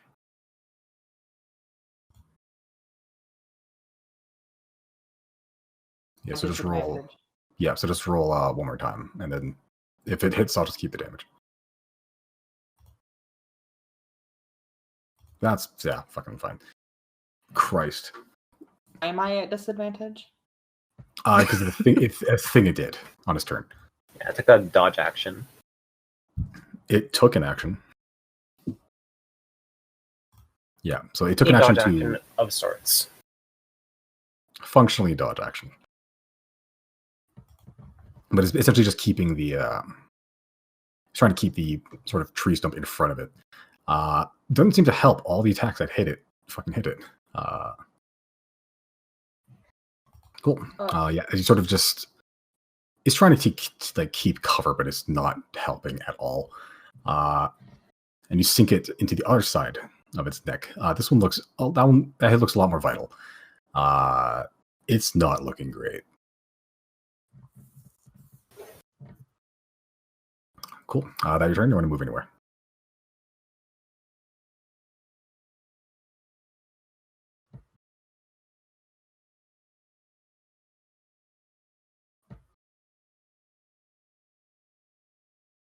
Sweden? Sweden? Sweden? Sweden? Sweden? Sweden? No? Sweden. Hello? Okay, so is that your turn, or do you want to move anywhere? That's it. That's it. Okay, cool. It's now the ogre down there.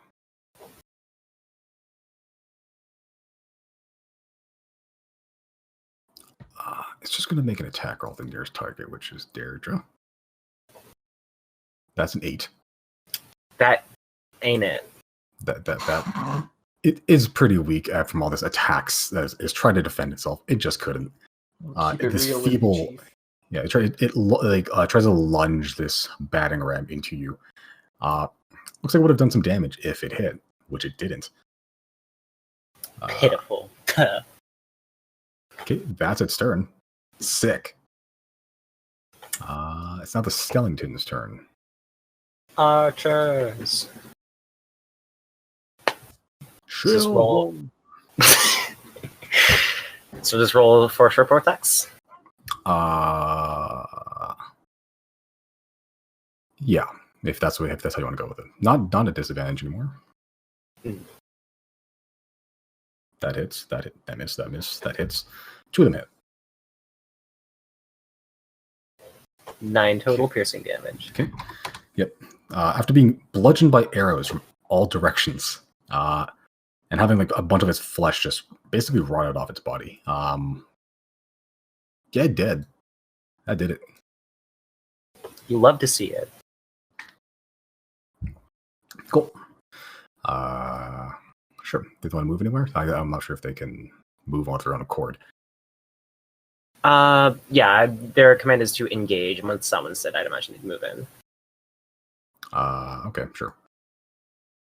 Okay, so how far can they move here? That's 30 feet.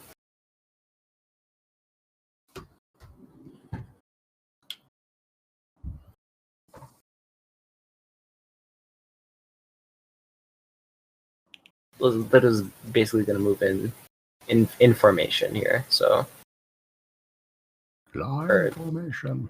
Charge. If I pat the skeleton on the back, do I lose invisibility?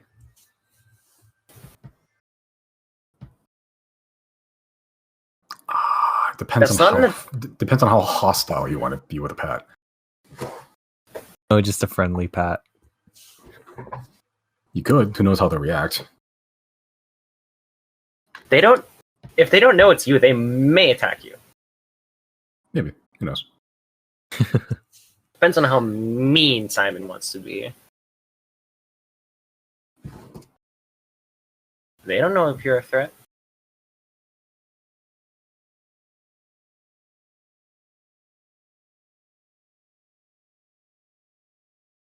I'll just stay there. Okay. Keep my You hands think to about- myself. You think about gently stroking the soft kitten, but you just don't. The soft, weird, gross, bony kitten. Okay.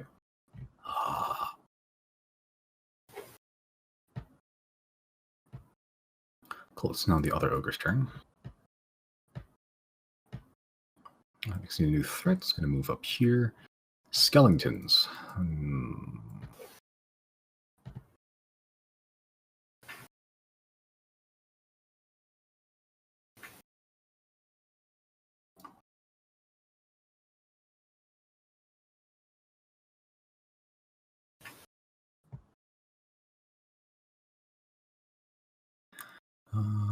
Yeah, not the smartest guy in the world. What's the AC on a skeleton? Like 12. Let me double check. 13. 13? Not high. Yeah. Still misses. Oh. I have not been rolling high at all. I've rolled, I think, below 10 for the last, 5 rolls. Thank goodness. There would 6, cry. That was a 9. That was a 7. Okay. Cool. So this launches this huge ballista bolt, essentially, at one of the skeletons. Misses, because it's a big dumb ogre. It's going to chill there, though. Now the other one's turn.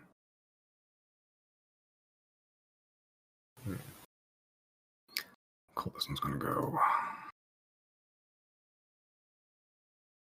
It's going to go this far, which does detonate the mine. So roll 40-10 fire damage, Chris. Ooh, nice. That ain't nothing. Okay. That's almost a fireball. Not an inexpensive bomb either. 20, okay. Not bad, not bad. Hey, what's 4d10? 21. God damn it. I am a little worse. bit sad nobody finished that one for me.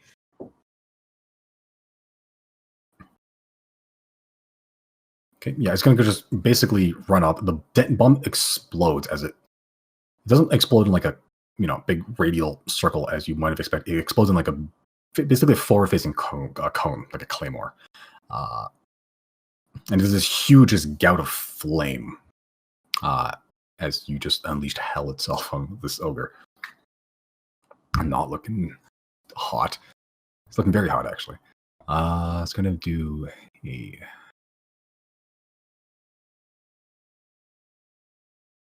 chain sweep attack.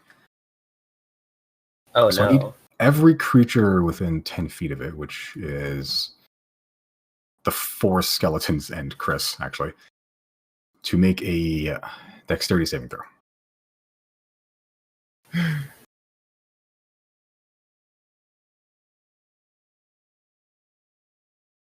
Do I still have inspiration? No, you no. used it. Already. You use it when you bomb bolt.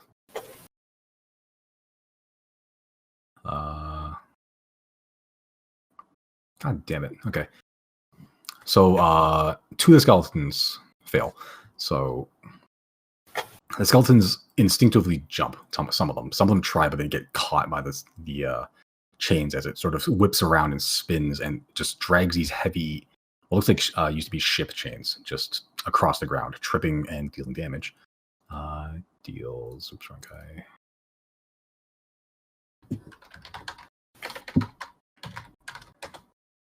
Damn, is this like the Mario Party jump rope minigame? Which one was that? That's 3, probably. The best one. I think 4. Okay, so you're I'll say the 2 closest ones take 7 damage and are knocked prone. Skeletons. Mm-hmm. Okay. I'll just add on that.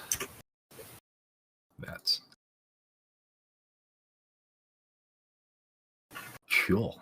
You guys roll a lot of 19s today.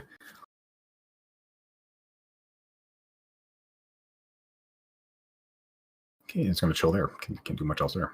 Cool. Yeah, your turn. Okay, how much movement do I got here? 25 feet. That's enough. I'm gonna walk up to it. And I got a thing there. And I'm going to hit it with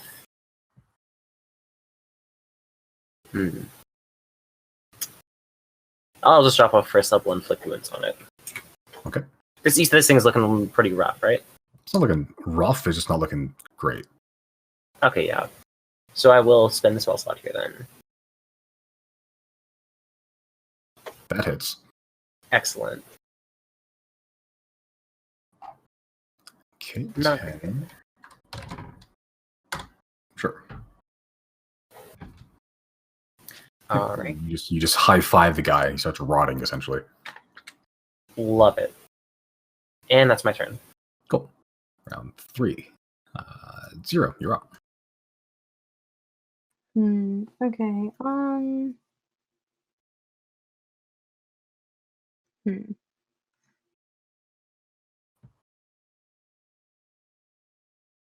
From where I am, if I wanted to make like a ranged attack on the one that Deirdre's next to, would it have some cover because they're all there? Or, I mean, I'm assuming it's like way taller than them, so I wouldn't have. It's pretty tall, so it would be basically a normal attack roll.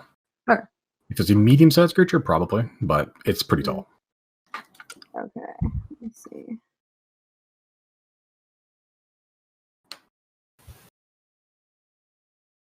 Okay, I'm gonna use my movement to get like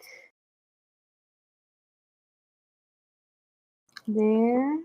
I'll even jump over the dead body if I have to. But from there, let's see how far I'm going.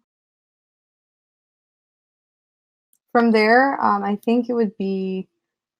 Oh no, I think it's just at 20 feet. Okay, I'm gonna make 2 dagger attacks just thrown. Okay. I'm not going to use the Truth Seer though. I'm just going to throw regular daggers. Okay. Both hits. God, you guys are rolling. Jesus. And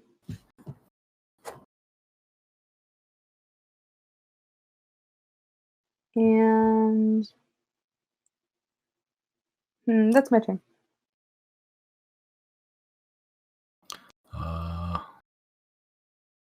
Okay, holy shit.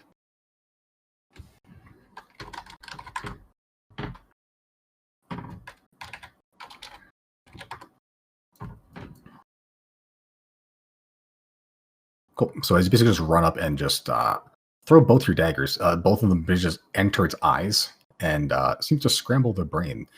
That one is super dead. Cool. Okay, your turn, Giorgio. Riley, here you go. Oh, I'm gonna sneak a little bit more. Let's see how much space I have to do so. I'll sneak to there, I suppose. And then once I get a look at the surroundings, I'll see if I want to drop my invisibility and attack or not.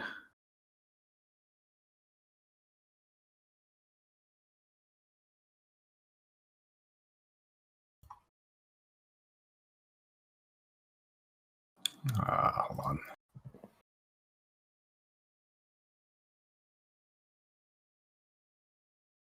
From your angle.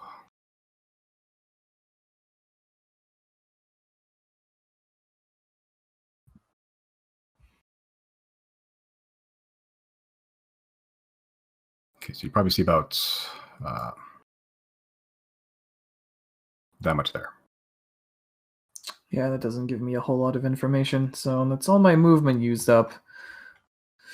Would I want to do anything? Would coating my Tempest Retort, would that count as dropping invisibility? Or would that be prep, just like throwing down a mine? That'd be prep. It's not a spell, it's not an attack. Okay, I'm gonna coat in electricity and basically end my turn there. Okay. So you just quietly get ready to shank a man. Basically. Okay. Chrys, here you go. Okay, I'm gonna move down here.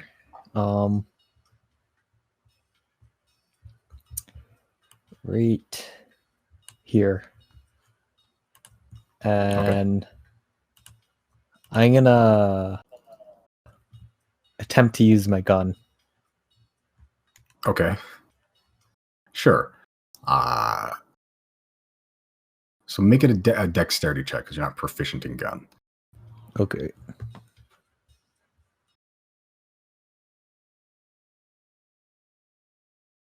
Oh no. That's gonna be some massive recoil. Yeah, you haven't fired a gun ever. You sort of remember the lessons that Captain Doodoo gave you. You just try to load the powder in, do it in the right order. It's already loaded.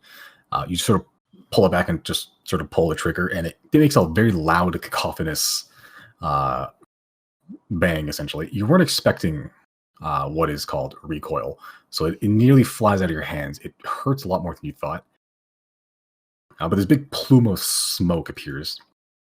And like Chris Angel, you appear right behind it, as you are no longer visible. But the shot sort of goes wide.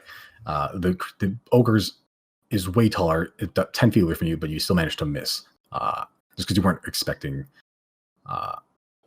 any of that, actually. Okay. Yep. Shot goes off, misses. Your gun is empty. But you sort of remember how to load it. So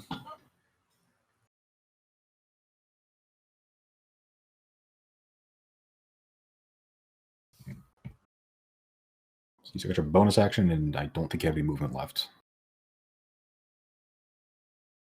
I can only use Misty Step if I use the spell, right? You haven't used a spell, so you can still use Misty Step. Oh, okay. Yeah, then I'm gonna use Misty Step then. Okay. I'm gonna. So that's 30 feet. Where are you going?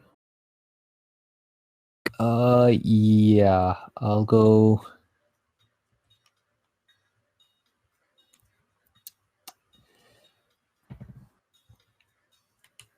Uh,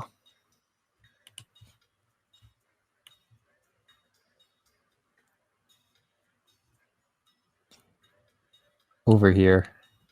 Okay. Yeah. Sure, you should just bamp over there. Yeah, I'm gonna go over there. Yeah. Cool.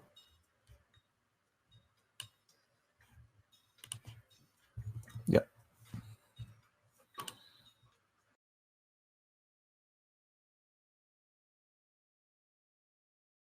Okay, from your angle.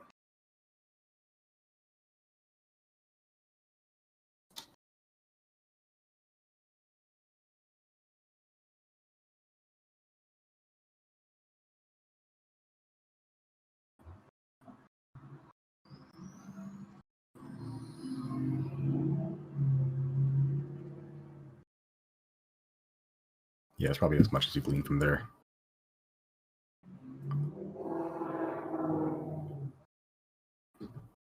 Cool. So I think that's your turn. Jana, you go. I'll rev up Giorgio. And what? I forgot how fast. It's like what, 50 now, right? 50, so that's 45, 50. Christ. I'll move my hunter's mark to ugly over here. Okay. And we gonna shoot. It's blat blat. Has Yeah, he so you attacked started- yet? Hmm? Has he attacked yet? Yes. And he missed. He did. They all missed so far. None of them hit anything. 2 skeletons got swept. Out of 5 targets, he hit 2, and they're like still like the weakest too. Didn't even kill them. They have 13 health. Jesus, you guys are rolling really high. And they're rolling really low. I haven't rolled above a 10 yet. Just thought that's sort of luck, I guess. That hits. Definitely hits. Okay. Okay, Jesus. Oh, good. Okay. 15. Yeah, as you rev up Giorgio, the exhaust pouring out of him, he goes just Sonic speed and just zooms in at like Mach 1. You nearly break the sound barrier. I, for style, high 5-0 as we go past. I'll allow it. Zero, you take 1 point of high 5 damage on Mach 1. Oh. Yeah, so you basically just drive by this man. You just roll up, pull out your gat, and you start blasting Danny DeVito. Yeah, he's damaged. It sort of just hits him right in the belly, like near the navel, basically. You pull it out, probably turn his innie into an outie. Cool. Is that your turn? You start your you use your bonus action. Yeah, that's your turn. That's it. Cool. Skeletons. 2 of them are prone. They're gonna use half their movement to stand up, I would imagine, probably. They may, unless they want to do weird bow techniques from the ground. I don't understand why they would. They're not smart enough for trick shots. Don't have that Speaking of- charisma. They're worth double if it's a trick shot. Yeah, double D&D points. D&D points. That's the Yeah, that's how you know if you won D&D. the amount of ticket you get at the end of the day. Yeah. True. But anyways, they're gonna do the old Oh, look, high again. Extremely high again. Blisto Blastos. 3 of them hit. Oh. Well, I got double clicked again. I gotta fix that. That's 3, 3, and 6. 12. Even I can do that math. Amazing. Okay. There's a horde of fuck in that tunnel right now. Holy shit. That's a lot of tokens. Cool. That's a skeleton turns. They all just volley, essentially. Yeah, 1 of them, 3 of them hit. So he basically just gets riddled. It's not Ogre's turn.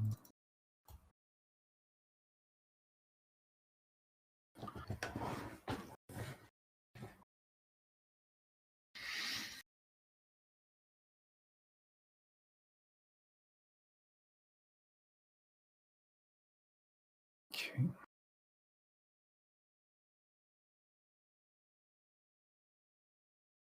All right. I'm trying to make the attack roll against you, Jana. A good roll, finally. 18 hit.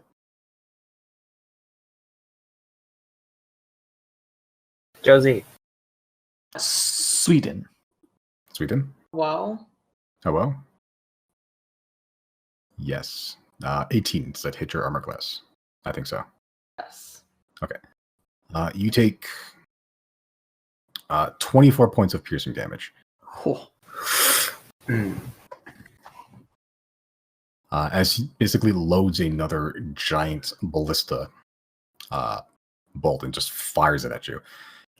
You barely dodge it. It basically clips, like you try to dodge it, and it sort of catches your hand a little bit and it flings it aside with force as it sort of embeds itself into the cave wall, spewing just stone dust and rock at you. It's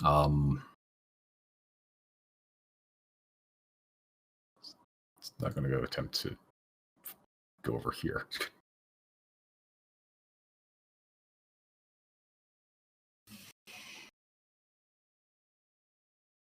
All right. Dera, your turn.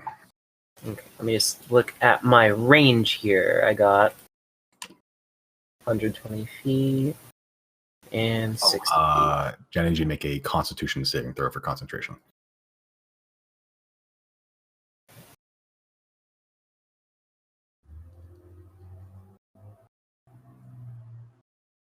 You just barely make it, so your 100 mark keeps up.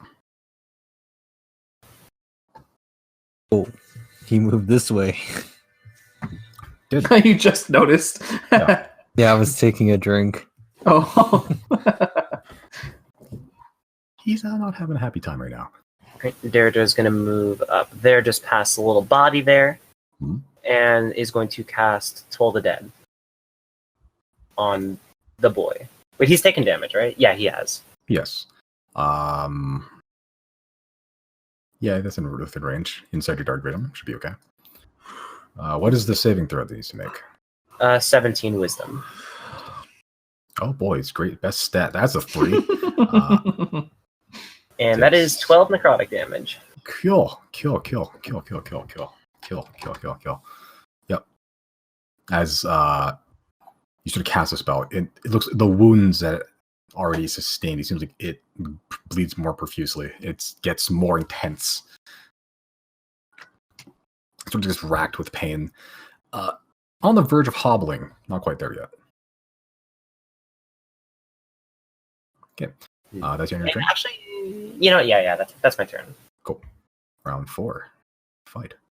0, your go. You have a shit ton of skeletons, a bear, astride a gnome, and a giant ogre body, which is sort of blocking the path.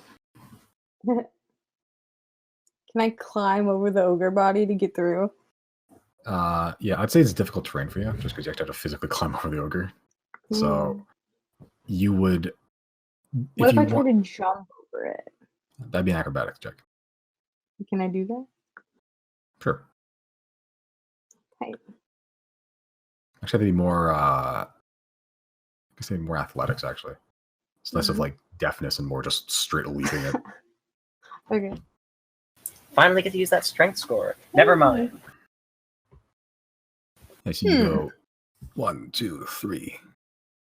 I'll say that you try to leap. Not quite there. You sort of leap, you just go, yeah, but your legs, you're not really a jumper. So you try to leap as best you can, but you sort of just like fling yourself like a child onto the bed, which is a corpse. Sort of just covered in like chains, like sort of half rusted chains and like just semi-rotting hide armor. I'll say that's your movement there. Okay. You're not prone or anything. You're just stuck there. Okay, and you said it counts as difficult terrain, so it's like half my movement to get out again. On your turn, yeah. I mean, I'm just going to use my bonus action. Oh, right, yeah. So you can just blast through it if you really wanted to. Okay. So that would be so once you exit to ogre, you'd have about 20 feet left. Okay. I'm going to get like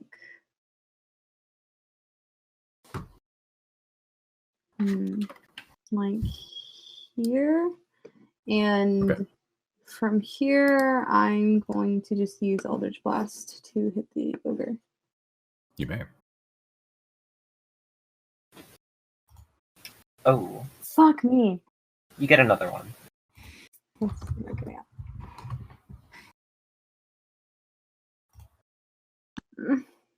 That one misses.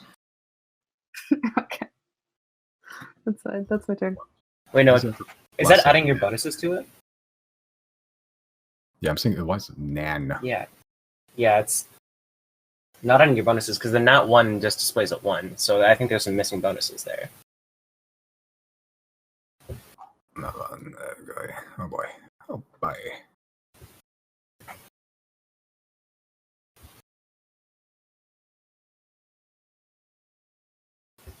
You got rid of your spellcasting ability for some reason. I did? It's just missing there for some reason. I'm not sure why. I didn't touch Yeah, it. probably Roll20 got mucked up. Yeah. It's been giving us issues tonight, huh? Cool. So that would intelligence +4. So the second one would hit actually. Yeah. Nice. And that's my turn.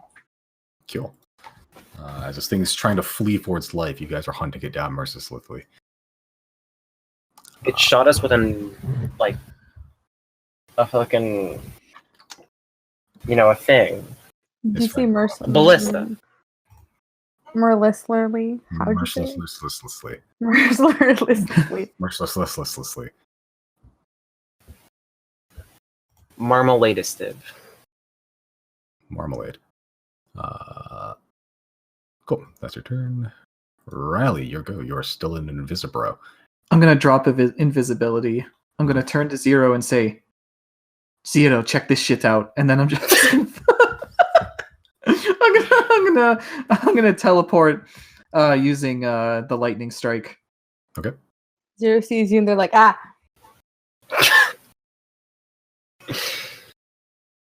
It surprisingly succeeds. Oh. But it does. So you still teleport. It takes half damage though. As you sort of just you basically teleport, you turn into a bolt of lightning, and then as it strikes the ogre, your sword is embedded where the lightning struck, and you just appear holding it there. And it lives through that? Surprisingly, yeah. Oh, you're a toughie, aren't you? I'm gonna then think what I'll do is It's not looking great. how do I want to finish this? You know what? I'll make sure it actually happens. I'm going to basically Dragon Ball his ass and like put my hand out and cast hold on a second. Where am I right now? Shit. Do I cast Shatter or Thunder Wave? That'd be your action to do the lightning thing, so you'd have a bonus. Oh action. shit, you're right. Never mind. I don't have an option. Sorry. In which case, I'll just hit him with my other sword. Okay. I don't know why I still had advantage, but that won't do. There we go. 12. Still, I'll take your first roll anyway. Still misses. Okay, never mind. I'm not as cool as I would like to be. Okay, so you have your sword, your narwhal tusk still embedded in it, and as you're trying to like get your rapier out and try to stab it to death, basically, it's sort of shaking violently, just throwing your aim off, and it sort of just shakes enough that you get dislodged, kind of like a tick from a human. Yeah, it's not looking great. Bugger! It's out of all things, for it to be looking great is not one of them. Hold on, you are in a different area, so I'm just. Holy shit, 60 feet high, 6 feet far. My god. Dark vision. Apologies, I didn't mean to be a bullshit elf. Well, it's not bullshit elf. It's just generally bullshit for every race because half the races I think have them. More than half. Yeah, more than half the races have dark vision. It's like there's more races that have dark vision than races that don't have dark vision. Yeah, it's pretty bullshit. Yeah. Things like humans, dragonborn, and I think that's it. I think everyone else has dark vision. Damn. There's like a few other ones I don't remember, but there's a shit ton. Before I end my turn, I'm just going to turn to Chrys and say, sorry, bud, you'll have to do this for me. Sounds good. Cool. Search, give me 1 second here.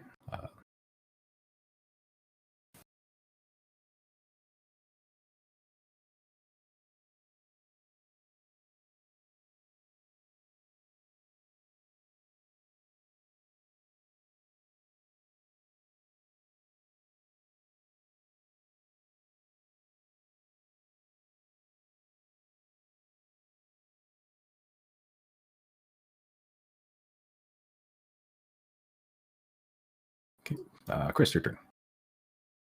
Okay. I am gonna cast Infestation. Oh, good. Oh, good. Sure, that's a cantrip, right? Yeah. Okay. Saving throw is...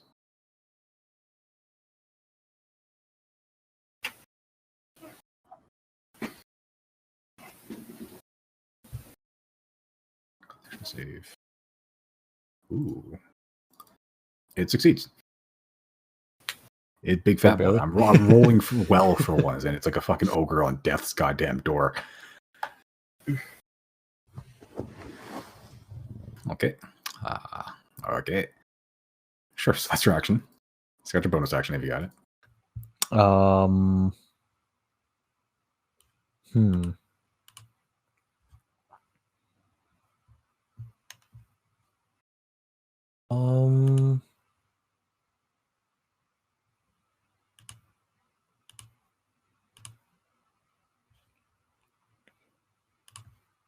I can use a melee attack, right, as a bonus action? Only if you used a light weapon attack as an action. Oh, okay. Which you did not. Okay, I see. Or you have a feat, which you do not. I see, yeah. Yeah.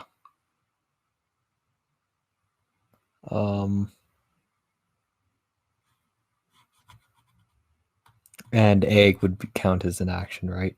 It would, yes. Okay, then yeah, I can't. I'm gonna move. Actually, that'll be in his range, but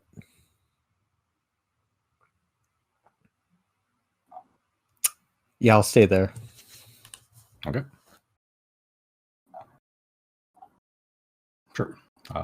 Whose turn is it now? Jenna. Jenna, here you go. Josie. Here, I'm thinking. Big things. The hay bale. Music dead. Music is dead. Okay. The hay bale. Where? Oh, yes, that is a hay bale. From your angle, And yeah, I can't see it. Yeah, but No, yeah, there's a big pillar in the way. Essentially, there's a stone pillar, just sort of keeping the weight up here. I guess. Nail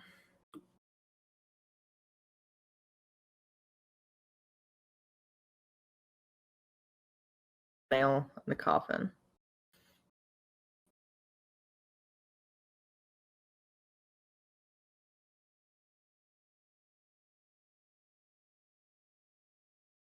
It's gonna try to shoot the man. That hurts. Yes, that hits.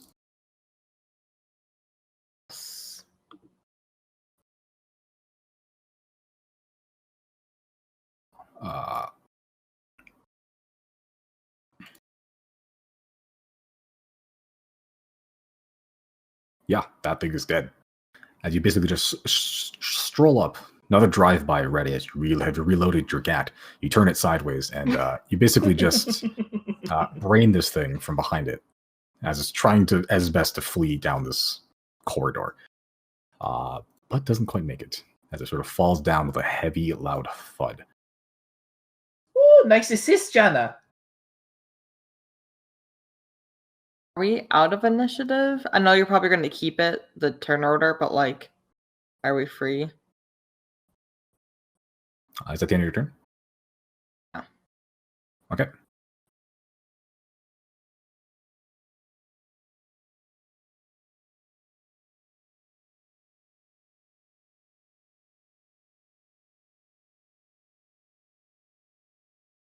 Okay. Oh, what the hell is Oh, that? wh- Oh, What is that? Um, Zoom in. What the fuck? who's she? Oh, it's a Chris, frog. as you sort of just like, hey, the ogre's dead. You turn to the right and you see a weirdly ripped fish man. They look pretty similar to the fish guys you killed in that cave earlier. got a really diverse workplace here. I gotta give him that. Yeah, what do we got? We got ogres, we got goblins, we got fish people.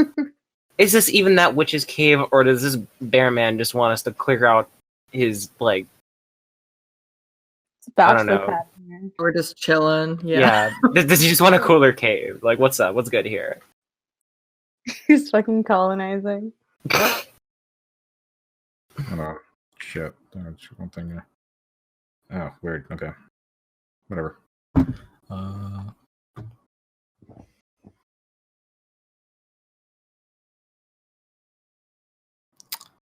Good. 5, 9, 21.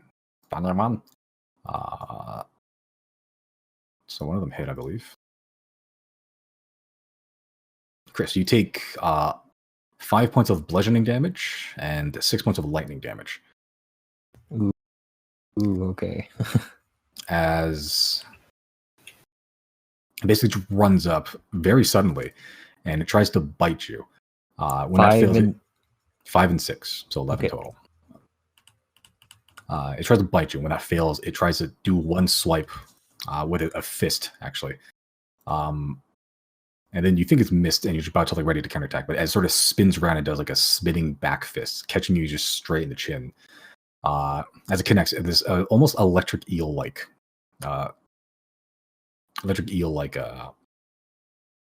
substance. Like it hits you and it's sort of almost slimy, but it tingles a little bit before that tingle turns into a violent shock. Until the end of its next turn, you can't take reactions. Not that it matters too much, but that's there. Okay. Cool. Sure. Skellington's turn. They gonna do what they do. They got 30 feet of movement. I'll get them to there. Roughly. Well, that is 1 square too far. And let me just check the range. They got 80 feet. Is that within 80 feet? It is. Does this one at the bottom here have line of sight? I'd say barely, but with all the shit around it, I'd say it'd have 3/4 cover. Like it's right in front of your friend, and even the other ones also. Like there's bears and like gnomes on top of the bears, and there's a dead ogre, and there's Riley. With all that shit, I'd say it'd have 3/4 cover. And what is that? Plus +5 to its AC, essentially. Yeah. Effectively. It's up to you. Okay. If you think it's worth it. Yeah, and we're not gonna hit other people with that, right? I'd say no. That's just too mean. If they're aiming Okay. for it, it either misses or hits. Okay. Maybe if it was under different circumstances, but here it's relatively straight shot. Yeah, they might as well take the shots. They can't really do much else, so. None of those are gonna hit. Hey, finally, my luck's turning around. Oh my god. Didn't even need the cover. No. Yeah, as they sort of just try to like, they know that your allies are allies, so they're trying their best not to hit them. So when they get a clear shot and they try to take a shot, but then it sort of ducks and weaves and your allies get in the way, they have difficulty shooting.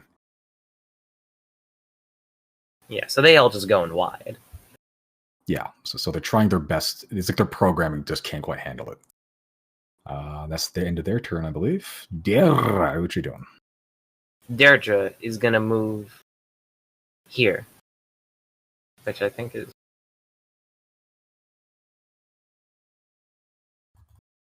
That's 30 feet, yeah. gonna grab the fish man. That is a critical fail. I keep getting double clicked. Very unfortunate, because that is a good roll immediately after that. Oh, there we go. Oh, right. Yeah, it took a while to show up. Holy shit. Yeah, that ain't gonna hit. That's really high. It is really high, because you let me have a magic item that makes it high. I regret But everything again, I've done in this campaign.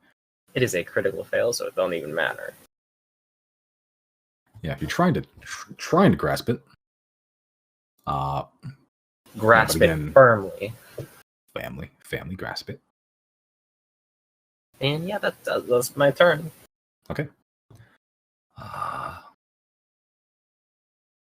Nice.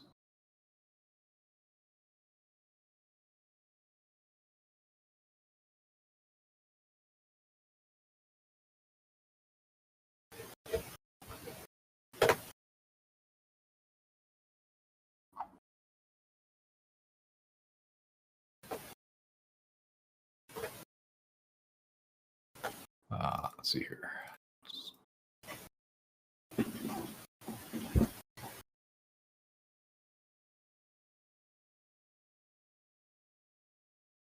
Oh, there's more. From their angle, what can they see?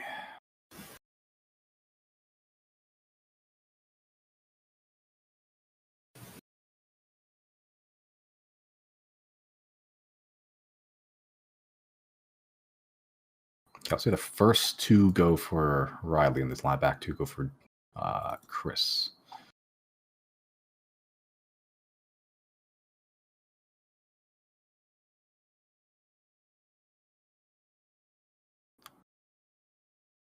Oh, interesting. Nice.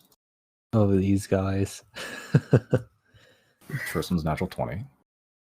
Really? That was against Riley. That one misses. Of course, it's against the squishy one. That one hits. Bitty Against little Chrys. bastard man. Chrys, what's your AC right now? It's when was the last time I did the mage You armor? cast Mage Armor, which was it would have faded actually by now because you did it before you met Andreas, Yeah. which is 8 hours. So that's been Okay, way so longer it's than gone. Yeah, then it's 11 at the moment. that. So two of those hit. Nice. So the first one's against Riley, which is a natural 20, and then the next one after that missed. So this one basically throws a spear at you. You take 12 points of piercing damage. It basically just yeets this spear. Understandable. Okay. The other one tries, but you sort of duck behind the corpse of this ogre, and it just hits the belly fat of it. The other two do hit Chrys, though. Just regular attacks. They don't do as much damage. The two that threw the spear against you, Chrys, one of them does 3 points of piercing damage, and the other does 7, so 10 total.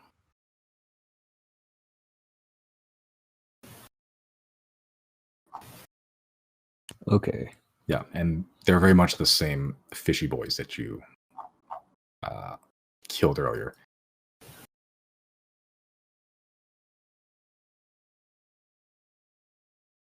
All right, that's their end of their turn.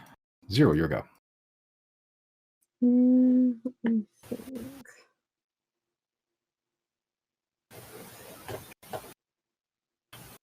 Okay, I'm going to use my movement and bonus action to dash and get right, like All right. here. Hold on. Which way are you going? So you were behind the skeleton there earlier, right? Yeah, Okay, the one on the okay. bottom. Yeah, because okay, that's close enough, sure. And from here, I'm going to. Damn, I don't know what. Fuck. I want to use my lightning wand, but I also don't really know what these things are, and I don't want a reoccurrence of the last time with like that plant monster where I healed it or something. So let me. Fuck. Hold on.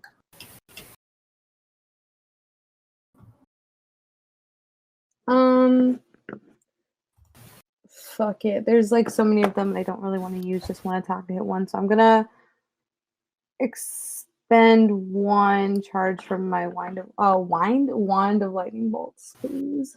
Okay.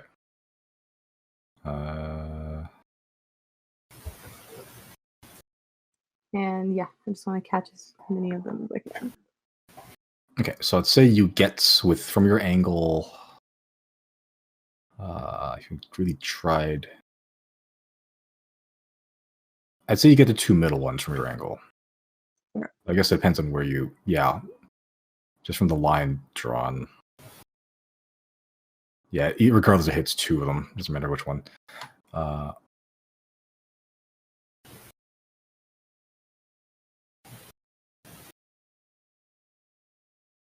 Okay.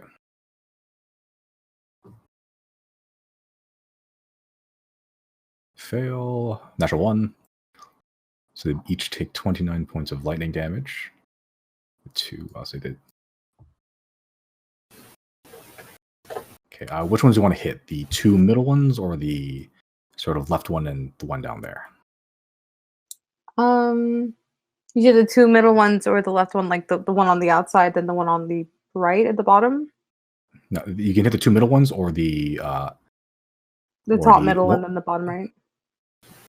Or you can hit the so the most leftmost one from your angle. So like this is the two middle ones, and if you go aim it this way, it hit the leftmost one and the bottom middle one. It's up to you. I'll hit the two on the left. Okay.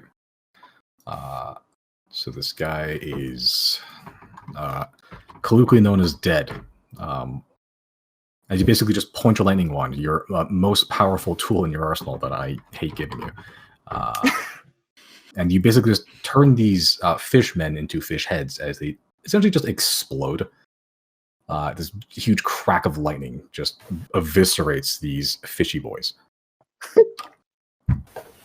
Right. It's my turn. Okay, yeah, and the one of them that's left is just now covered in the just viscera and gore of its brethren.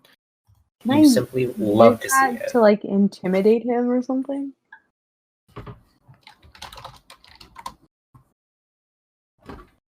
Trying to milk everything you can, huh? Yeah. No. That's fine. It's my turn. Cool.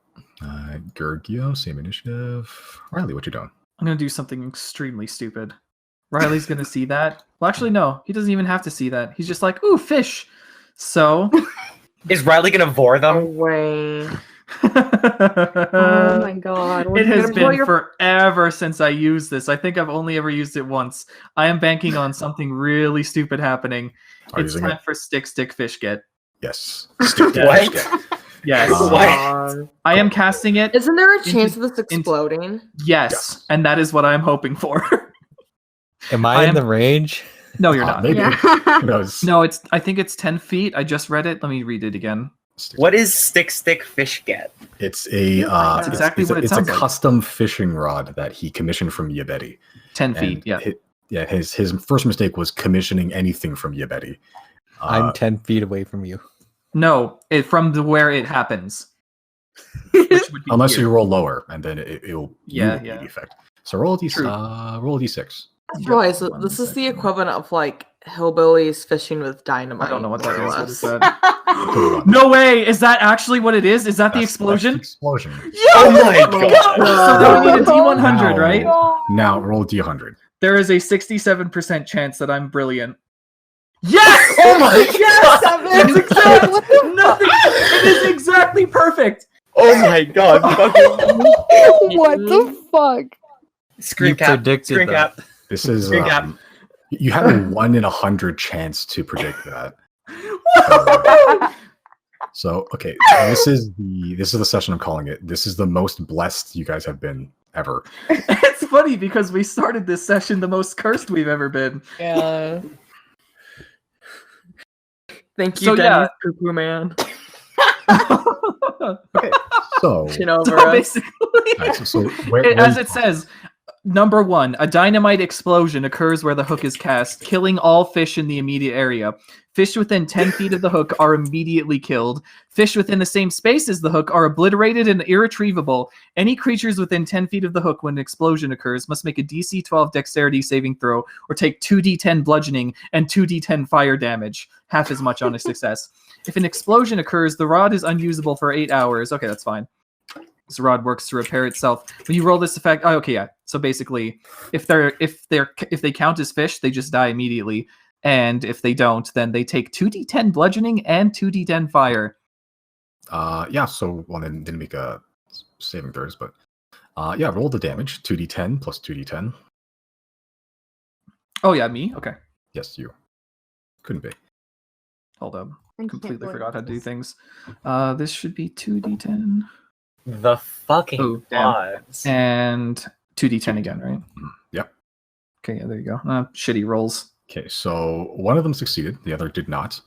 So the top one failed, and the bottom one is okay. Okay. Well, would that have gotten Collectively. the big fish there too? Yes, all 3 of them. Okay. Oh, you're right. You're right. Maybe yeah, you took from there.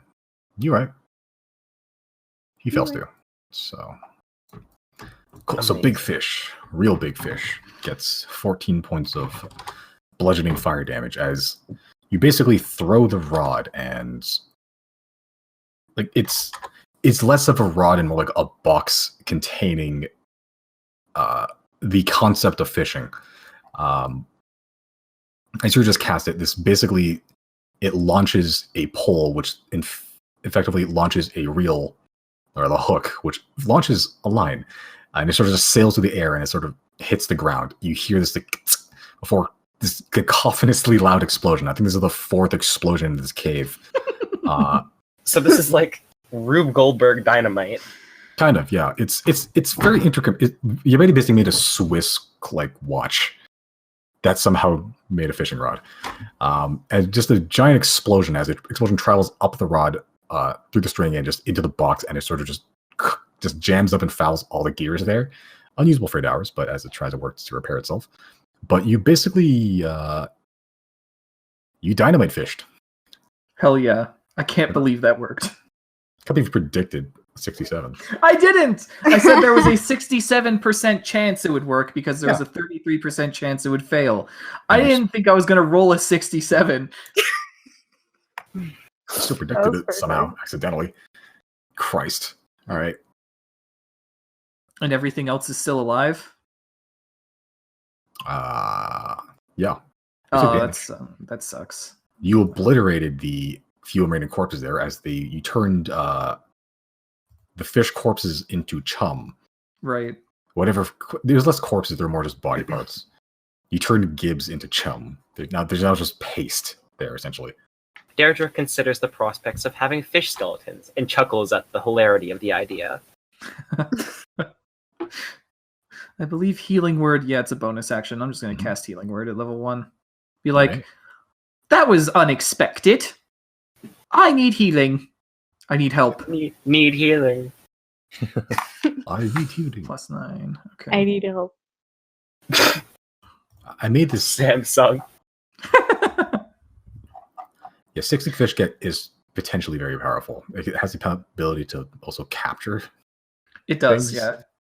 What if you just fucking Pokemon captured these fish people? Could have. I could have. It was one of the likelihoods. Or it was, well, there isn't likelihood. It's all RNG. I can't believe that worked. Oh my god. That's my turn. All right, Chrys, what you doing? You're being assailed by a fish man. Since I took a long rest, I'm gonna use the wild magic. Of course. Can't wait to explode, actually, now. Cool. You Roll cast D100. Fireball centered on yourself. That is one of them. Let's see if it is. 70. I paid for your app already.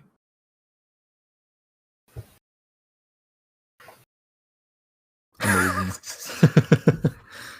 All right. Each creature within 30 feet of you becomes invisible for the next minute, which is Oh, that is no good. Jana and Sergio. Oh my god.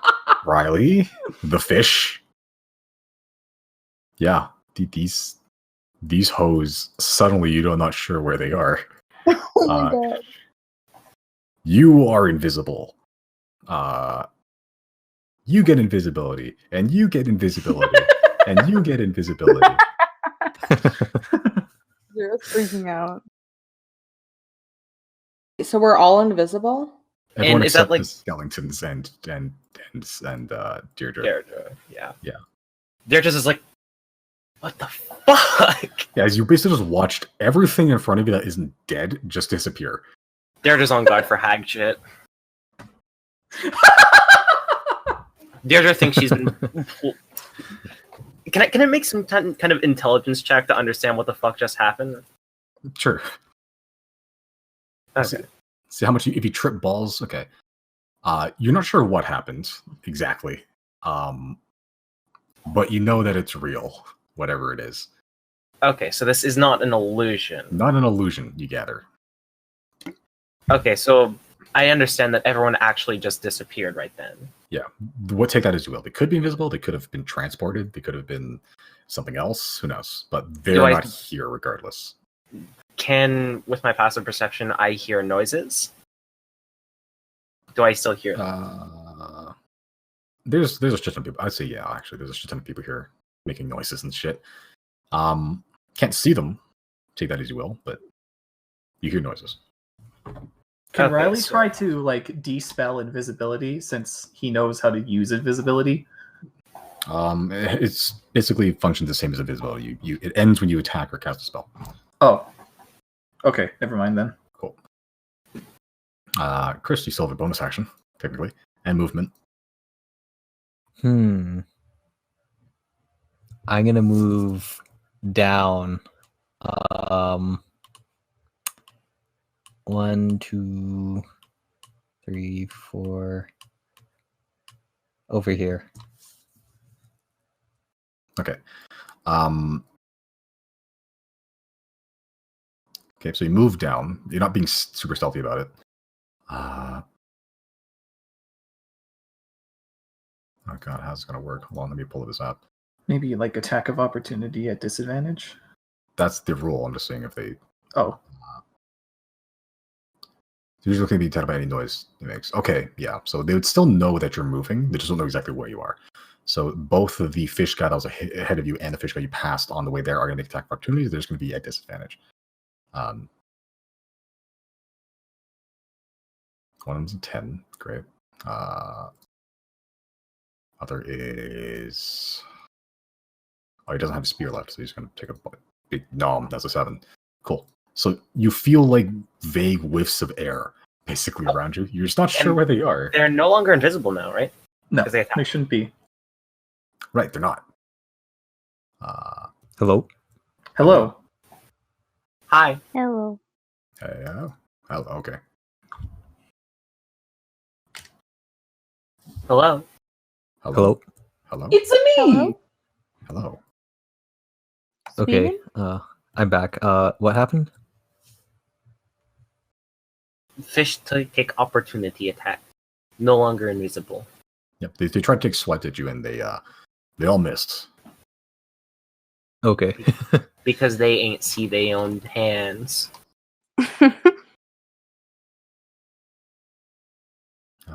Yeah, so they just didn't know what the fuck happened. They just turned invisible. They heard air and they started swatting at it.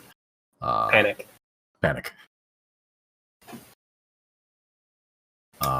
Deirdre sees these people pop back into existence, just like, yeah, okay, sure, fuck it. Can I see from your angle?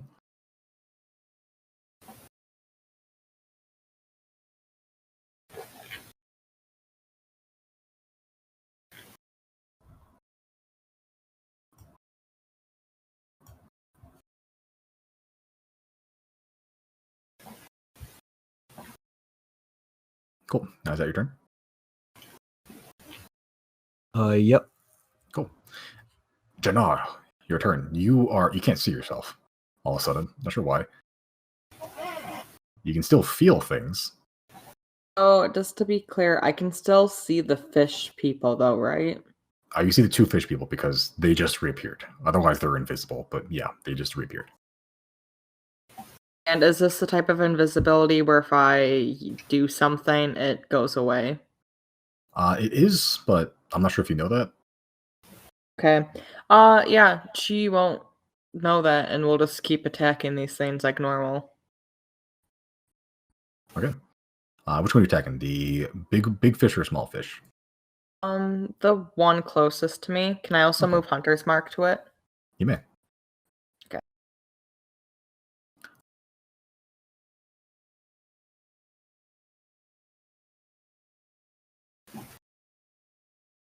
Okay. Right. Oh, you hit attacked. Jeez, you've been rolling that number a lot. It's a good number. Okay. But you know what's even funnier than 24? Knowledge. 5. 25. Also, ooh, that's not what I want to do. We're also gonna come kind of sneak over here. Okay. So you are no longer invisible. Giorgio's still invisible, though, right? Giorgio's So people, still invisible. people So you're just Santa basically- floating. It kind of looks like a video game glitch where like the horse has appeared, but the riders are sort of like sauntering in the air.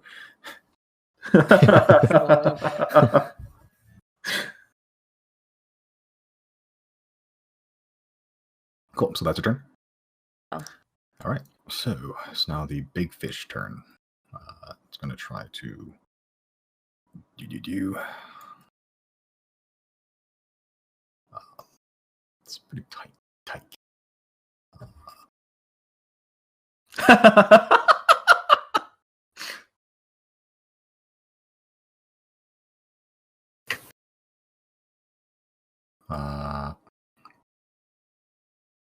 Okay, so sorry, what's your karma class again, Chris? 11? Yeah. Okay, so one is a 23, the other one was a 13.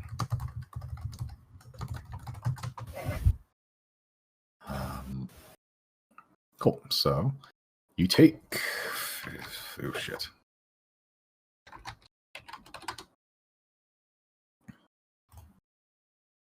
Oh wait, hold on. You're still invisible. Yeah. Right. I was about to ask, does it know that I'm there?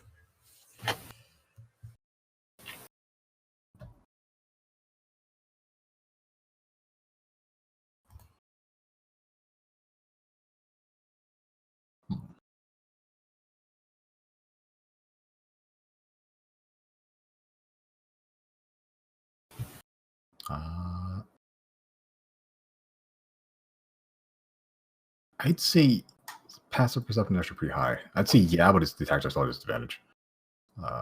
So that I'd say those first two are the first attacks. So 13. 13 still hits you, right? 13. Yeah. Okay.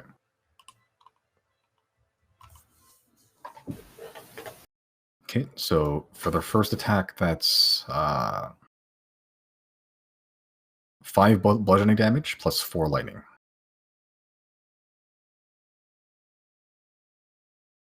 Actually, that's technically yeah.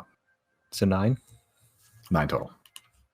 And the second attack that's really high, actually. Second attack is a 23 at disadvantage. Okay, so that one is 7 plus 4. So that's 11 damage.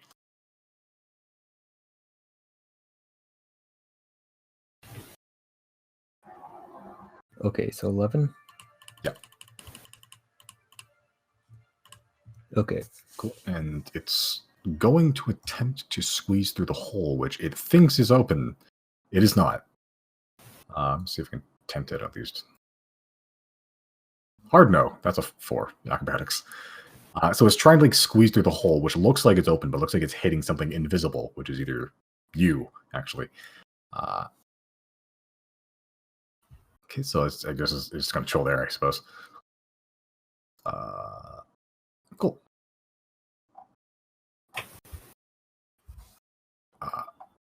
Skellingtons, your turn.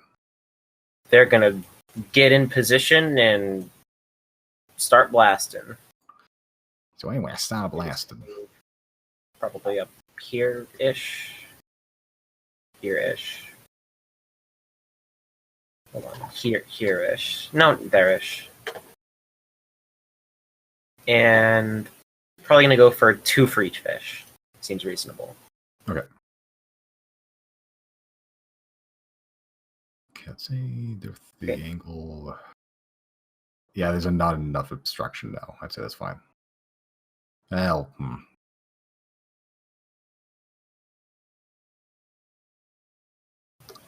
Okay, I'll say for this. Ogre body plus. Okay. It doesn't matter. I was gonna say I'll have half cover. It's not gonna help. They still get hit. So that's the first. Yeah. So 21 hits Yes. against whoever. Which ones? Yeah, so the first 2 were for the one at the top, and the second 2 were for the one at the bottom. So that's Okay. 2 of those into the smaller one, and 1 Yes. to the big one. Nice. 6 plus 3. That's 9 for the top one. And 5 for the bottom one. Good. Yeet. So the top one just gets riddled with arrows. That one's Damn it. dead. I was going to do something cool that I don't get to do all that often. You know how I feel now. Because I have a feature that if 2 hostiles are standing within 5 feet of each other, I can cast a cantrip on both of them. Oh, that's pretty deep. Now I can only do it on one of them. So that is your Skellington's turn. Now it's your turn. Alright, I'm gonna join the gang over here with my 30 feet of movement, difficult terrain through the skeletons. Huddled around the dead body. Where Deirdre's most comfortable. And yeah, I'm just gonna grab them with a chill touch. Cool. That one hits. Excellent. And that is 10 necrotic damage. Sick. He is, because it's necrotic damage. I get it. Okay. And now he can't regain hit points until the, I think, end of my next turn. Probably doesn't matter, but you know. Okay. Sure. Cool. That's it. End of your turn. Nice.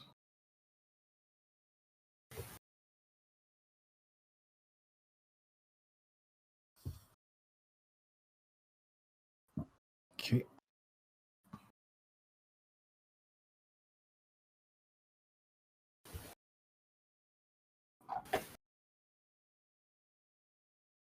Okay.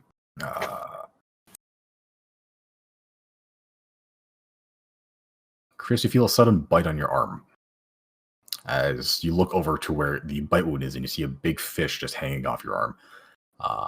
Oh no. Taking a big chunk out of you. It looks at the situation, looks around, and begins to go this way, out of sight, to the left. Opportunity attack. Opportunity. You can make an opportunity attack, but actually you can't, Well, why not?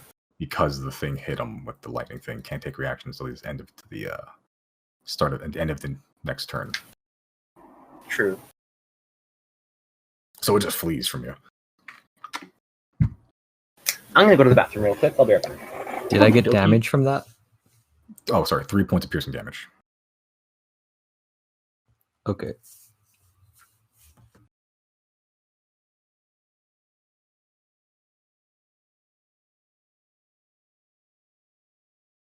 Cool. Round ends.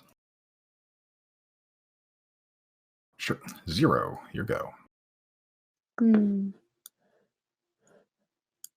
Let me check again. Hold on.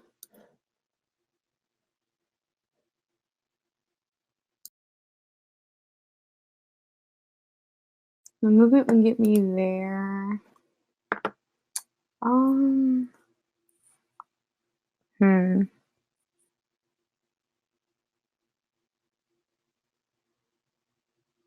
Okay, I'm going to use my action to attack with the dagger. I'm just gonna.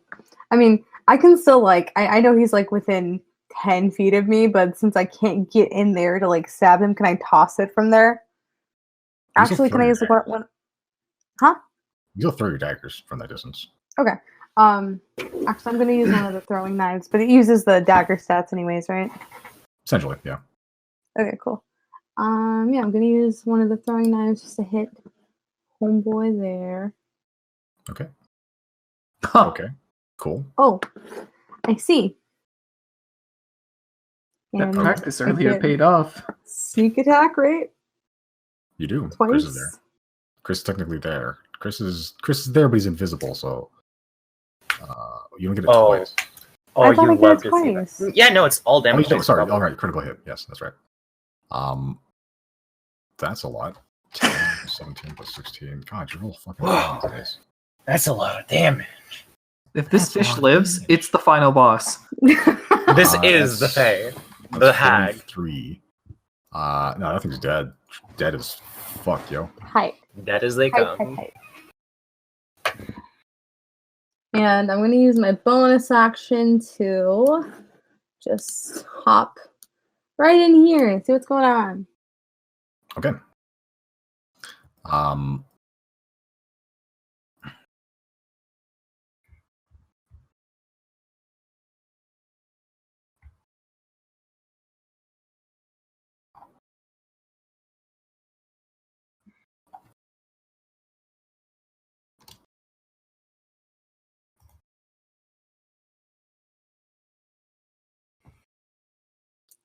I see. Ooh.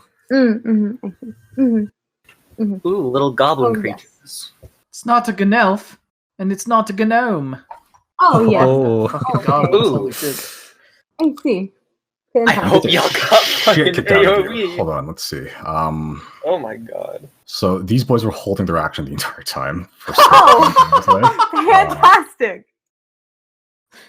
So that is, let's see. Koto didn't do anything, but it's the 8 my God. here. This is quite simply thrilling. Absolutely riveting. So what's your AC right now?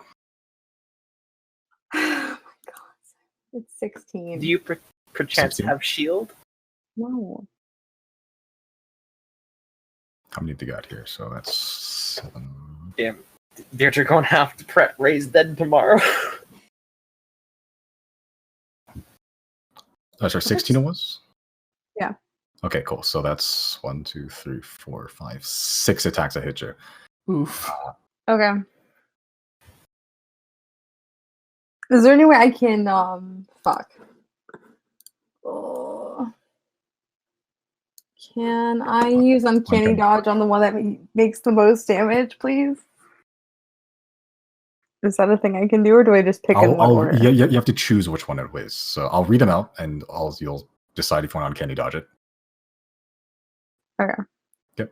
So the most damaging attack misses, but you still get pinned, cushioned by the rest of the goblins. One that was hiding before they're hiding the haystack. Looks like they're sleeping earlier, and a couple that heard the commotion, the 4 explosions, and the cries of death that have just been waiting around this corner, waiting for something to show up.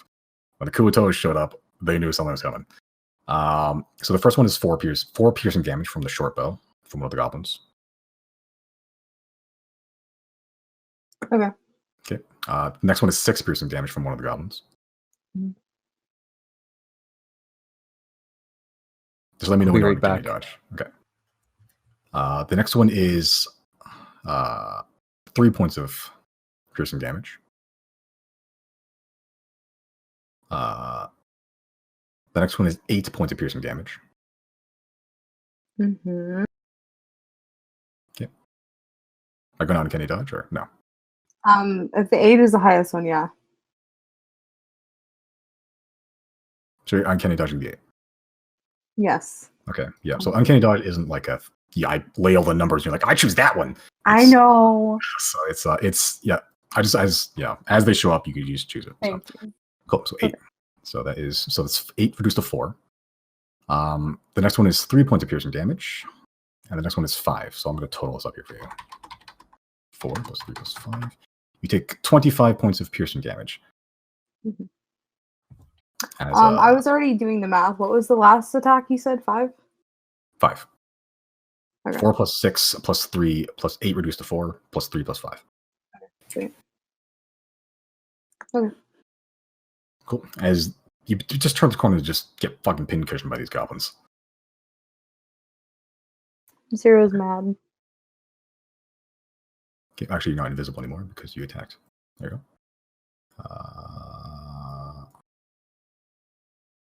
Cool. Riley, what you done? Does he hear any of that happening? Does he have his vision on that? How much? 60 feet, right? Would he be able to see down from there? Yeah, actually. Because Okay.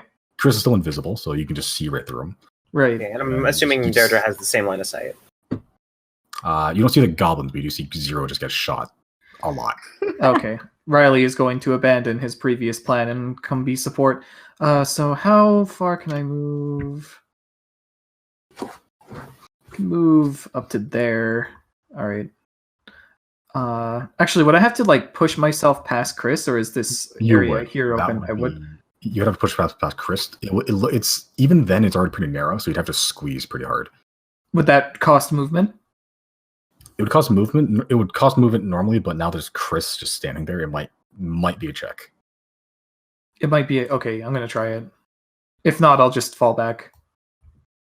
Okay, so athletics or dexterity. Make a either athletics or acrobatics check. Your choice. Ooh, I think I'm really good at acrobatics. Okay, yeah. Finally, I say something and it means something. Yeah, so you sort of just basically leap over the corpse of the fish that's been there already, and you feel Chrys as you sort of tumble past, and you sort of just spin around and barely squeeze your way through. You haven't attacked since last time, have you? No, I haven't. Okay, I'm still invisible.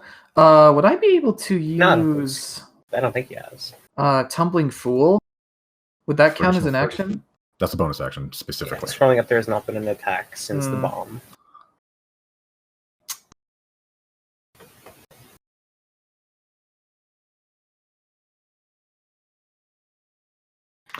I'm tempted because that's just a bonus action. If I use that, I can get a little bit further. Okay, I can dash. So, yeah, you know what? I'm going to Tumbling Fool over to 0, and then I'm going to just unleash Shatter on the 4 over here. Okay. And I think I'll do that at maybe 4th level. Yeah, I'll do that at 4. On the right, right? Oh yeah, on the right. Okay, cool. Where is Shatter? Let me find it. Shatter at 4th level.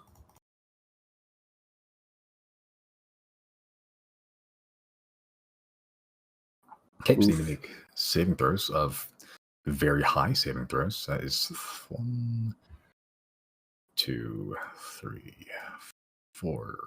One of them succeeds, still dies. GG.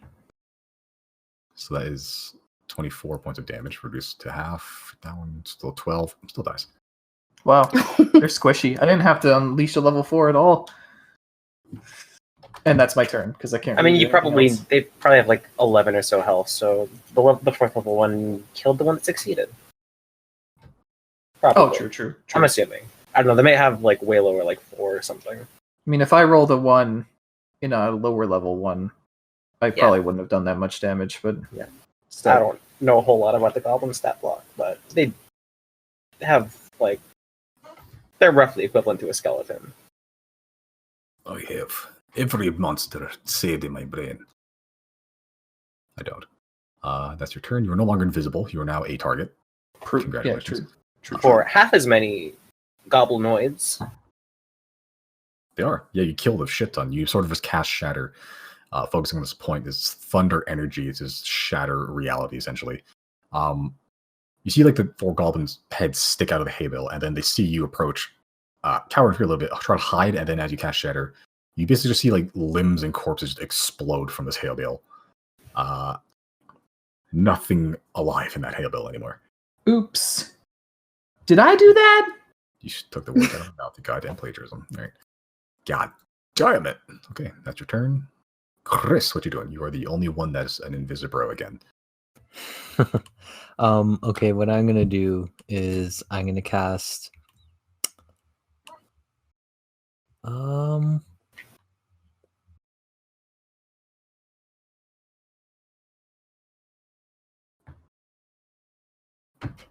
Tidal Wave at these goblins here. Okay, you'd have to and move this up a little fish. bit.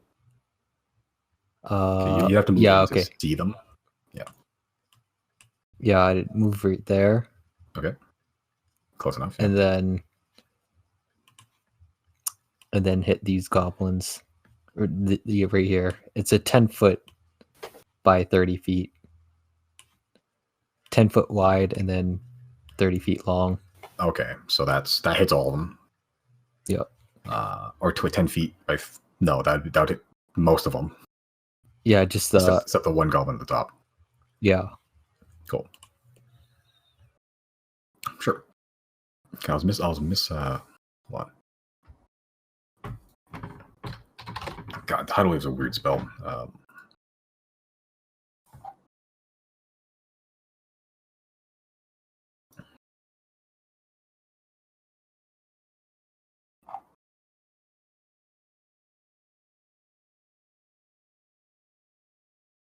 Okay, yeah, you're right.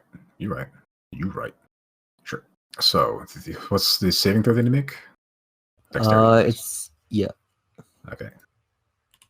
Fail. Succeeds. Double succeeds. That's with a natural 20. Weird. Also succeeds. Wow. I was not expecting this. What's the effect when if they fail it? They get knocked prone and take the damage? Yeah. Okay. I think yeah. If they fail, they get knocked prone. Okay, so this one takes 12 damage. This one takes 6. Takes 6. But those who succeed take half damage. Okay, so you see the goblins. They're mostly fairly unarmored. They are like just leather, like patchwork leather. There's one that's sort of in like a loose chainmail that looks like they just got stolen off a dead body or something. That one gets kind of fucked. This one gets knocked prone. The rest take damage. The goblins that you hit are not looking great. They're coughing and wheezing. They're like battered and bruised. Koto is not looking great. Battered and bruised. But it's a fish. It is a fish. Water is its natural habitat. It is, but not when it gets, crushes them. Okay. That's your turn. Unless you want a bonus action. I'm not sure how much you can do with it, though.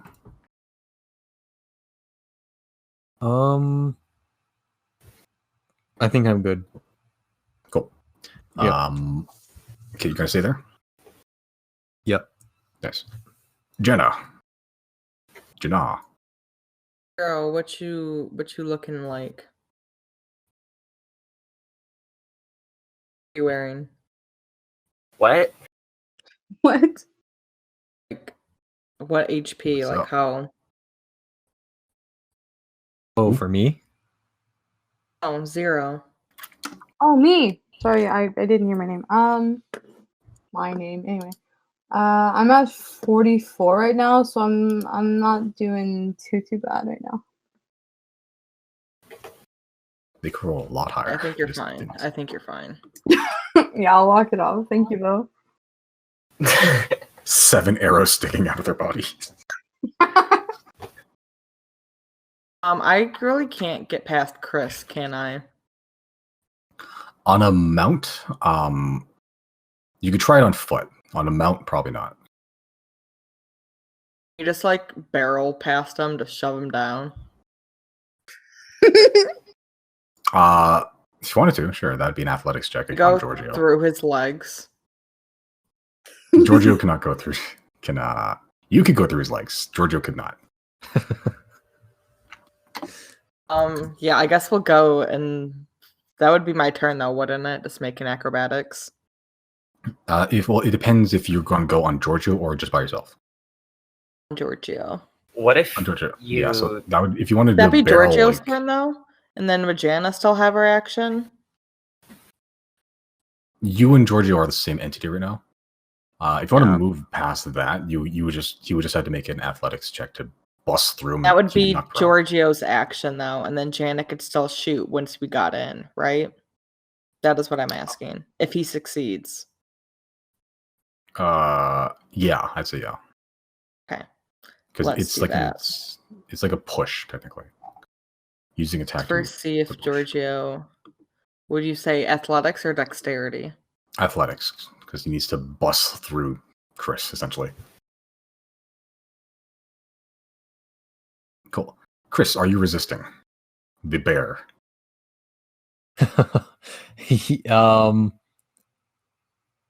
Yeah, I'm gonna try and stand my guard to like make sure I'm put in place. Make an athletics check.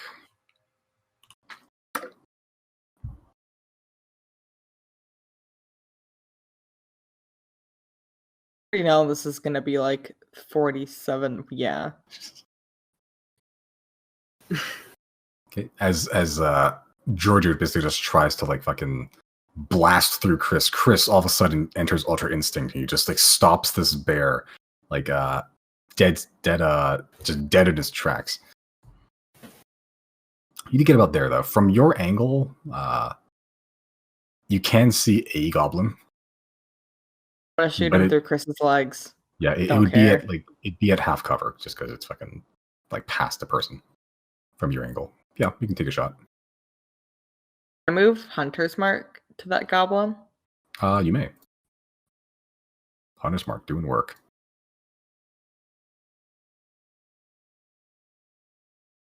I don't know. hits. It'd be for half. It's with half cover. That just adds +2 to its AC, so that still hits. Okay. Mhm. Plus. Cool. Nice. So as Chrys stops a bear somehow, you sort of stand up on Giorgio in the saddle, and you see one of the goblins just past Chris's shoulder. You just knock an arrow just loose, and it just right between the eyes, just very, very dead.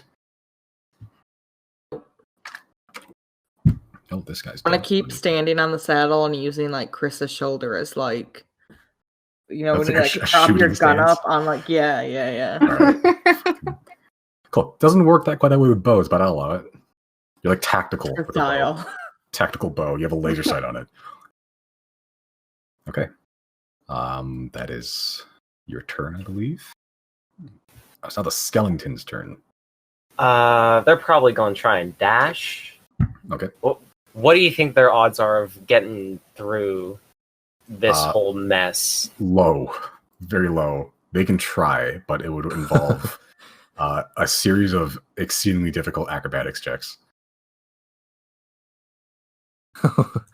We've clogged Yeah, up this hole. Could have just. Can they not stand on top of dead resisted. bodies?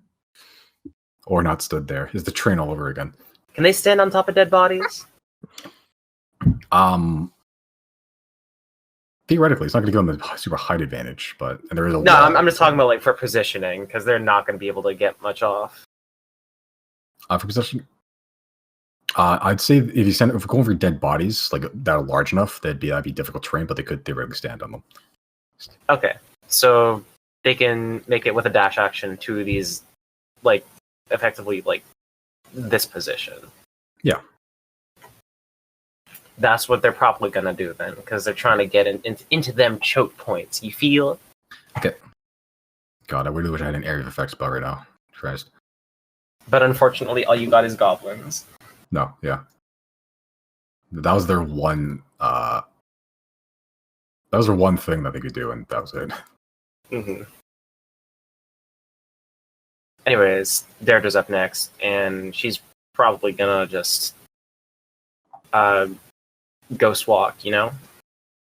That is. So that's 60 feet of movement. This is basically her dash action is going to be getting through this whole mess because that's 15 feet as difficult terrain. So whole So leaves her like 20. And she got. Okay, yeah, so I'm going to get right up next to 0 here. Hello. Hi. Okay. Yeah. And so, that's it. That's all I got today for you. okay. Actually, I think Giorgio doesn't not invisible anymore because trying to push Chrys out of the way. Everyone's not invisible. Your steed returns to visibility. As that happens, you sort of feel this coldness pass through you as a ghost just what essentially just haunts you, essentially. As it turns, now the remaining fish guy's turn. Great. Deirdre has walked in, and now everybody's ready to go. Everybody is here. Everybody, every single enemy character goes now. Love it here. Brilliant. Nice. It's gonna go up to Jero. I see. What was it? Cool. So it's gonna go to basically a small pouch on its side that it doesn't even use a belt. It just sort of sticks to its slippery, weird, sticky skin. And it pulls out a net and it just yeets it onto you. What's your AC? 16. 16. Okay. You are restrained. I see. That is technically a disadvantage, though, isn't it? Why? For being a ranged attack within 5 feet. It's a melee attack. It's a melee weapon as well. Okay. Oh, because the Koto have unique nets, right? I think. Probably. Well, there says one that's thrown and one that's just So. True. So I think it's a both. It's like it sounds like a spear has a melee and a ranged element to it. So 18. So you are restrained. As it sort of just yeets this net onto you. It used movement to get up to there. Just gonna try to flee a little bit down to here. You can make an attack of opportunity. It will be a disadvantage though. Me? Yes. Hell yeah. I don't even care.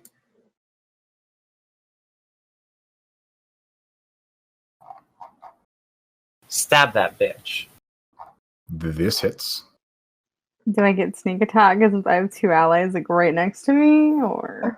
No, because it has to be right next to the enemy that you're attacking, not you. I had 1 movement away from being able to get there. A question though. I know this is an opportunity attack. Can I use one of the charges on my Truth Seer to deal psychic damage? Yeah, that's just whenever you hit with Truth Seeker. That's when you want to do it. Actually, hold on. It's once per turn, basically. So you haven't used it this turn, so you theoretically could. Okay. What is Also, it? Mind overload? Yes. Yeah. Also, even if it was next to an ally, you wouldn't get sneak attack because it does also once per round as well, I believe. Oh, right. Okay. That's I true. forgot that we already did this. Yeah, so it hasn't been to your turn yet, but yeah, you still hit. Okay. But they can use the charge, right? Well, and that thing didn't die from 9 piercing damage. Don't know. It's up to you if you want to use the charge or not. I still do. Okay. So he has to make an intelligence save? Oh, he's really good at that. Or take 38 seconds. That's a 12.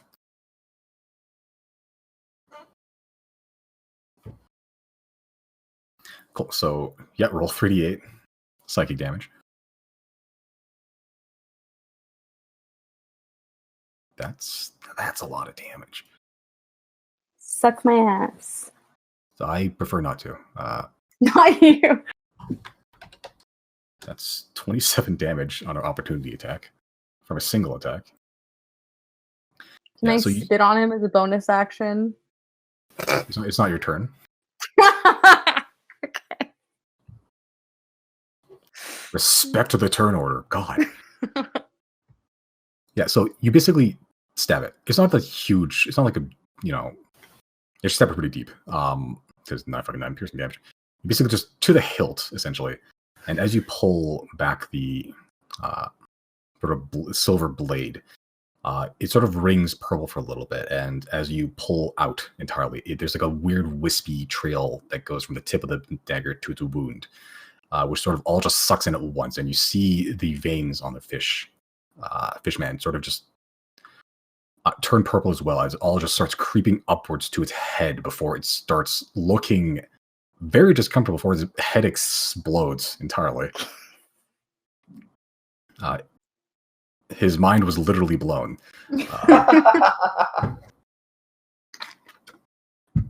Kill. Fishman dead. Don't need this character sheet anymore. It's now you are restrained. It's now boss. Boss?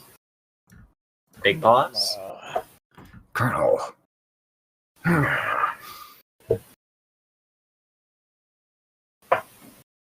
Fuck. Fuck. Okay.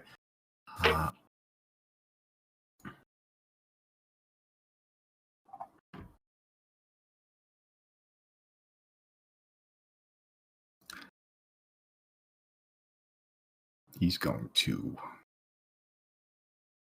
a couple more javelins left. He's going to yeet a javelin at 0 because you're restrained at advantage. Same roll. That's a 12. He hasn't hit anything yet. It's now the 2 goblins' turn. Miss, and natural 20.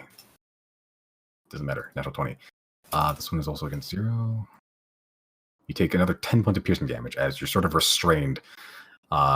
Somehow, despite these things being like 20 feet away from you, they both miss, but then one of them hits you in a very precarious spot, like basically your heart, except it doesn't go quite deep enough to actually kill you. Cool. That is their turn. Spend this. Cool. Sure. 0 is now your go. You are restrained. Yes. What do I need to do? You can either try to pull the nets off or just attack it at disadvantage. It's up to you. I'm gonna try to get the nets off. Cool. So make a hold on, let me double check. I closed their thing. Fuck. Where are you? Where is she? Where is Harvey Dent? Make a strength check.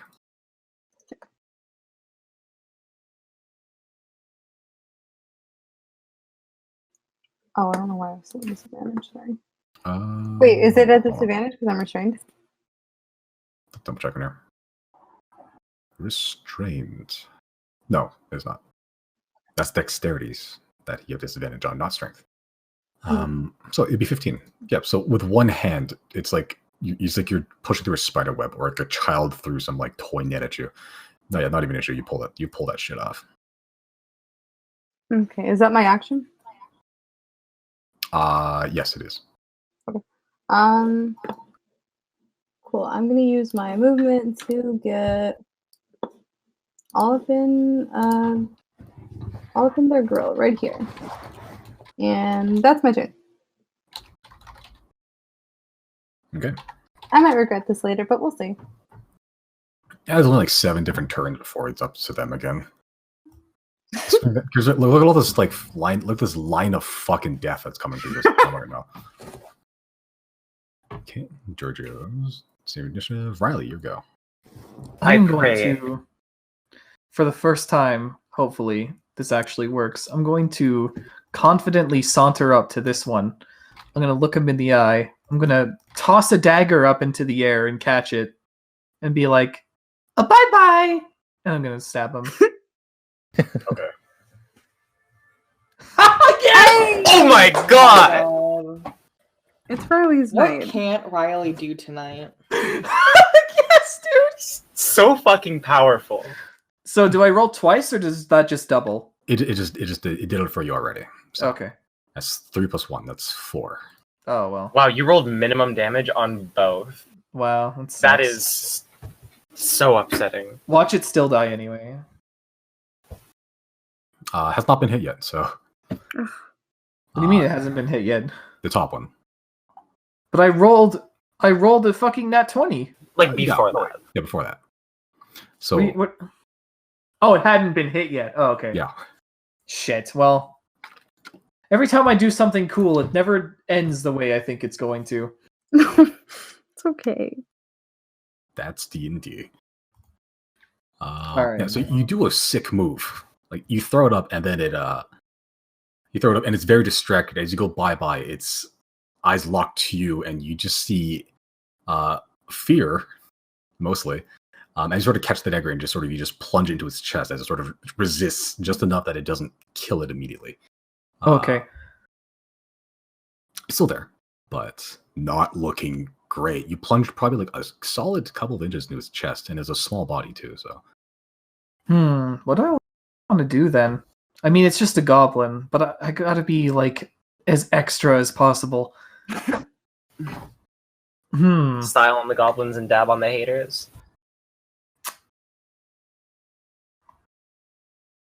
I think I'll just I'll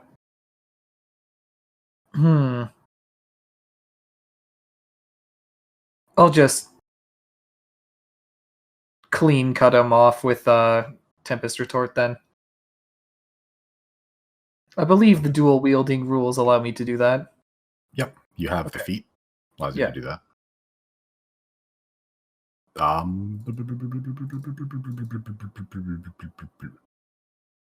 Misses actually. Every time I try to do something cool. Every time. I'm still gonna fucking be like, just pretend you didn't see that one. Just lay down on the floor and pretend you're dead, please. My friends are watching. Yeah. Those awesome powers right now. Just lay down on the ground. Yeah. Just end my turn. And end my life as well. End my shit.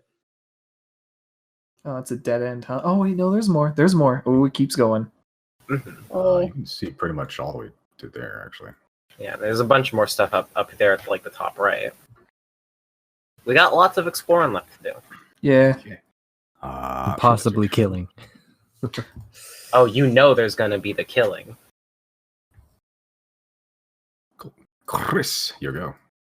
Please, everyone move out of there. Okay. Please. Well, I'm gonna move down next to this guy, and then hold on. God, this desk smells great. New Yeah. desk. You're living your life, Simon. You know what I'm kinda gonna use suck? Damn Okay. life. I'm gonna use a 4th level spell and a 4th level slot for magic missile. Okay. Sure. So it just hits. That's that. How many missiles is that? That's 6. 6. Okay. So who are they hitting? Okay, so the arrows are just gonna swirl around these guys, and it's gonna go 2 for each. Okay.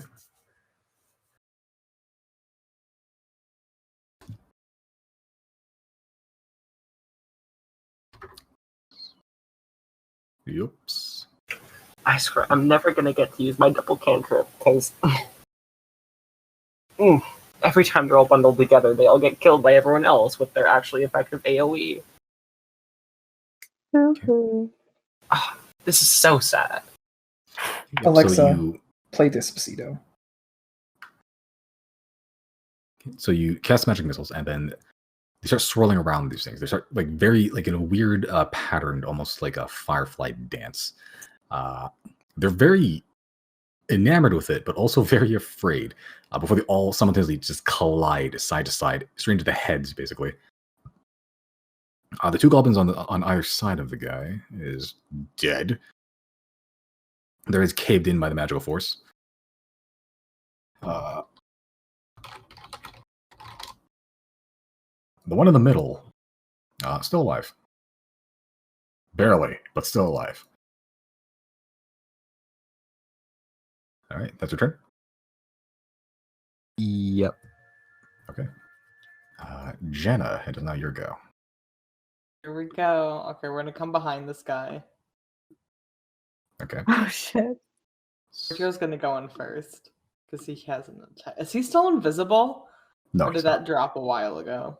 It dropped when you tried to blast Chrys out of the way.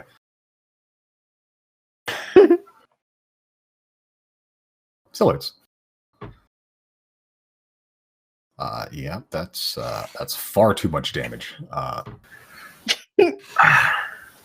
Will we finally drop initiative? Still up?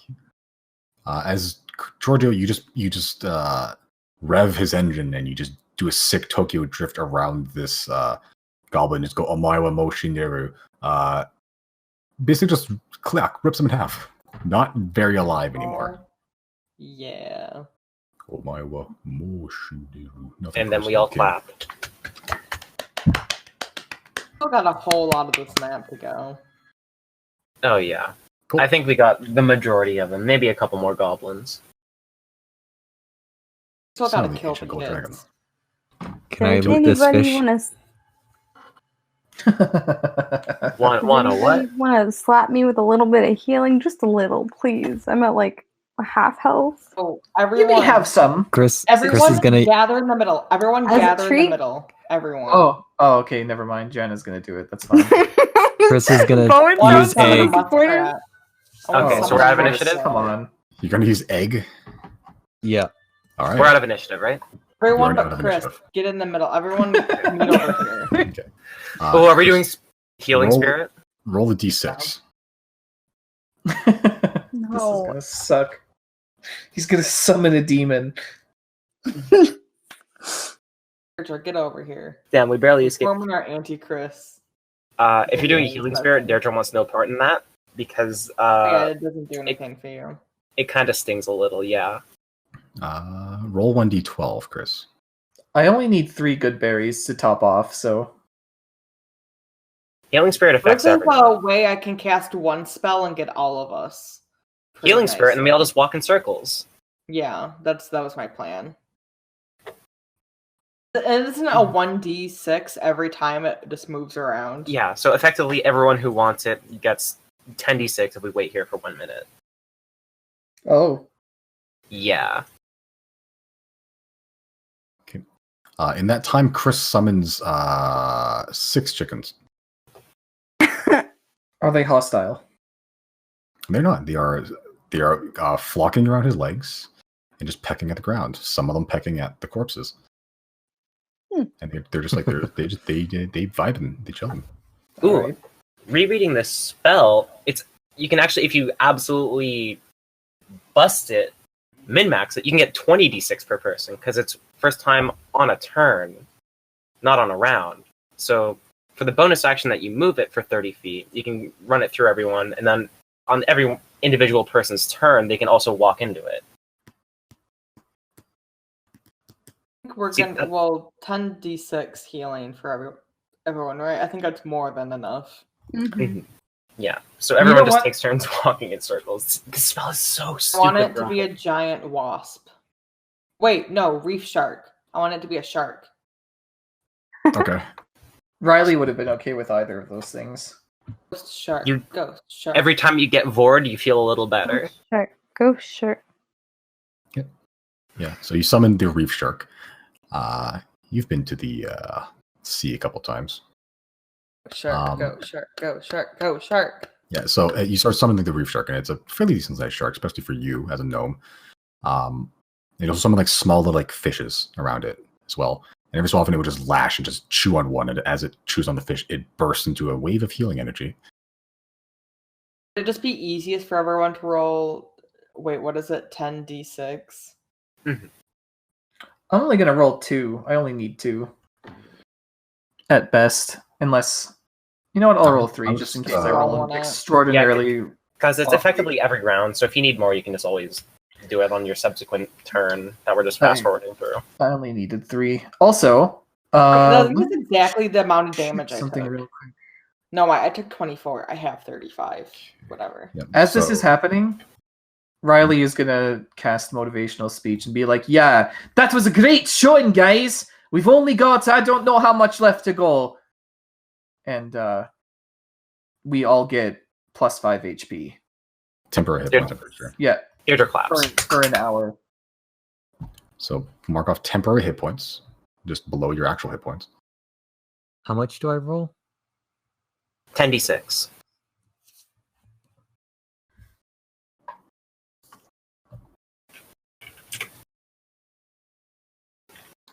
Oh, 10d6. I'm stupid. It's 60-10. I'm dumb. And that's how many hit points I get? Pretty sure. I mean, Yeah, that's how many. it's your That's how many max you amount. regain. You don't go above your max. Yeah. Mhm. And then you get 5 temporary hit points. Good ass fucking Yeah. spell. It's better than the first one. You still rolled 60-10. 10d6. No, I didn't. I rolled 60-10. It's 10d6. It's 10d6.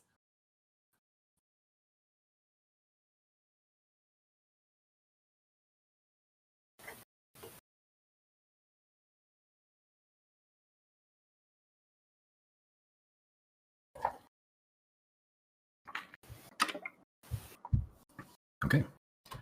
Healing is had. Then plus 5 HP.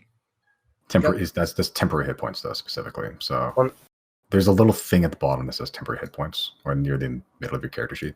Okay. Yeah, just put on 5 there. Well, I'm Just not 5 understanding. or 57 for me because I have 52 total. Do I just put 5 temporary hit points and then 57 current, or 57 temporary and 57 You current? want to do 52 current hit points and then just 5 temporary hit points. Oh, okay. Yeah. Like you have the little section for temporary hit points underneath your current hit points. I see. Okay. Yeah. So basically, any damage you take takes from your temporary hit points first. Okay. Okay. Yeah, because temporary hit points are temporary. Like Yes. depending on the situation, they might go I see. away. The temporary hit points extend to Giorgio. It's. I think it's like 5 creatures that can hear me. Let me see. Yeah. So that's just 5 creatures within range that can hear you. So that's just the main goons here. That's everyone. Yeah. Including Giorgio, Giorgio. a main goon. Yeah. Well, what you think I'm going to give one to a skeleton? I don't know. No offense Well, I to the skeleton. mean, Are you giving one to yourself? And that's Yes. Oh, yeah. I am giving one to myself. Okay, never mind. Giorgio is not included then. That's racist. It's crying. No. It's crying. Well, I'm not understanding here yeah. though. The spell. It says if you lose your temporary hit points, the spell ends for you. But Yeah, it there's says if like you're- advantage on stuff. Yeah. That's why. Yeah. Yeah, can if get you- advantage. if you are hit by an attack, you have advantage on the next attack roll you make. Do you still get that if you lose the hit points? Because Nope. because everything's going to go through 5 hit points. Not everything. Those goblins attacked, and that wouldn't have done anything. Like if you only got hit by one of them and it only did like 3 damage, you don't lose I all your guess. temporary hit points. Yeah, So but there it also are. casts at a higher level, which gives more temporary hit points as well. So yeah, it gives a Oh, bigger. I didn't know that, but so Yeah, that it'll is be fair. more useful later. I only cast it at 3rd level, We- so Why The would advantage on the you wisdom destroy- saves is good though. Because Hag's magic, maybe wisdom save, you know? we only have an hour to do this, though, so we need to get moving right now. I mean, it's been, a total of, 30 to 40 seconds? This is 6 one, yeah. rounds. Before Riley casts that, Yeah, can 30 like seconds. Yeah, 36 seconds since we've been in this cave. We got plenty of time. Can I loot this 3 hour fish? long. Yeah, right. That you said that like 7 hours ago. Right? Yes, you may loot that fish. Roll an investigation check. We probably have time to take what spoils of war and whatnot after we save the children who are critically endangered, yes? I would like to explore the cave. Deirdre would also like to explore the cave. Yeah, Riley's gonna go the way Zero is going, just to make sure. Okay. Holy shit! All right. The fucking squad. Squad rolling up. Fit. Fresh. I think I need to make more difficult combat encounters. I mean, we got chunked pretty bad on occasion. Yeah, we rolled this like really well this session. That ogre encounter, I think, was supposed to be medium, and you guys just like, yeah, did. Also, those rolled pretty shit. So, Which is yeah, they rolled really low because you said they would have done like 20 to 30 damage if they hit, right? roughly each time, yeah. Yeah, they hit Janet for 24, so it's not like they were weak. They just, it was the rolls. Yeah, they just didn't roll very well. Which, Man. no, unfortunate. I got 2 1s on a nat 20. Do you have any idea how depressing that is? It is Very. depressing. Also, for most of that encounter, Riley and Chrys were trying to maintain their invisibility, so they were just setting traps. Which I thought was pretty cool. Yeah, that's cool. It's one use of visibility. Objects you manipulate don't count as attacks unless you yeet them at somebody. Damn. Chris, I need to utilize my caltrops more. Can you give a bunch of unseen servants bombs and just have them pepper the battlefield? Probably, yeah. theoretically. Just get a bunch of like really shitty like level 1 wizards to keep ritual casting unseen servants and tell them to drop bombs. Yeah, one of the ideas for the character I made for Jesse's campaign was having a guy that was just loaded with mundane items for every occasion. God, that was Wow. actually a cool character idea. Like, Yeah, because I have nothing else. I have shit stats. Like I'm reliant on my items essentially. So How is that not I Janet? got a roll for everything. I got a thing for everything. You guys want to climb up a cliff, dude? I got some pythons, rope, got a boat. I can haul you up with a block and tackle. I have 19 strength. That's all I got. I had a fun idea for a character that would be useful, like in a campaign, maybe for like a session or two before they get exposed. But like a character that does not have class levels, has a maxed out charisma stat and like very mundane other stats, but is just kitted out with magic items and is passing themselves off as a local wizard. That'd be interesting. But Mhm. you would only have 3 magical items, no? 3 that require attunement. You can have Oh. like there's- things like Zero's lightning wand do not require attunement, so you can have as many of What do you mean? those set of items. I think that did. It does. It does? Yes. Okay. So it's more like single-use magic items then. Oh, okay. There's a couple Because- items to mint. Yeah. Like Hand of Vermin. Yeah, stuff like that. Like, because a lot of them don't require attunement, and you can have 3 powerful ones that do require attunement, and then things like fireball beads, which are just single-use items that you throw and don't require attunement. There's also Artificer, which has class abilities, which I think increase the amount of attunable items you can use. Oh, that's sick. I think up to 5. Oh, Simon was behind door number 1. First, the fish. You find slime. The thing is throwing everything it has at you. It's throwing its net. It's throwing its spear. Doesn't believe in wealth because it doesn't want to feed into the predatory capitalist society. You'll find much on paid in the Swedish meatballs. it's paid in the flesh of the dead adventurers.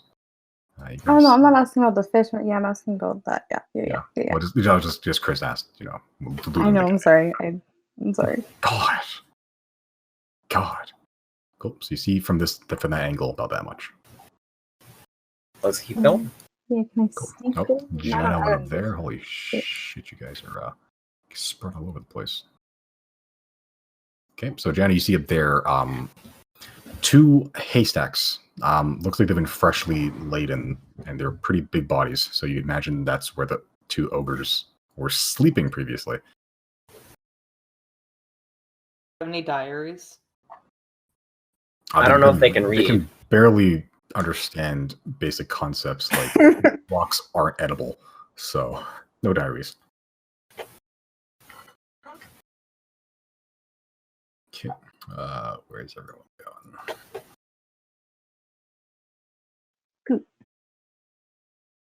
Should we be stealthing? Or probably not even worth stealthing because of all the explosions and the ruckus and whatnot. Up in Jenna, you see up there a relatively pretty narrow cavern hall. At the end of it, you see what looks and smells like a feces pile. And there are a couple bones back there as well, with some scraps of clothing and stuff. Jana found the piss closet. bathroom.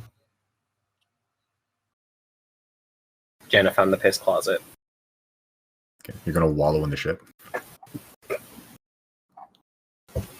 Isn't that what you did back in like fucking Ophethus? You like stole shit from the church restroom or something like that?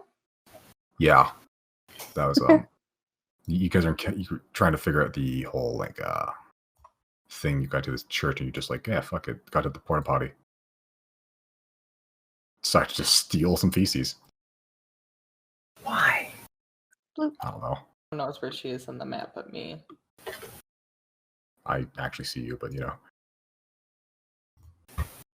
Always just zoom out. This is a speed run. Speed run of the dungeon. Shit. Jenna's QTE or whatever has gone too high. I'm getting all the items at the end and I'm going back to the beginning. Oh, your sequence breaking my dungeon. Oh my god. Deirdre can actually do that. Deirdre can clip through walls. She just has to do That's true. she just has to do a reverse backwards long jump. Yahoo! Yahoo!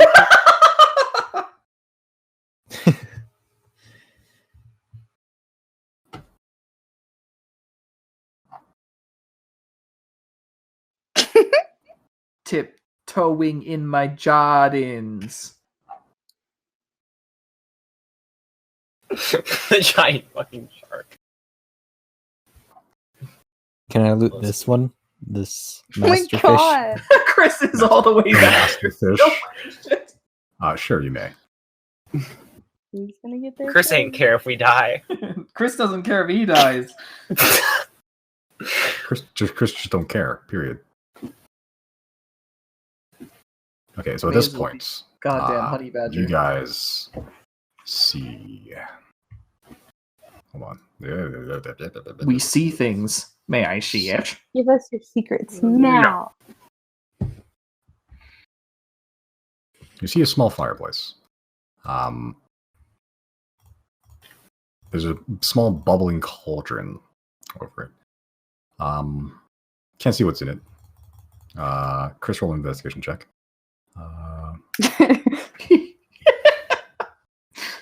We lost him. Oh, that's blood. We just abandoned Chris in a cave. What happens. Okay. Chris, you find nothing. He's a fishman. You find more slime. The rest of you who abandoned your companion back there. We did this consciously. He had so much time. You see a fireplace with a cauldron over it. Can't see from your angle what it is right now, but you see two women. One's fairly large, pretty tall actually, like upwards like 6-7-ish feet. And she's just sitting there with a smile on her face. Sort of like a blue dress, like a tight bun. Fairly old, actually. I'm going to say it. Deirdre cast Spirit Guardians.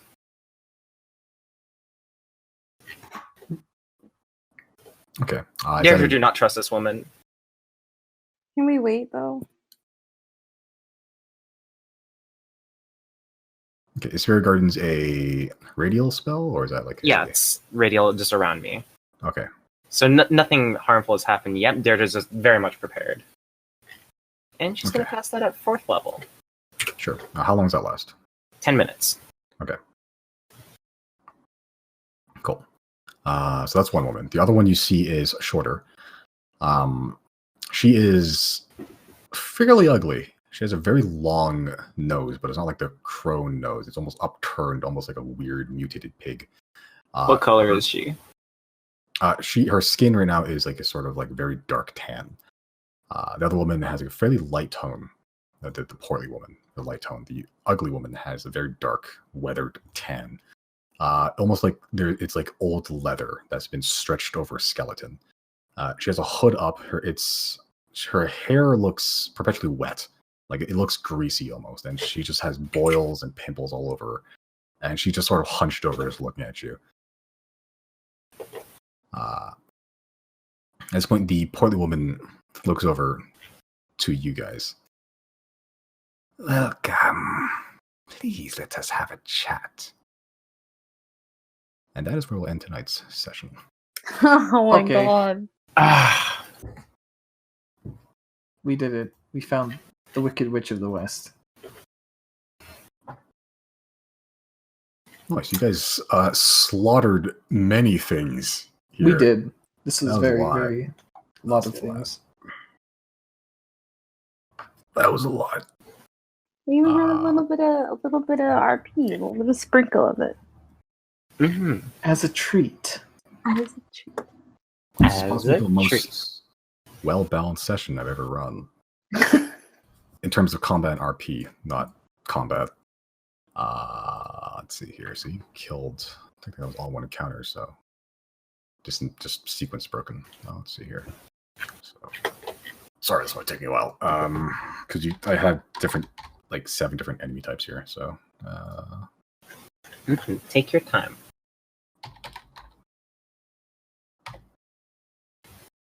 talk amongst yourselves while I try to do math and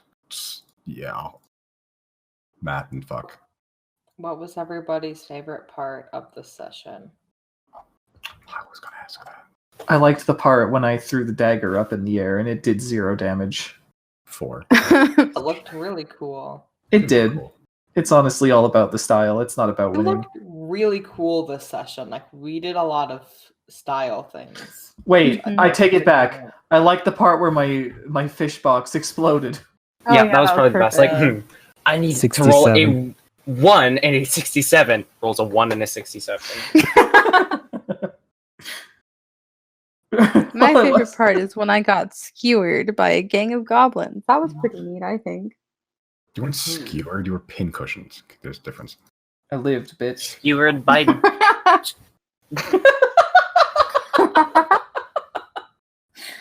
I like the bombs. You planted a mine, course. claymore, essentially. Yeah. Okay, so you guys from that encounter, God, that's a lot of enemy types. I need to chill. You guys get 2,960 from the combat. We get what? 2,960. Oh, I can't math. 2,960 is how much you're getting. So that brings us to a total of 55,540. Okay, I'll add on 40 for RP. Just 40? Even 3,000.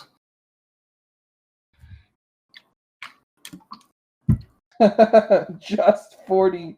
Oh, that's funny. Okay, so 55, 550, 80, 55, 580. Yeah? Yeah. I can't fucking math, dude. Add on another 20. Give us an even 55600. For the style, for the flavor. Mm-hmm. For the aesthetic. Or Jana giving Zero a high five while going 50 Oh, yeah. miles per hour. For not killing the bear man when we were probably like a couple attacks away from doing so. For turning everyone invisible. For the glory of Nor. For several nasty Talking to nat that 20s. fucking And my axe. For, Yeah. for glory. How much you want? 20. Why? Why not? Makes We'll the round out the experience- total experience points then. I guess fine. Jesus Christ. We did it! Okay, well, thank you. That brings us to a nice even total of 55,600. What? Yep. Does this Give us satisfy- 400 more and it'll really even it out. Mhm. I would appreciate that so much. Does that number satisfy you? It does. I'm good. I'll give you 1 extra experience point. I'll ruin your Simon, I'll ruin will your- you give us Can I reject 400 more? my god. If you Will give you us give 44,400, it'll bring us to a nice even 100,000. Nice way to end. Simon, will you give us 400 more experience points if I drink this packet of soy sauce? Stop it. I have created a monster. He will take away 400 experience points. I am not above reversing your levels. I just want you to know that. Oh my god. We got the extra 20. Let's just leave it at that. Mm-hmm. Thank you, Simon. We appreciate the extra XP. You will die. I'm already dead. Simon really do just be like that, huh? We're starting the next session. Our wizard is on the other side of the dungeon. Like severely beaten and like going through pockets. Did he even get healed? Good. Yeah. Yeah, I think he did. And he got the motivational speech as well. There are also some friendly chickens around me. Next hour, there are friendly chickens around you. They're just gonna be starting this next session, like just walking up and just punching a bitch square in the face.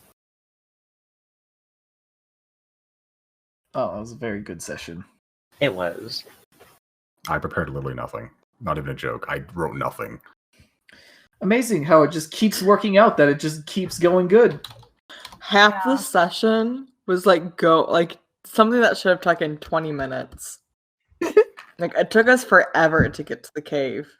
Like, We kept just getting sidetracked and talking about dumb stuff. That's my strategy, is just to sidetrack you so I have more time to ruminate on my anxiety and stress. We were like discussing whether or not we should sleep. Like, that was a lot. Yeah, that took like 20 minutes. can you imagine coming in here, though, like, not with all the spell, like, not having all your spell slots? That would have been awful. I didn't come in here with everything. I actually saved a lot of spell slots.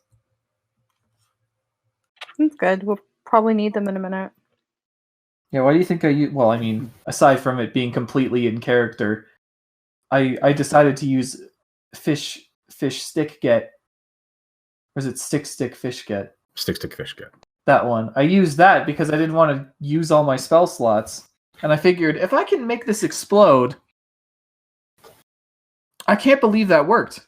Yeah, you had a half chance of it doing nothing. Yeah. Basically. And then It's a 1/3 chance of doing nothing.